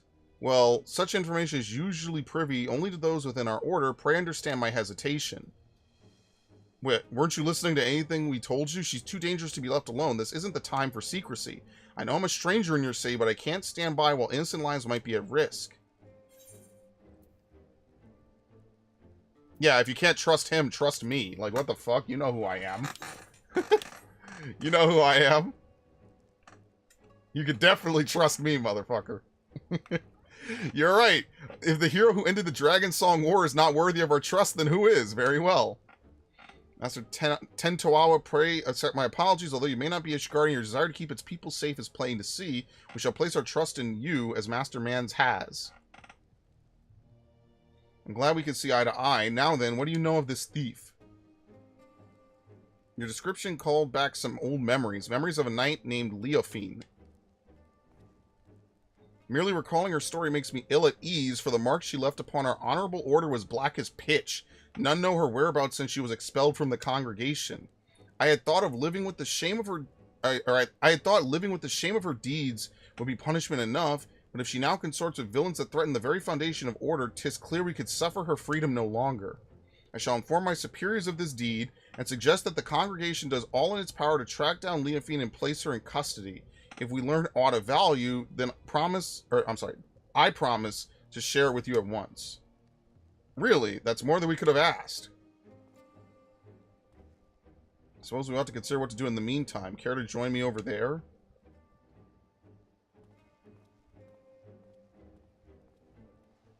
Streamer sets kitchen on fire while cooking.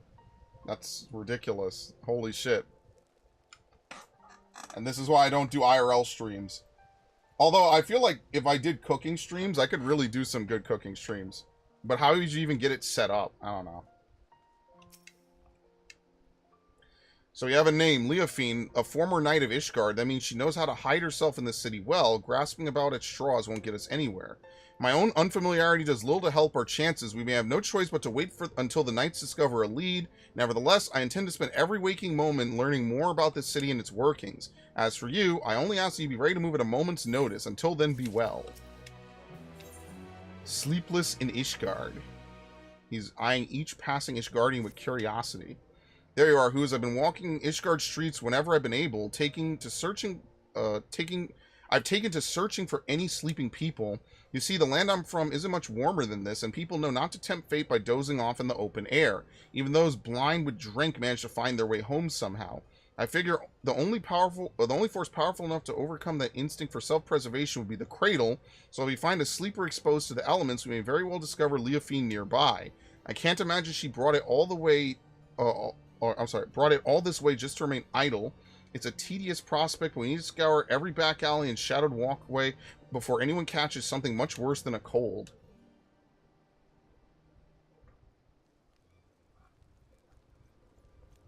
Master Mans, Master Ten Toawa, I bring good tidings. Temple Knights wasted no time in distributing handbills across Ishgard containing Leofine's description. These efforts have already borne fruit. We but recently received a report of someone matching her features being sighted. Really? Where?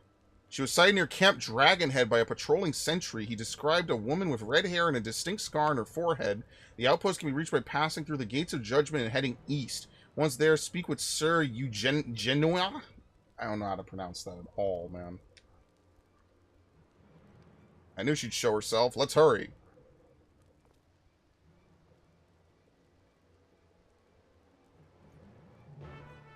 Alright, see you later. See you never again.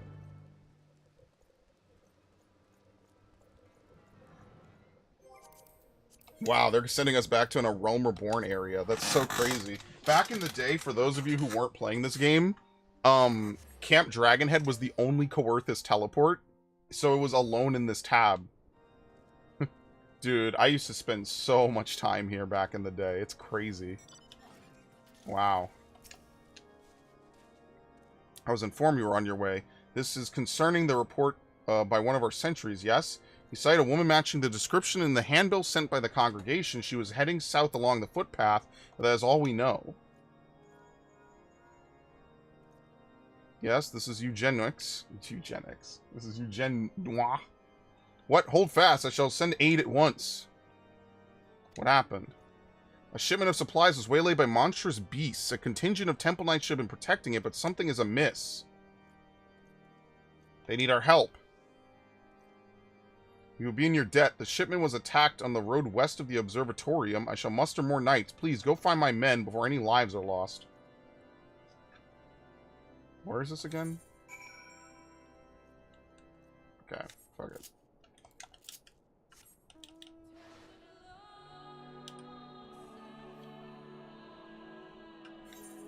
It's been a long time. Look how many fates spawn here, man. Seriously. This was the biggest area in the game. Probably next to Mordona, if not surpassing it. Way back in the day. You used to spend most of your leveling time here as well. Honestly, this is probably the closest thing to the Barrens that Final Fantasy XIV has. Ugh. Okay. Sorry, I went to get some water real quick.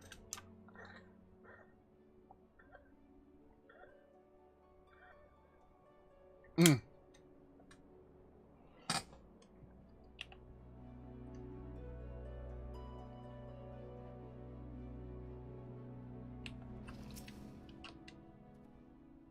It should be close, right? I'll search the other side of the river. Who's you search further down the road and keep your weapon at the ready.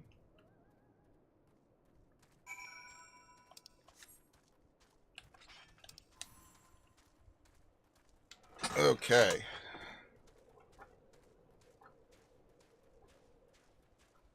Grr.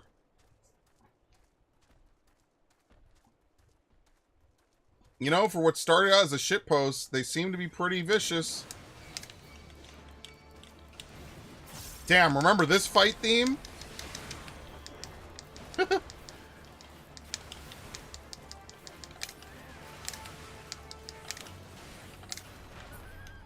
You know what? No, I'm not sated.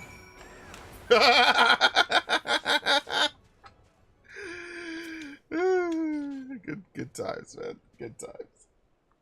Oh, that's really funny. I might have to run out real quick at some point in the stream. I'll make sure to put up a BRB or something.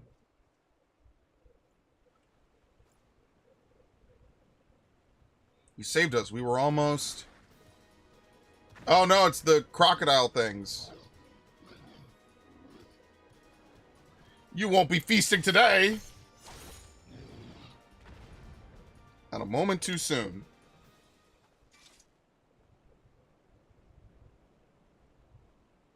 The wide eye watches eternal, and eternal is the sleep it bestows.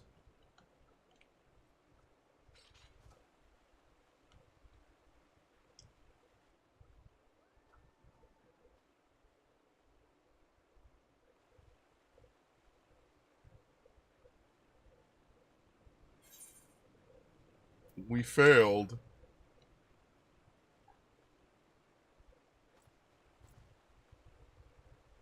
Oh, they're just asleep. Oh, I thought he could tell that they were dead already. What the fuck?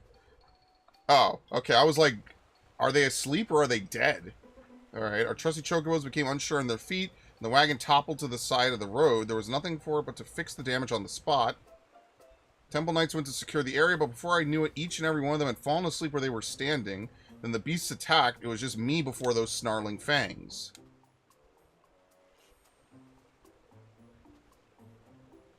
Time to wake up. Sleep here any longer and the cold will have you. He slaps him! Wake up!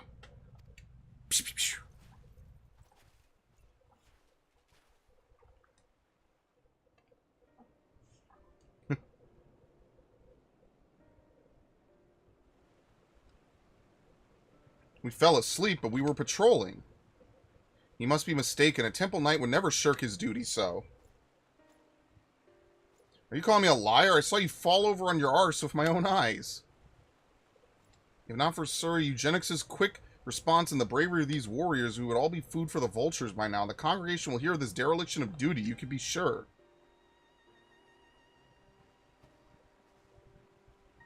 Now, hold on just a moment. They aren't the ones to blame. A sacred relic of my people was stolen, and... Sorry, now isn't the time. Forget I said anything. Whatever dizziness overtook the chocobo seems to have passed, so I'll resume my journey once the carriage is repaired. As soon as my guards are quite refreshed, I believe we can make it on our own. Please, return to Camp Dragonhead and warm yourselves.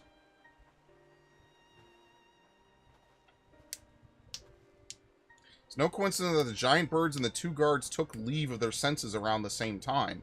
This is the work of the cradle. But even if Leofine was here, she is no longer. Let's return to the city and consider our next steps.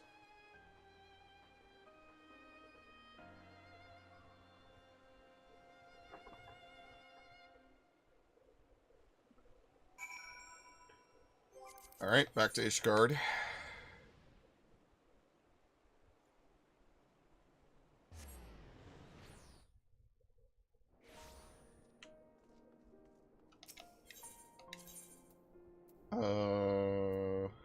Over here. We're not going to the other spot. We're going to Firmalbert. I can't say his name. Firmalbert. We have received the report of the incident near Camp Dragonhead. 2 of our own, sleeping on duty by the Fury, had you reached them even a moment later, this day would have been much darker. Although it pains me to say it, those 2 shall be punished as befits the magnitude of their negligence. If I may, I don't believe the blame rests entirely on their shoulders. The cradle of the sleepless was used against them, I'm certain. Ah, yes. You say I possess the power to lull others into a deep sleep. I admit that would explain these exceptional circumstances. Regardless, they were still bested by their enemy, and their charge was almost killed as a result. Punishment is the only recourse. I see a harsh stance maybe, but I can respect that you don't treat your duty lightly.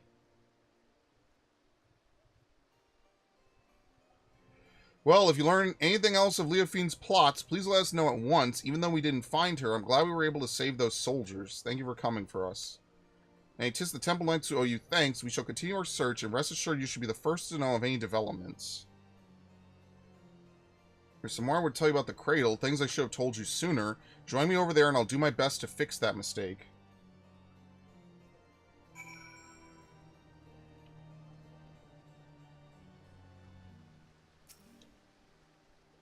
Said 4 years, it's 6. Oh my god, forget it. It's definitely on the channel, it's just somewhere. I don't know where it is. Now you've seen with your own eyes what I've only been able to describe. The Narwhal's lullaby can put even hardened warriors into a restful slumber. They may as well be defenseless as a newborn babe, but even with such power, my people never used it to attack our enemies. Its sole purpose has always been to keep a single person awake, an eternal guardian who would never sleep. Never rest, the wide-eye, me. For 10 years I've been awake, training night and day to gain the strength I have now, the strength to shield my people. Of course, another must receive the weariness I cast aside. The shut-eye. You've met her, in fact. Loazinique.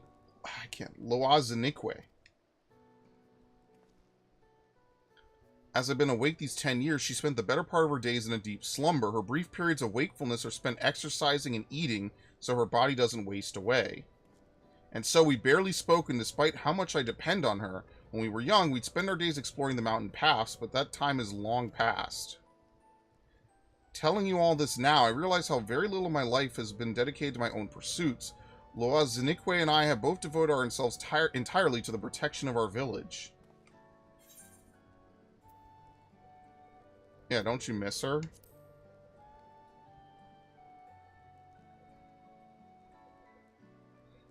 I do. I see her only when I have to use the cradle, and even then she is sleeping. I barely remember what her smile looks like. A life unencumbered by sleep might seem like a life of freedom, but if those you care about the most aren't there to share it with you, then it can feel like a prison. But we don't have the luxury to dwell on regrets. I see now that although my people never use the cradle for ill, wicked hearts can twist anything toward evil. And that's something I can't tolerate. The very thought that this might happen again makes my bile churn in my gullet. We must bring Leofine's schemes to an end. Alright, I wonder how many of these there are per line. between sleep and death. Just the person I wanted to see. I'd like to ask your advice on a certain matter, if you don't mind. It's been a while since my last letter to Loa Zanique. I wanted to wait until I discovered something worth sharing to write to her, but we're still completely in the dark. I don't want her to worry, but I don't know what to tell her. Yeah, tell her you're in good spirits. Things are going all right. No, this FC changed its name, I'm pretty sure. That's what it is. I've only ever been in this FC. This FC used to be like Rose or something, and now it's Moon. I think they changed the name. Because, like, I haven't been in any other FC. I was invited to the... Hang on. Oh, boy.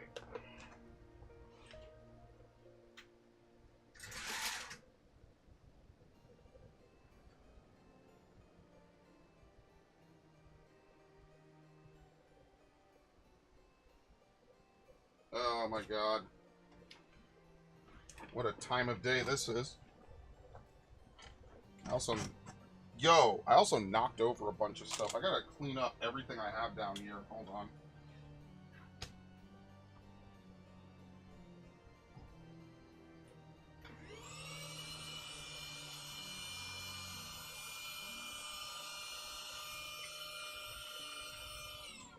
Alright, I gotta clean that up eventually.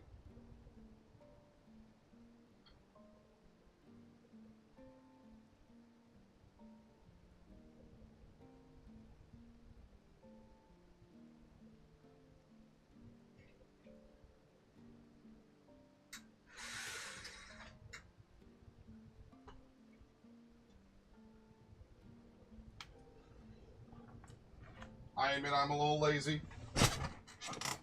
Maybe even a lot lazy.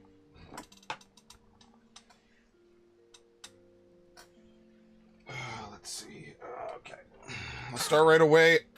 I may not have much time left. Don't misunderstand. It's not so grave as that. It's just the last time I used the cradle was just before it was stolen. Luckily, I'm still as alert as I've ever been, but it won't be long until I must dream like any other. That'll give Leofine free rein while I'm helpless in bed. There is no quarry more dangerous than the one who doesn't sleep.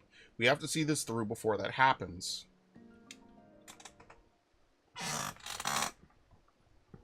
There's a piece of tape. I gotta get rid of that. I have to finish sewing with that. Damn. We see reports that several groups of temple knights have fallen afoul of what can only be your stolen artifact. Sorry. Okay. Several, let me guess, they were all guarding someone else. You would be correct.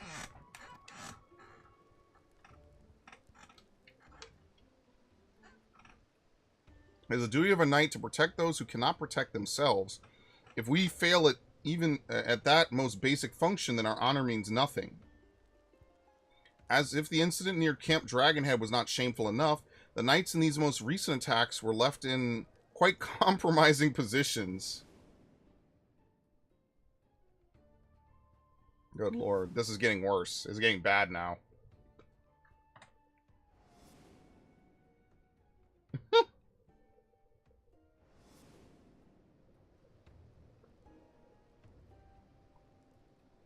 Yet the weight of embarrassment is a trifle compared to the guilt we would bear if any innocent came to harm. The Fury was merciful in that respect, but we would rather not see these incidents repeat. Still, while the Temple Knights must work to repair their reputation in the days ahead, 'tis a far cry from bringing Ishgard crumbling to its knees. Truth be told, the methods of this passage of the Unbound leave me mystified. But Leofine was cunning, if nothing else. Till we can discern her true motivations, we have little recourse but to wait until she makes a mistake. Yeah, perhaps she's testing the limits of it while humiliating people.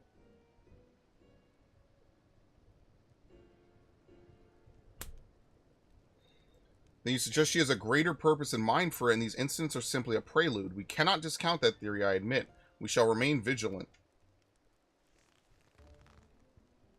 There's no telling how much chaos she could sow if left unchecked. We have to do everything we can to get the cradle out of her clutches. And to do that, we have to start asking the right questions. This new information makes me wonder, why has she focused her attention on the Temple Knights? I have pondered the same. Posted at Camp Dragonhead are knights from many houses of repute, including House Fortemps. Being a former Temple Knight herself, Leofine doubtless knows their habits and training. Perhaps that makes it easier for her to exploit their weaknesses. Then if we follow the Knights, we may pick up her trail. It's not ideal, but it's the best we have to go on. Well, a large contingent of Knights has but recently been dispatched to Coerthas. You remember Gorgain Mills. It has lain abandoned ever since the heretics were driven from it. Yet there is ever the risk that unsavory elements might infest it once again. Thus, the Temple Knights have planned joint patrols of its premises with other contingents. If you speak with Sir Redwald at Falcon's Nest, I am certain he will be glad to have you along.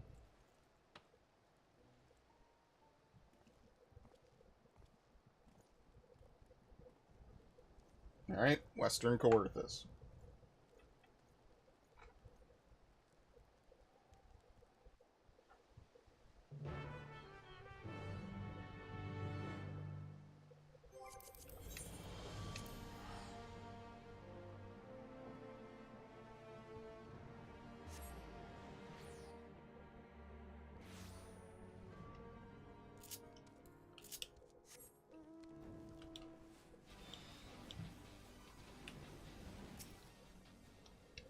Okay.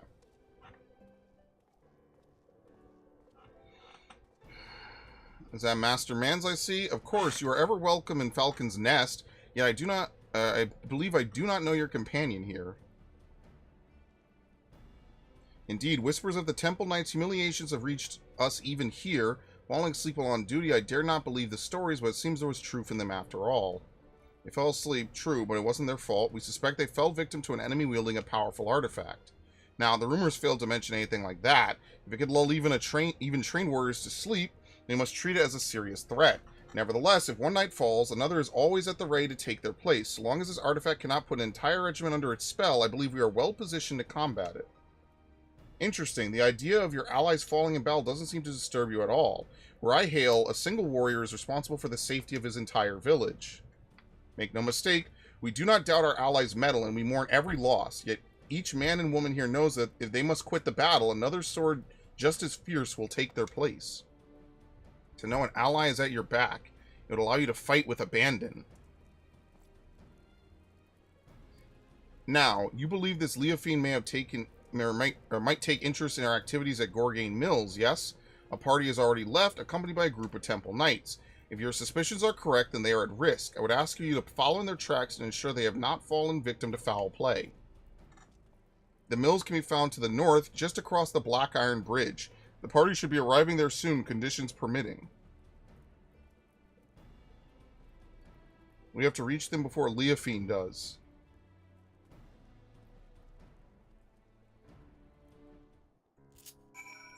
Okay. Yeah, it's all the way up here. Yeah, right below the Sea of Clouds and then Forlands. Yeah, I remember some of this. Like I said, walking across this area, this is the first big area in the game that you actually really get to explore. Basically, as soon as they got to the expansions, they were like, oh, we could just make areas super big, and the PS3 can handle it. And that's where this is born.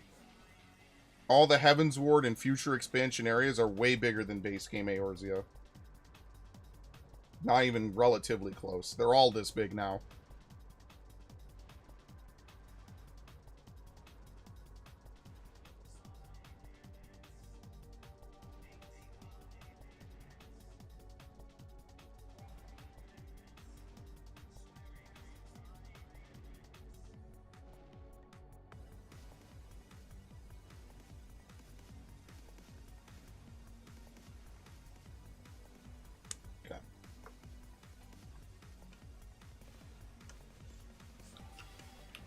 Looks like we're a little too late.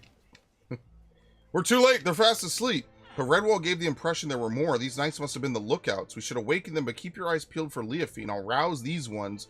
Who's you search that building yonder?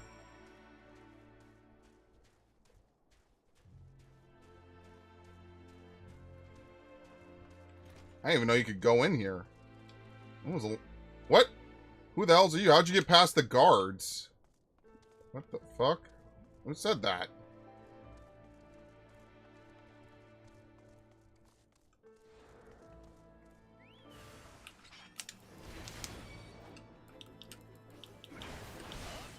Dude, this is such a tight area. Holy shit.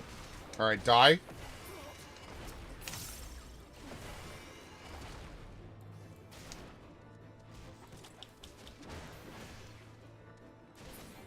Okay.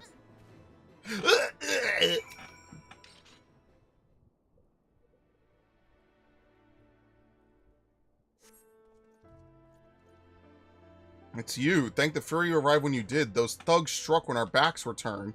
I assume the Temple Knights were protecting the entrance, so I wasn't as cautious as I should have been. Were they killed? Sleeping? I've heard the stories, of course, but I didn't think they were true. Whoever is behind this, I'm sure they didn't count on you showing up. For now, we shall tend to our wounds and finish our inspections here. Master Mans, I ask that you join the knights outside and wait till we're finished.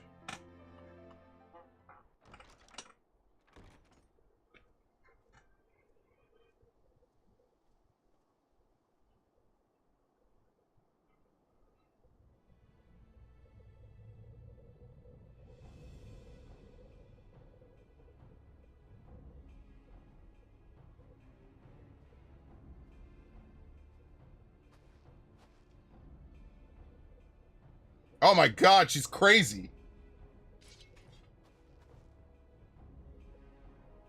Just as I thought, just when I was becoming bored, I sighted a familiar face among these slumbering knights. I simply had to come and make sure it was you. Finally found the courage to show yourself. Hand over the cradle now and I won't kill you. What?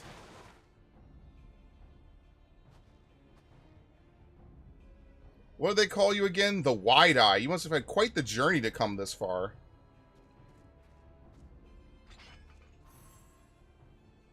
Be careful now, Who's. This is our quarry. The thief who stole the cradle of the sleepless. This is Leofine.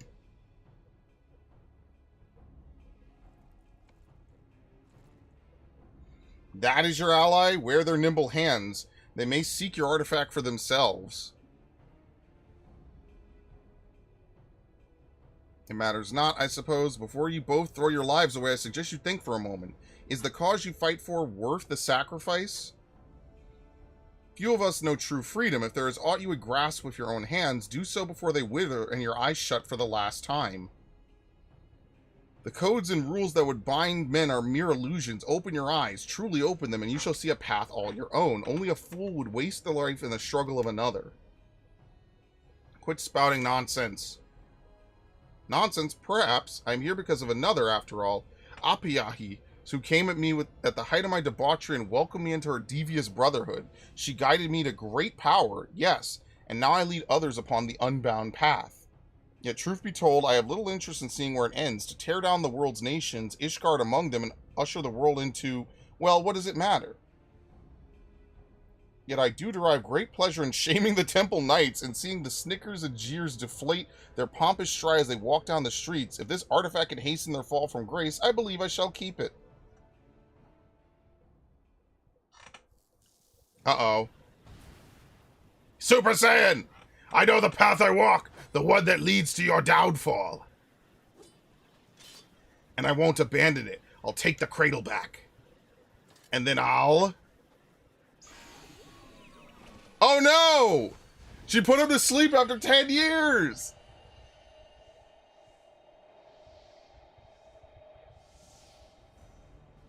Oh dear, you seem to have lost your train of thought. I know you cannot hear me, but if you want your artifact back, I might suggest stealing it from me while I'm asleep, but considering the burden I have passed to you, the opportunity may not come for some time yet.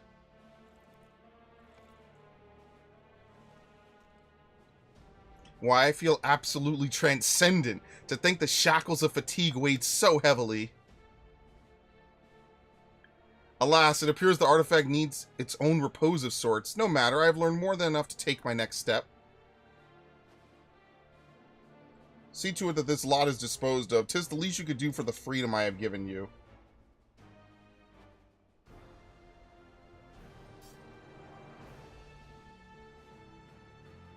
Alright, murder.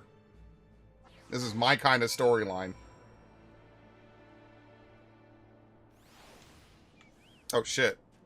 I am under attack. Oh no.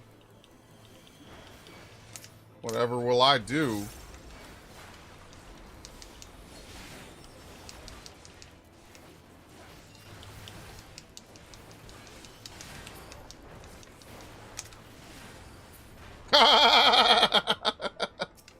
Okay.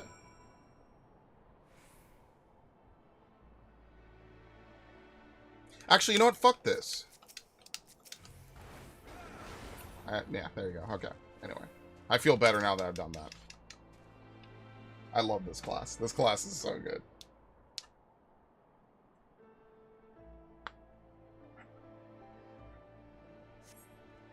Try as you might to rouse Tentoawa, he seems completely detached from the waking world. Oh, he's cooked. It's over.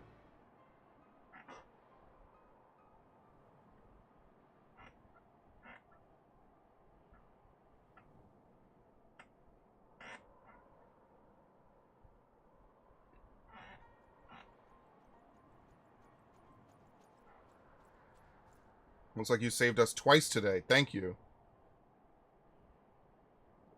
But what of him? Fast asleep just as we were. Could this be what Sir Firm Albert warned us about in his report? I see. Then those stories are more than just wicked rumors. I suppose there is some small comfort in the fact that our enemy tipped their hand without causing loss of life. While drowsiness made my eyes heavy, my ears could not mistake Leofine's arrogant voice. If she would not scruple to attack former comrades in arms, she has fallen farther than I had dared imagine. Yet we bear the blame for allowing her to get the upper hand, and in so doing put innocent lives in danger, another black mark on our order. It is only thanks to you and your companions' efforts that the snow was not stained red this day. At the very least, allow us to carry him back to the congregation. Our work here is done, so we shall accompany them as far as Falcon's Nest. Whose pray return to Ishgard and look after your friend.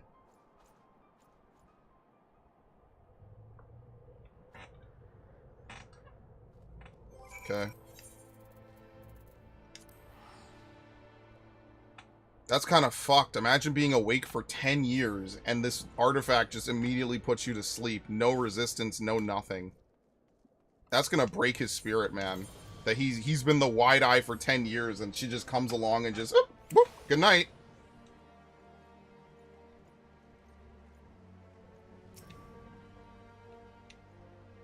Full glad I am to see you well, Master Mans. I understand you come fresh from an encounter with none other than Leofane. Master Tentoawa now rests on the second floor. We shall stand vigil by his side every moment until he opens his eyes again. We should not have long to wait, but if you wish to check on him, please do so at your leisure. There's another matter to discuss. Just before your departure to Gorgain Mills, it seems there was another incident. A group of criminals were released from their cells, their guards found in a deep sleep. Doubtless Leofane was behind this, and doubtless the ruffians you clashed with were those self-same criminals. Leofane is gathering those who bear a grudge against the Temple Knights to her side and using this animosity to her advantage. We now know for certain that Leofane is the mastermind of these attacks, and that her aim is to chip away at the very foundation of the Temple Knights, our honor. When I shared these revelations with my superiors, it was decided that none would speak publicly of the artifact and its powers. The passage of the Unbound seeks to overthrow the nations of the world. One obvious method to achieve this goal will be to stoke the flames of unrest among the common folk, thus sinking Ishgard into a mire of chaos and distrust, not unlike the blasphemies of the final days. So long as these failures are placed squarely on the shoulders of the Temple Knights, we could avoid fermenting a more abiding mistrust in the nation's very core. For Ishgard's peace, I would gladly suffer any disgrace. The question remains as to whether we can apprehend Leofane before she tears our reputation in tatters. While Master Tentoawa slumbers, it falls to us to search for clues that might point towards her whereabouts. Beacon in the darkness. Leofane remains elusive as ever. If she is in league with Ishgard's more unsavory elements, she can be hidden anywhere. We only have her cryptic statements to guide us. It seems that whatever her plan is, her actions thus far have been but a prelude to it in its climax. We can but hope that Tentoawa awakens before she emerges again.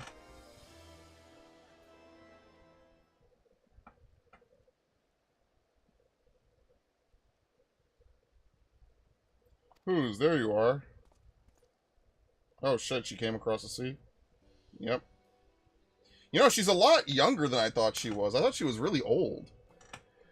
I'm so glad I found you. I was starting to think that I was in the wrong city, but the narwhal guided me true. You must be the maiden Tentoawa mentioned. You hail from the same village, yes? I am Firmalbert, of the Temple Knights. 'Tis an honor to meet you. Tentoawa wrote about you in his letters. I'm Loa Zanikwe, and the honor is all mine.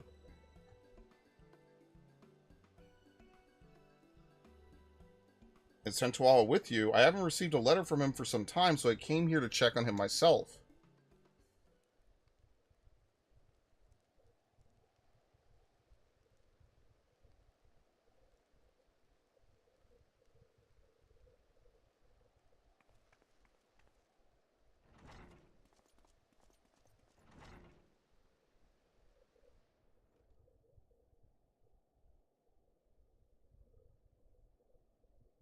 You insufferable fool! What have I always told you about rushing ahead without thinking? Now you even have the gall to be sleeping when I arrive? You promised you'd write to me. What was I supposed to do when the letters stopped coming? I was so worried.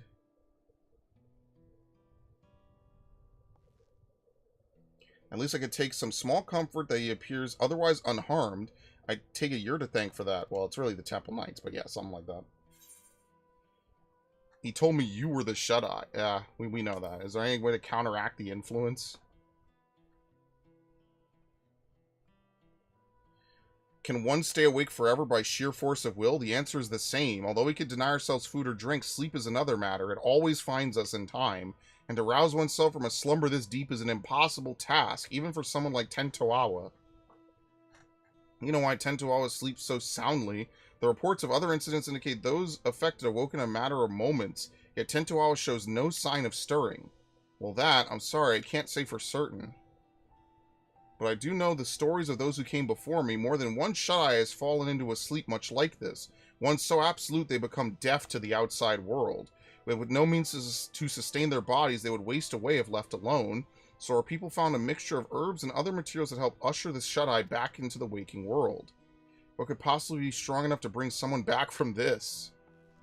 We call it spring dew, and the secrets of its making are passed down through generations. Each drop acts as a ray of sunshine in the darkness of sleep, a beacon for the dreamer to follow. I carry some of the ingredients on my person, but others must be gathered fresh. It won't be an easy task, but I'm certain it will save Tentuawa. I don't know the Eorzean name, but one of the flowers blooms a striking yellow, and the only grows where the mountain peaks soar above the cloud. Oh, God. Being so close to the heavens, it drinks in the sunlight, and its petals cleanse the body and promote wakefulness. And the churning mist blooms a yellow flower called the dandelion, and no other place in Eorzea could be closer to touching the sun. What about the Sea of Clouds? Churning mist is higher than Sea of Clouds? Next, only the saliva of a beast we call morbulls. The thicker it is, the better. The pungent odor could wake the dead. Morbulls are not an uncommon sight in the Dravanian hinterlands. A mature specimen should possess saliva with the desired effect. A prospect of gathering it, however, is an unenviable task. Once we have those two ingredients, mixing them with the rest should be a simple matter. Do you think you could procure them? Your confidence is reassuring. Since the Morbull saliva must be the fresher of the two, I ask that you first climb into the heavens and pick dandelions for Tentuawa. He's like, oh yeah, I'm glad I'm not doing it. See you later, brother. Wakanda forever. And he walks away.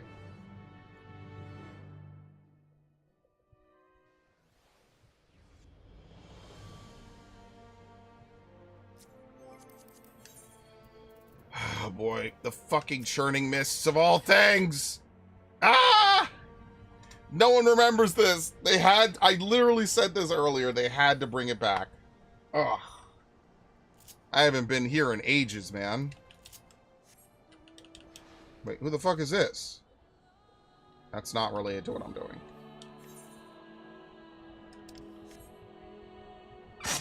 Oh, okay. And then after this is the hinterlands, which obviously I sometimes wander into it when I'm dicking around in Idleshire.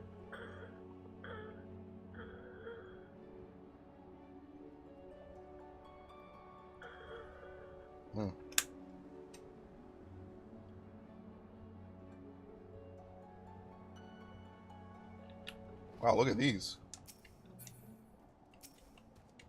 Somehow we're not picking those, but alright.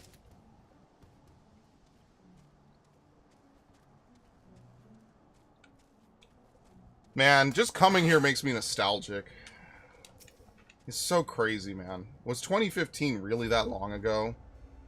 The sun-drenched dandelions shine an almost golden yellow. Now for a much more gruesome task. Venture to the Dravanian hinterlands and collect saliva from the mouth of a full-grown morble. You already know it, brother.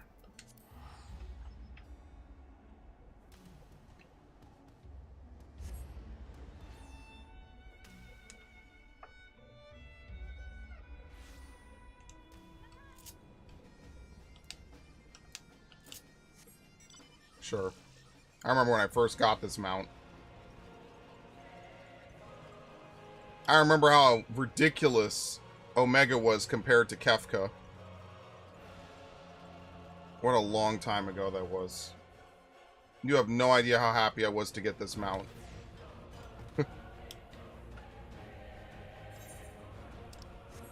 Just getting past MF was like a fucking struggle in and of itself, man. I don't know how I used to do it. I'll be honest, I'm burnt out. I'm really burnt out on raiding. But of course, I'm not going to take a break. How would I do that?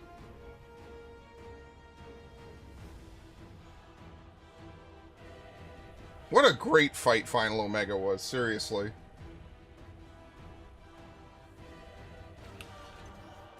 Okay.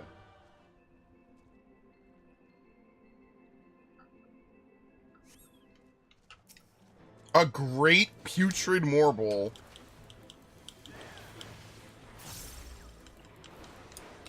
Okay.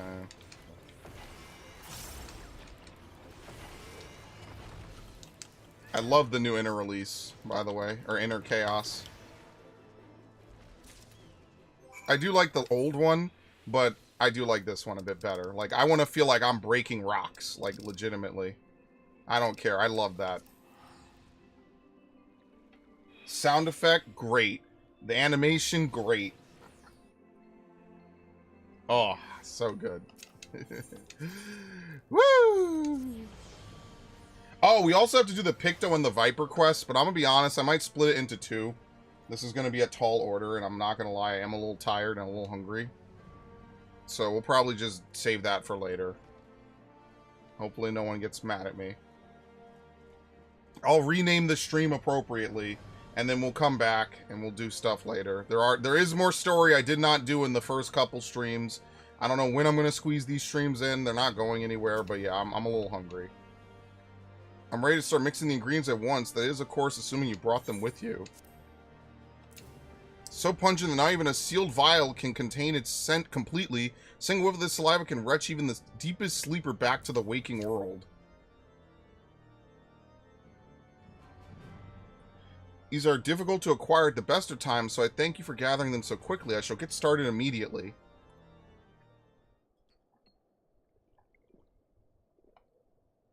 We done all we can. Now we wait for Tentoawa to open his eyes.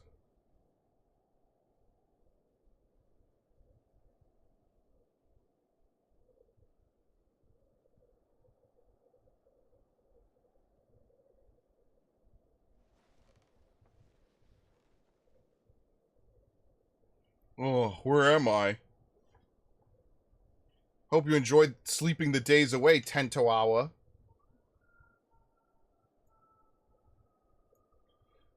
And I'm glad you're finally awake. Well, Zanique, what are you doing here?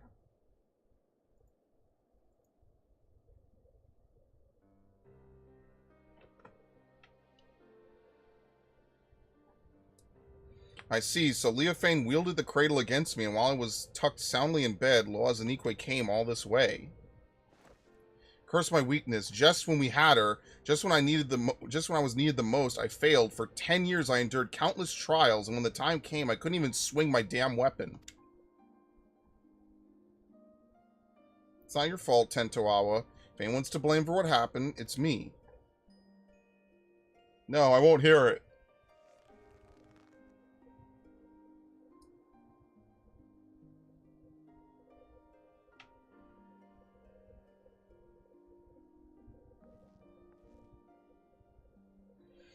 As you may know, Leofane won our trust by posing as a scholar traveling the width and breadth of Taral. She expressed great interest in the cradle and our customs, so I was excited to be. I was so excited to be an outsider that I answered her every question.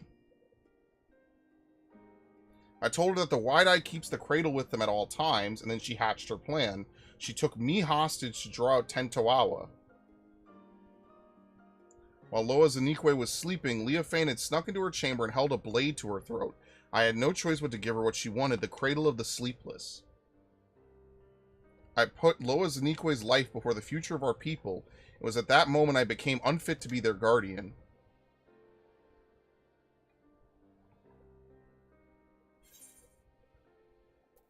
Yeah, Loa Zanikwe is one of your people. I agree, that's a good point.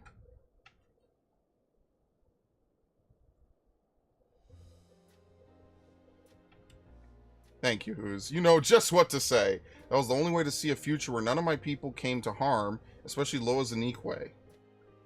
Even without the cradle, you're still our guardian. My guardian. We'll find a way through this together. Seeing you in such high spirits lifts my own. Oh, and before I forget, you trounced Leofane's thugs while I was dreaming in the snow, didn't you? I owe you a debt I won't soon forget. And I wager that debt will grow larger before we pry the treasure from Leofane's clutches, but whatever it takes, I won't stop until she's answered for her crimes.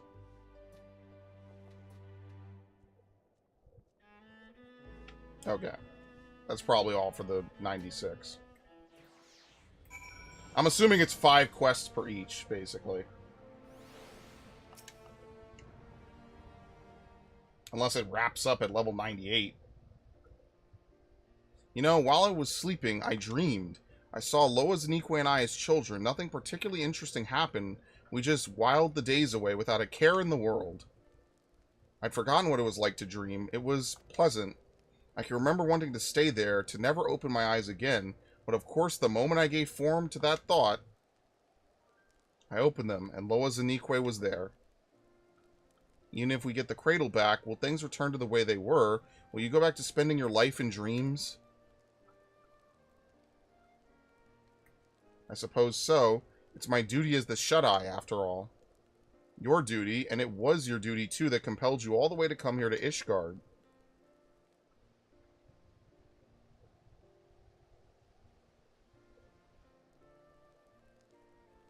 But no more. What are you saying? I tried so hard to convince myself that you were glad spending so much time asleep, but being on the other side made me realize I was lying to myself all along. I don't want to return to a life where you and I are bound together, but always so far apart. I want to go back to those happy days when we were by each other's sides.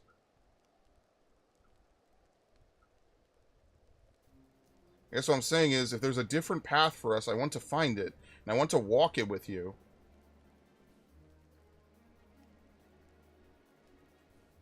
But not yet. First, we reclaim the cradle, when we have, we'll take our first steps toward that new future, I promise.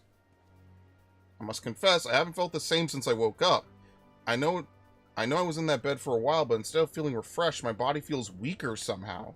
It's almost as if my very strength was sapped when that treasure was turned on me. I can't even grip my weapon properly. Yeah, maybe she took your Aether. That's also possible. The cradle has powers we don't know about. Not exactly. It may just mean the cradle works differently than we thought. The wielder might not pass on their fatigue, but rather they absorb another's vigor.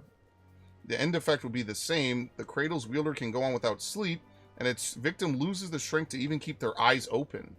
You never took more than you needed, so my slumber was always light enough to awaken from. But if the treasure was used without restraint, if we've had this realization, it won't be long until Leofane does too. And then it will be too late. We have to root her out. But I mustn't rush ahead blindly, as long as Zanikwe never tires of telling me. I feel nearly weak as a child right now. I must spend what precious time we have training to regain what strength Leofane stole from me. You have my word, I won't rest until I'm in top form again. I suggest that you do the same, if for no other reason than to give me some stiff competition. What a clown you are.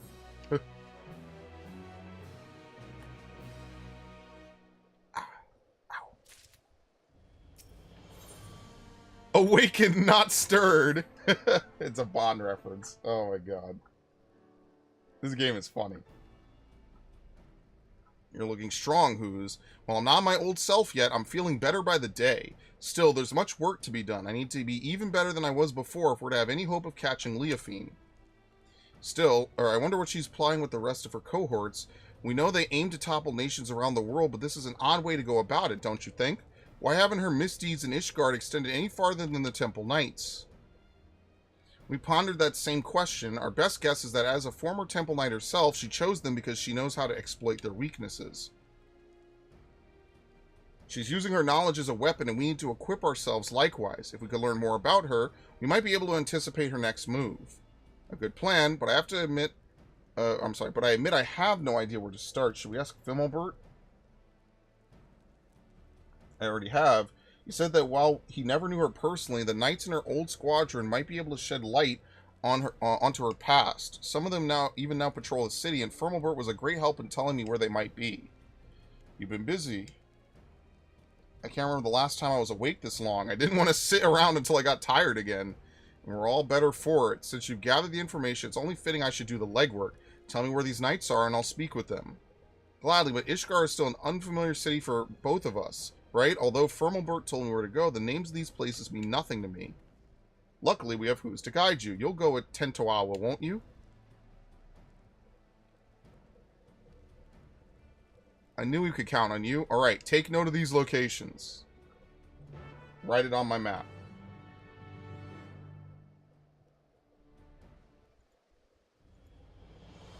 Okay. Being forced to work with someone like Leofane isn't a fate I would envy. I'm curious to hear what these knights have to say about her. Hopefully they provide insight that'll help guide us forward. Time is of the essence. Let's get moving. Alright, just leaving her behind. Why not? Does he have anything to speak? Yeah, there's one. This is cool. He has one thing to talk about. It's over there. We'll get it in a minute. But that's kind of cool that even like a side quest like this has bonus things to talk with. You got to give credit where credit's due. That's pretty cool. That's what I mean. I like these side quests because they expand the world. I think that's like a really cool part of it. Hold on. Okay. This is a rare privilege. What business could the savior of Ishgard have with a humble knight?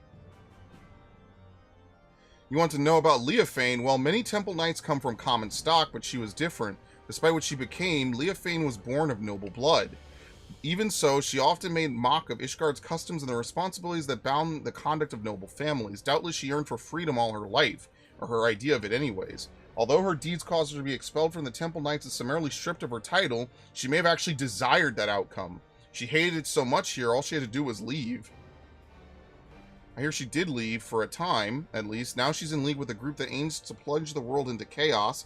If a selfish heart like Leofane was sought out to aid in this plot, I shudder to imagine how wicked their leader must be. Yeah, that Viera must obviously be evil as shit, dude. Totally.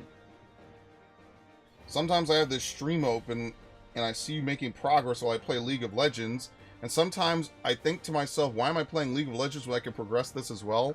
Well, I mean, if you play this when I'm off doing other stuff, you're going to pass me, because I'm not finishing all this today. If I didn't spend 3 hours doing roulettes, maybe I would have made progress, but also I'm lazy and I'm hungry now, so we'll probably just wrap this up. And I'll make it as part 1, and I'll retitle the stream Roulettes and Tank whatever, and then, you know, no one can get angry. You require 8, I must keep watch, so forgive me if I don't engage in idle chit-chat. Leofane, for her I could spare a moment, and I don't suppose you know why she was expelled from the Temple Knights, do you? While few were her equal in swordplay, and fewer still handled their mounts with such grace, she oft spent her nights carousing in the gambling halls. It was just after such a night she fell asleep while on duty. Some may call it a cruel twist of fate, but dragons attacked her charges as she slept, and they were left defenseless. In her negligence, she was deemed to have aided our ancestral foe, and thus was stripped of her knighthood and noble title both. Knights falling asleep on duty, a story that's become all too familiar. Given what happened, I've no doubt she came to fear sleep, yet now she has conquered that weakness, and she wields it as a weapon against us. She may even believe herself to be beyond the reach of mortal danger, yet she's only deluding herself, and in time she'll be made to answer for her deeds. So that's what happened, and that's why it's her method of torturing these people.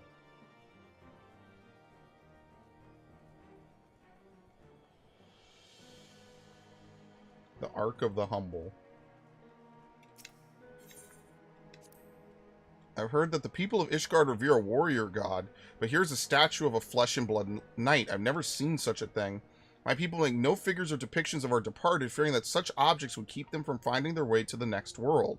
The only idol we keep is the Cradle of the Sleepless, and thanks to its blessings, a wide eye has always watched over us. So our reverence is devoted solely to the narwhal. It's enough that it guides our people safely to the next sunrise. Meanwhile, yeah, here we have a statue, which is pretty cool, not gonna lie. What is this? Work it harder, make it better? Where's the last person? Oh, it's up here.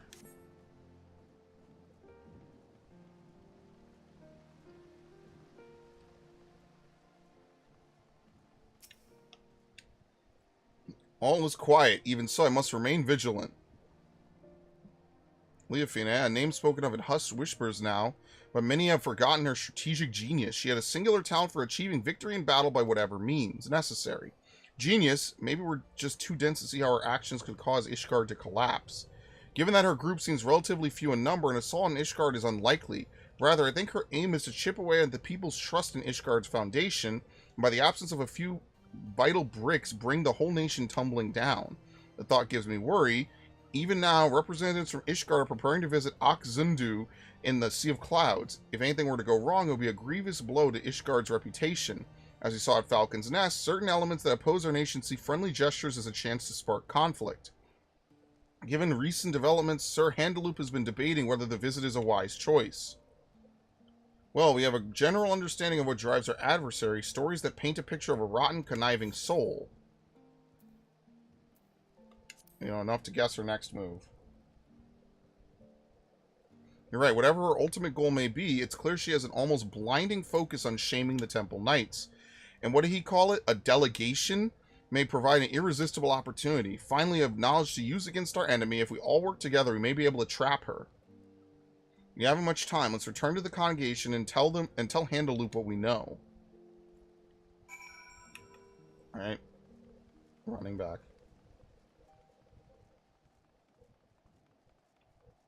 Man, it's been so long since this was new. It just makes me nostalgic being back here. Like I said, it's so crazy. It's so wild. Wow. It just feels like a different arc of my life. It happened so long ago. It feels like it happened to someone else, and I just can replay a VHS of what happened in my head. Damn.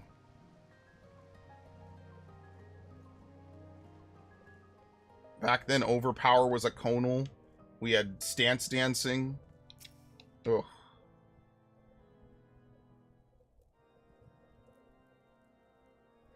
You are ever welcome at the congregation. I am well apprised of Leofane's wicked deeds, and your efforts to flush her out have been much appreciated. And this must be Master Tentawaba, who crossed the ocean from Tyrol. I hope you have recovered from your ordeal. I think he's like acting head or something, while Emmerich is out dealing with world problems. Okay. Better than ever. Apologies for taking up one of your beds for so long. Please, no apologies are necessary. On the contrary, the Temple Knights yet owe you a debt for all you have done. Which brings me to the purpose of this visit. You had something to discuss with me?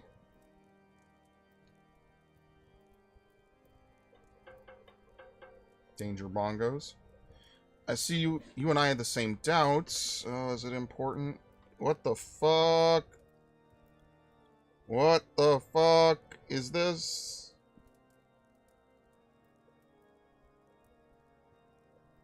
Okay, I do actually need to go out. Okay, I'll do that later. I see you and I had the same doubts. The delegation to Akzundu would be an obvious target for Leofine. I was but recently debating the wisdom of moving forward with our plans. As you know, all of Ishgard falls under the protection of the Temple Knights. As such, 'tis only meet that we maintain and strengthen friendly relations with our neighbors. The delegation in question is tasked with deepening mutual understanding between each of our unique cultures. Sonu Vanu, the chief of the Zundu, was most eager to host. Yet so long as the specter of Leofane hangs over our order, I fear visits abroad are unwise. Should any of the Vanu come to harm, our relations could be damaged irreparably. As we have no way of knowing if Leofane has caught wind of our plans, I am of the mind that postponing the delegation may be the most prudent course of action for the safety of all. This could be the perfect chance to draw her out. Yes.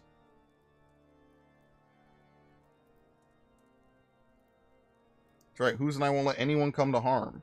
As long as you warn the Vanu Vanu in advance, they shouldn't hold the actions of a rogue against you. If they're truly your allies, they'll see through the wisdom in your judgment. Please, send the delegation as planned. It'll be our best chance to capture Leofine. Yes, your words have merit. Thank you for the sage counsel. You are right. The Zundu would not stand idly by while we suffer at Leofine's hand. In fact, the fellowship between our two peoples was forged when a god assailed their home and was brought low by a great hero. Me. I know that guy. It's me. If we tell the Zundu that he's keeping watch over the proceedings, then I am certain all doubts will be quelled. You'll proceed? Yes. Indeed, the time has come for we Temple Knights to reclaim our honor and go on the counter-offensive. I shall bring this suggestion of a joint operation against Leofine to the Lord Commander as soon as possible. Thank you. Together we'll put a stop to her scheme. We must first discuss matters with others involved before we present a plan to the Lord Commander. Although time is of the essence, I ask that you wait a while until our course is settled.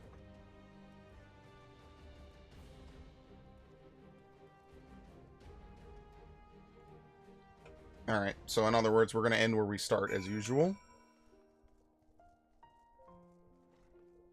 Awaken, not stirred. I should play 007. Everything or nothing. I've been meaning to do that. I've been kicking it around in my head. To be honest, I somewhat empathize with her desire to be free from the bonds of sleep, but that's where my sympathy ends. It's exactly because we must sleep that every waking moment... whatever, fuck it. I realize now I agreed to defend a people I know next to nothing about. Tell me these Zundu will soon be visiting. Yeah, they're like the Hanu Hanu, basically. They're literally just Hanu Hanu. Two groups of people so far apart, the world really is full of surprises. Even a single city is enough for a lifetime. Every day I hear something that gives me food for thought. Like the story of the Dragon Song War, for instance. Generations of animosity between dragon and man that somehow ended in a rekindled fellowship. I imagine a whole world like that, a world where there'd be no need for protectors. The wide-eye watches not only the monsters in the wilderness, but our neighbors as well. We barely even considered sending delegations outside our village's gates. And the cold snap only made things worse. With everyone struggling to just survive, our every thought goes toward defending our scarce resources. If we would only look outward with wariness, there's no hope for the future to change. No hope to build trust. If there was only a way to bridge the distance between us and greet tomorrow hand in hand. Maybe that's just a silly dream. Maybe, but either way, it's a beautiful thought.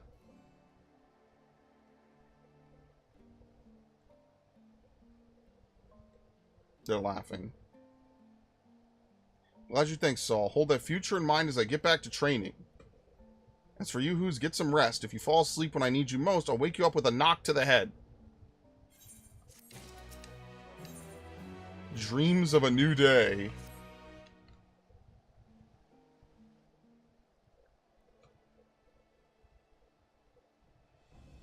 Sir Handaloop still hasn't sent word. I guess the others might not be so enthusiastic about our plan. To them, the cradle of the sleepless is naturally still something to be feared. No matter how much faith they have in your strength, you'd be at Leofine's mercy if she put you to sleep. Honestly, I don't blame them. Not even I imagined our treasure could be used for such evil. In Leofine's hands, it's no more than an indiscriminate weapon. But that means that when we get it back, we could turn it into something else. Something no one's ever thought of before. We could find a way to use it without forcing someone to spend their life in slumber. Of course, I agree with you, Tentuao, but we have more pressing matters, namely a rogue knight to capture and a treasure to recover. Oh, right. Sorry, I got ahead of myself. Apologies for keeping you waiting so long. The Temple Knights have finally reached a decision concerning the delegation to the Sea of Clouds. And what have you decided? I am pleased to say the Zundu have agreed to join forces with us. Together we shall drive back Leofine should she attack. If her shadow darkens even an ilm of their homeland, our peaceful delegation shall turn into a fighting force at a moment's notice. We shall restore the Temple Knight's reputation and recover your artifact in one fell swoop. Thank you, Handaloop, and we promise to do our part if Leofine shows herself. She won't get away this time. We have but to hammer out the finer details. Once we are ready to depart, the first group of knights shall leave by airship. I would ask you both to make your way to Akzundu as soon as possible so you may help plan our strategy.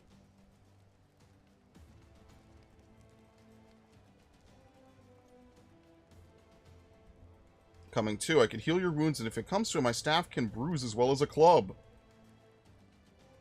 I'll gladly have you with us. I'm done taking on the world alone. I need you, Loa Zanikwe, and who's too. We're stronger together than we ever could be apart. The cradle never would have been stolen if I had realized that from the beginning. And I want you by my side to ensure I don't forget it. Well, then we better be off. I'm keen to meet this Chief Sonu Vanu. Yeah, that name is definitely familiar to me, but it's been a long time. Also, I have to use up my rested experience. As you can see, it's basically almost capped. You have to run dungeons to use it up in that manner. I have to do that.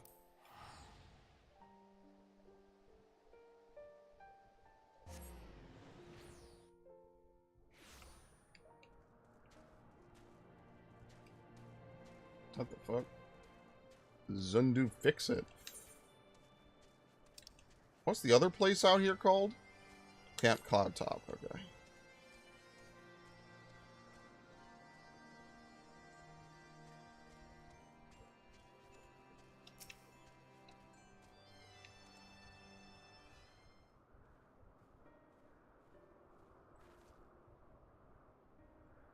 Honored Netherling, your return to Oxundu is welcome as the arrival of spring. Sonu knows why you come. Wicked hearts seek to bring chaos to our home, and so the Zundu shall rise to its defense if needed. As the sun's rays chase away the shadows of night, the Sundrop dance shall keep the tendrils of sleep at bay. Chief Sonu Vanu, it's an honor to meet you. I'm Tentowawa, and if this Sundrop dance is as invigorating as you say, I'd love to see it for myself. The Zundu shall dance before Ishgard's warriors upon their arrival. Brave Tentowawa is welcome to join the proceedings. That was your original intent, right? I see. If we're to draw Leofine out, it makes sense to pretend like nothing is amiss. Zundu warriors unify their strength through the sun drop dance, and the sight is so fearsome that many choose to flee rather than fight. Netherling warriors may learn much from such an approach. Breaking the enemy's spirit avoids needless bloodshed. Yet all dancers must hone their skills before wild animals first, that the sun drop dance does not fail them at the most crucial moment. It's for that reason our dancers await at the outskirts of Oxundu for the Netherlings' arrival. When the performance begins, it shall draw the attention of all like a roiling cloud coming over the horizon. Watch carefully for any who would take advantage of that moment. After the dance is finished, Netherlings will present the Zundu with... Chief Sonu, Netherling's ship appears in the skies like sudden sun shower hurtling toward Earth. Swiftly it descends, crashing down near Zundu dancers. Ship's markings are Ishgardian. Zundu are unhurt, but wounded Netherlings pour from vessel. Like a lightning bolt in the night she strikes. Oh my god. You could be such a shitlord. They're coming by airship, right? All Leofine had to do was lull the pilot to sleep. She saw right through us, and now we're on the back foot. Great winds can alter even a raging river's course. What matters is to stand strong and move forward, and now we must offer aid to the Netherlings who come as guests. Right, let's go.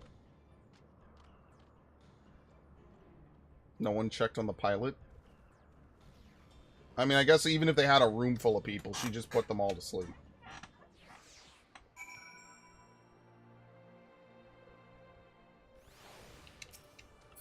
There you go. This is the work of the cradle. Leofine can't be far. We must tend to the wounded, but I won't let her escape again. This ends today, one way or the other. Yes, let's do it. Very nice.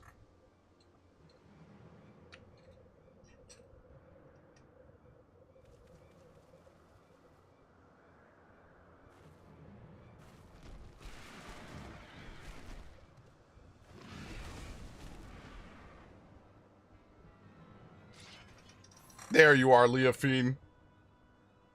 You came all this way just to greet me. Oh, I am honored. I only hope my gift was satisfactory.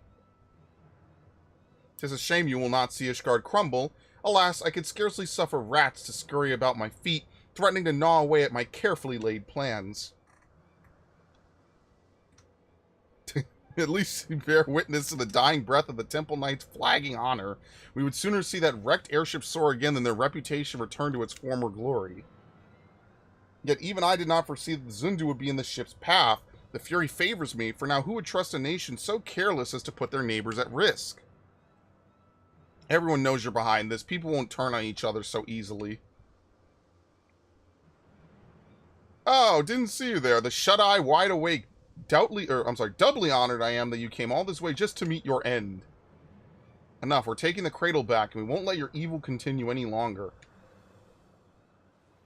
Such bold words. If I recall correctly, your people reap great benefits from this artifact's powers at the cost of someone's waking life. Your life.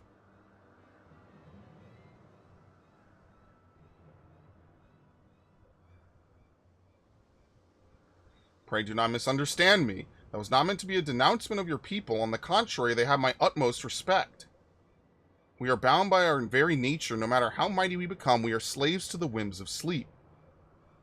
Yet this artifact can sunder those shackles and grant true freedom. It makes its wielders stronger and their enemies weak. A perfect weapon, if you ask me. I can't say whether using the cradle is right or wrong. I only know that a life lived at the cost of another is no life at all. You're right about one thing. We are bound by our nature, but that doesn't shackle us. It brings us together. Okay, Disney plotline.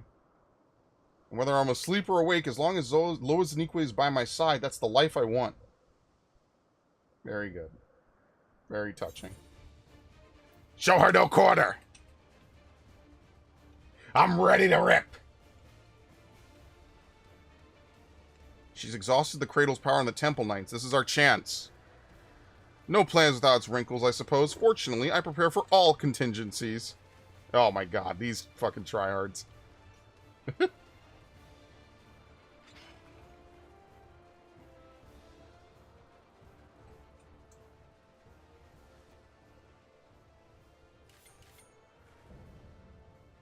The unchivalrous.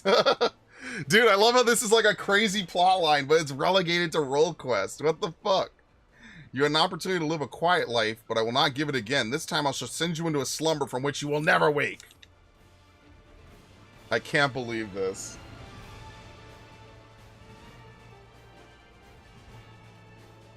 These role quests get crazier every fucking time, dude. An event. Brilliant conviction. What the fuck? Breaking limits. It's only a true warrior of light could.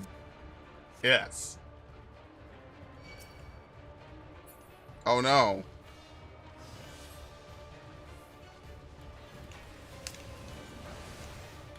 Am I supposed to fight all of them?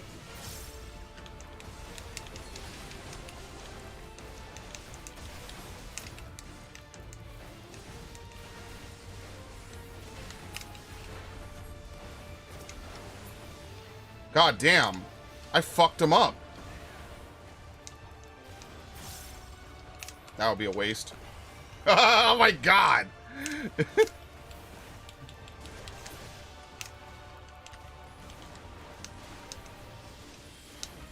Anyway. Wash away the darkness of sleep with a sundrop dance. Alright, I got him, don't worry. I'm somewhat of an expert at this, you might even say. Since all I ever do is play warrior. Oh, great. If only they didn't ruin fucking Gunbreaker. I would love it still. I don't care if it has top DPS and warriors at the bottom. I don't give a shit about DPS anymore. That's such a Stormblood talking point. I don't even give a fuck.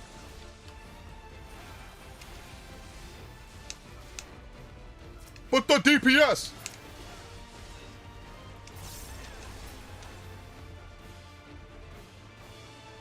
I cannot believe this meme dance is doing this, by the way. Holy shit.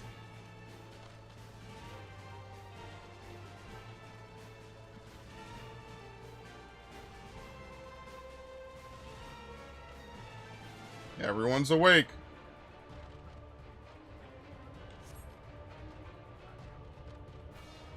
One day I will make a direct hit rate with Determination Warrior. What? No, just do direct hit. I'm pretty sure that's better anyway, right? Doesn't direct hit scale now or some shit? Why am I cursed with incompetence? Alright, anyway. Oh no, I didn't see my fucking timer. Be undone! That's what I'm talking about. We have actual, like, primal lines. To think it could hold such immense power! Fuck. I hate this bitch already. Die, please. Die a miserable death, okay? Ridiculous.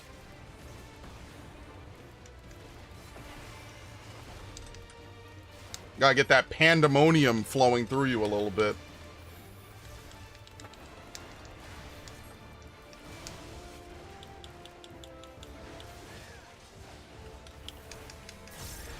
Which one are you going for, buddy? I knew it. How the fuck did I know it? How did I know he was gonna go for the other one, even though that one was closer? I know how the AI works in this game. They have one specified thing that they will do.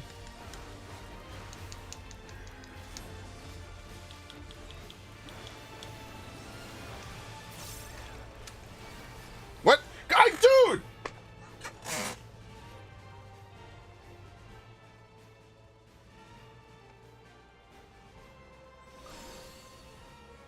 The artifact swells with power. It begs to be released. It begs. Now you shut your eyes for the final time. Take a last glimpse of the waking world.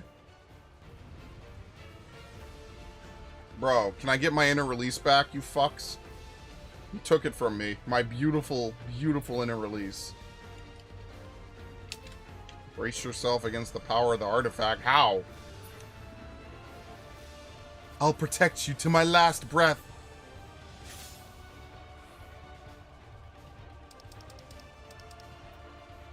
He's driving away the tendrils of sleep.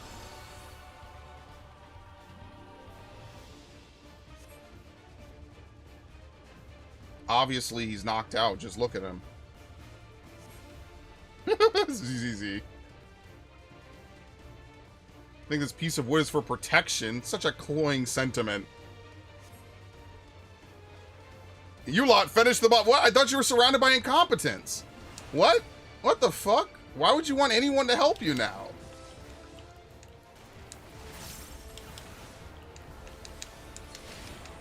I'm surrounded by incompetence that can't help me.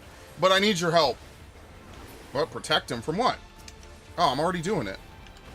Yeah, they're dead. Oh, shit. Come here, come here! You bitch!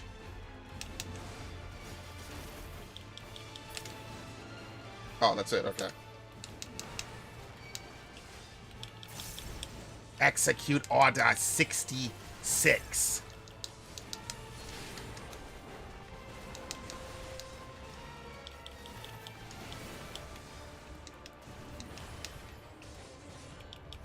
I should have been greedy. I should have just let him get hit at least once. Worst case. I know. What the fuck? What's wrong with me, man? Should have just fucking done it. I'm telling you, they want you to use Primal Ruination right away, man. Ugh.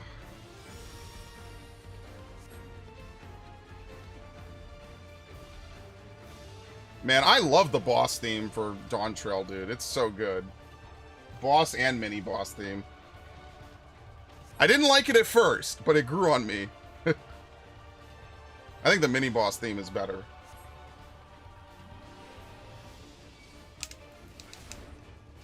Okay, anyway.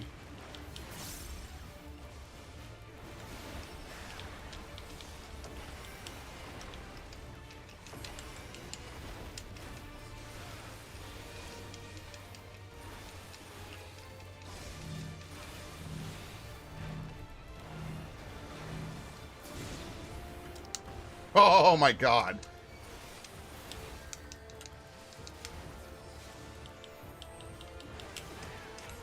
You think this is gonna scare me? Oh, it's dream within a dream. Holy shit. She literally just has dream within a dream.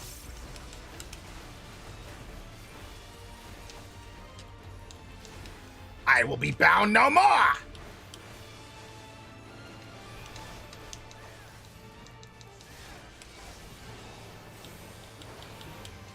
Wow, look at these mechanics, dude.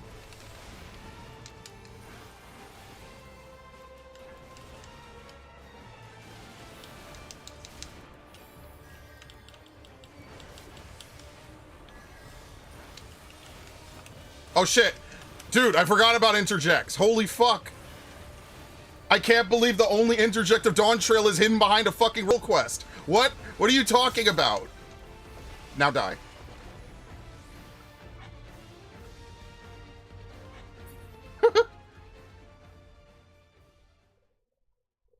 I had to think for a second. I'm like, fuck, where's interject? I haven't used that in years. Oh, that's so funny. You stubborn, you may have won today, but this is not over.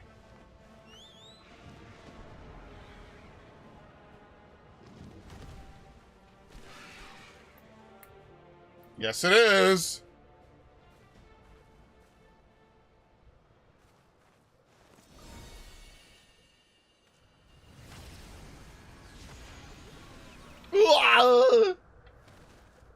It's splayed out.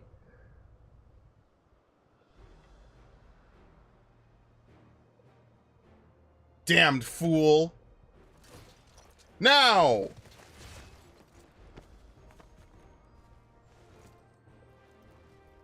No!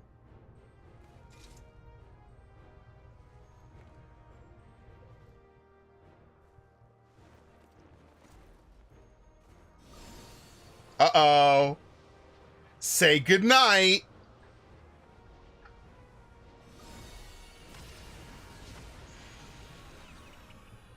Why did she just stand there?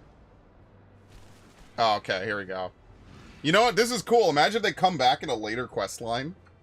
That's gonna actually be really fucking cool, dude. The wide-eye watch is eternal, and eternal is the sleep it bestows.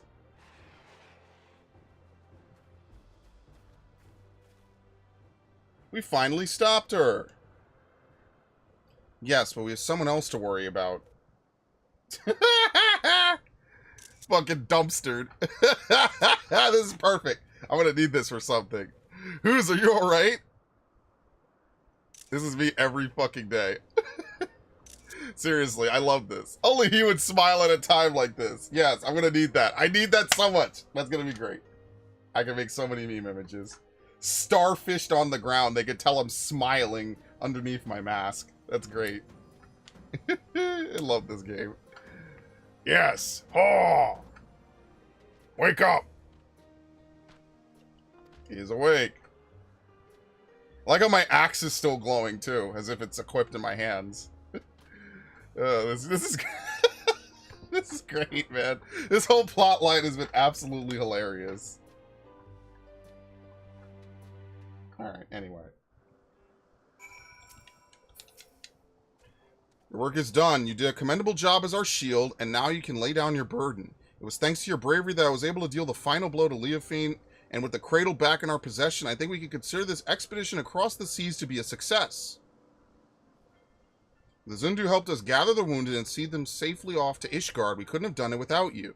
Netherlings protect allies as fiercely as Gaelicat protecting kittens. Zundu are moved by your might.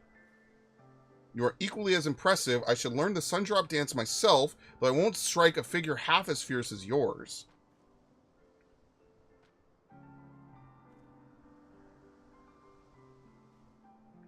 The Zundu seem to have everything well in hand, and Handaloop is likely eager to see us. We should return to Ishgard as soon as we can.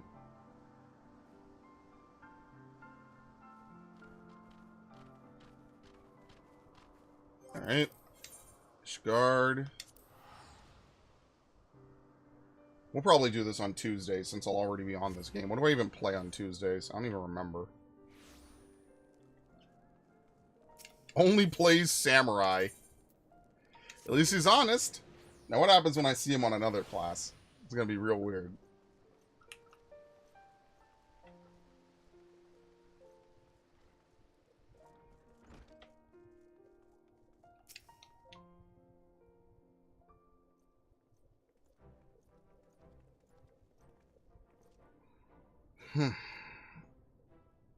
The heroes of the day have returned. Thanks to your valor, the threat Leofine poses no more. What's more, not a single life was lost. On behalf of the Temple Knights, allow me to express my utmost gratitude to you all. You don't owe me any thanks. After all, it was my fault the cradle was stolen in the first place, and ultimately my fault that your delegation to Oxzundu turned into a melee. It may be true that our visit to the Sea of Clouds was far from peaceful, but the bond between the Zundu and Temple Knights is only deepened through overcoming mutual adversity. Blessings often take inscrutable forms. And while we know not whether Leofine yet lives, we do know that she can no longer reach the source of her ill-gotten power, so we have little more to fear from her. With the crisis behind us, the common folk no longer have aught to fear. We will make known the story of Leofine's schemes and the heroes who worked to foil them, and in time, I hope that trust in our order will be restored. The Temple Knights shall continue to build relations with our neighbors for years to come, relations which shall form the foundation for Ishgard's future. We would be honored if we could count you among our allies in this endeavor. Anything you need, simply call upon us. We'll be there, no questions asked. And with that, it's time we returned home. It's been an honor.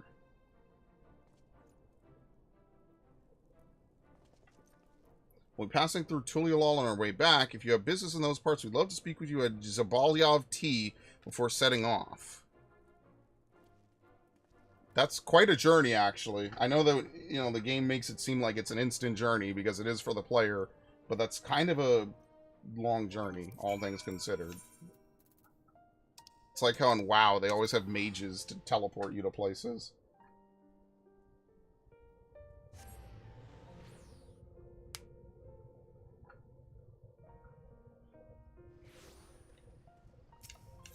Okay. What is it again? The Bayside Bevy? Yeah. I wonder if you'll get anything from this, because you did get something for this in Shadowbringers. You got like a bunch of lore that was relevant to the final tier of Eden, which was actually really cool. I actually really like that. It's like putting together all the puzzle pieces in a very satisfying way. I thought that was like one of the best parts about it. Alright. I thought she was really old when I first saw her here. There you are. I was afraid we wouldn't see you before we left. We arrived not long ago and apprised Brook Evu of everything that happened. This is the longest I've spent away from our village, but even though Tuliolal and Ishgar are like entirely different worlds to me, I was only ever treated with kindness. Is anything the matter, Tentoawa? Nothing, it's just something I've been thinking about. Our people have always been self-sufficient, but Ishgardians and the Zundu showed that looking to your neighbor can reveal a way through the harshest difficulties. And you heard Handaloop, the bond between Ishgard and Oxzundu was only made deeper through this shared ordeal. To trust another to such a degree, well, I think it's a goal we should all strive toward. We have at least one friend like that, don't we? He who bent his ears to every note of the Narwhal's lullaby without a shade of fear in his eyes. Thank you, Who's. For believing in us, for believing that no matter the outcome, your actions would not be in vain. In so doing, you taught me the worth of fighting alongside allies you could trust. Yep, I protected you as you protected me, my brother, in arms. Is that what I did? I honestly don't remember much about that moment. I think I was only acting on instinct. I suppose that's what it means to have faith in your allies. But approaching someone with open arms doesn't mean they'll accept you. The relations between our people and our neighbors have been strained by generations of mistrust, and we must take care to mend them properly. If we could do that, and learn to look toward the future, learn to look toward the future hand in hand, then there will be no need to use the cradle ever again. People can sleep and dream untroubled and awaken with bright eyes. I want to see those days come to pass. Me too. Then you and I can finally spend more time together. Right, of course.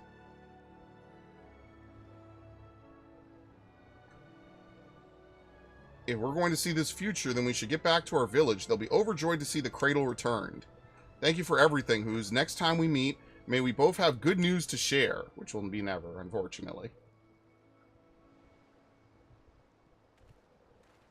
You done working in this game than you've done in real life? Well, that's not true. God damn. Let a man enjoy the video game, Drakian. We're done anyway, because I gotta go eat. I'm hungry as shit. No sleep Tuliolal. Oh my god. Alright, sure, dude. Alright, let me put all this stuff away since I have so much of it. Yeah, wait till it becomes a stream where I have to, like, actually study and do savage fights. That's gonna be the fucking stream, because I hate doing that, honestly. What the fuck? I never had the Hrodrick Poison Tongue card? Are you serious? That's a Stormblood card.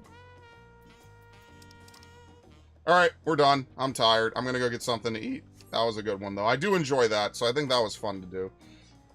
I might do this again tomorrow. Maybe we'll do the healer quest.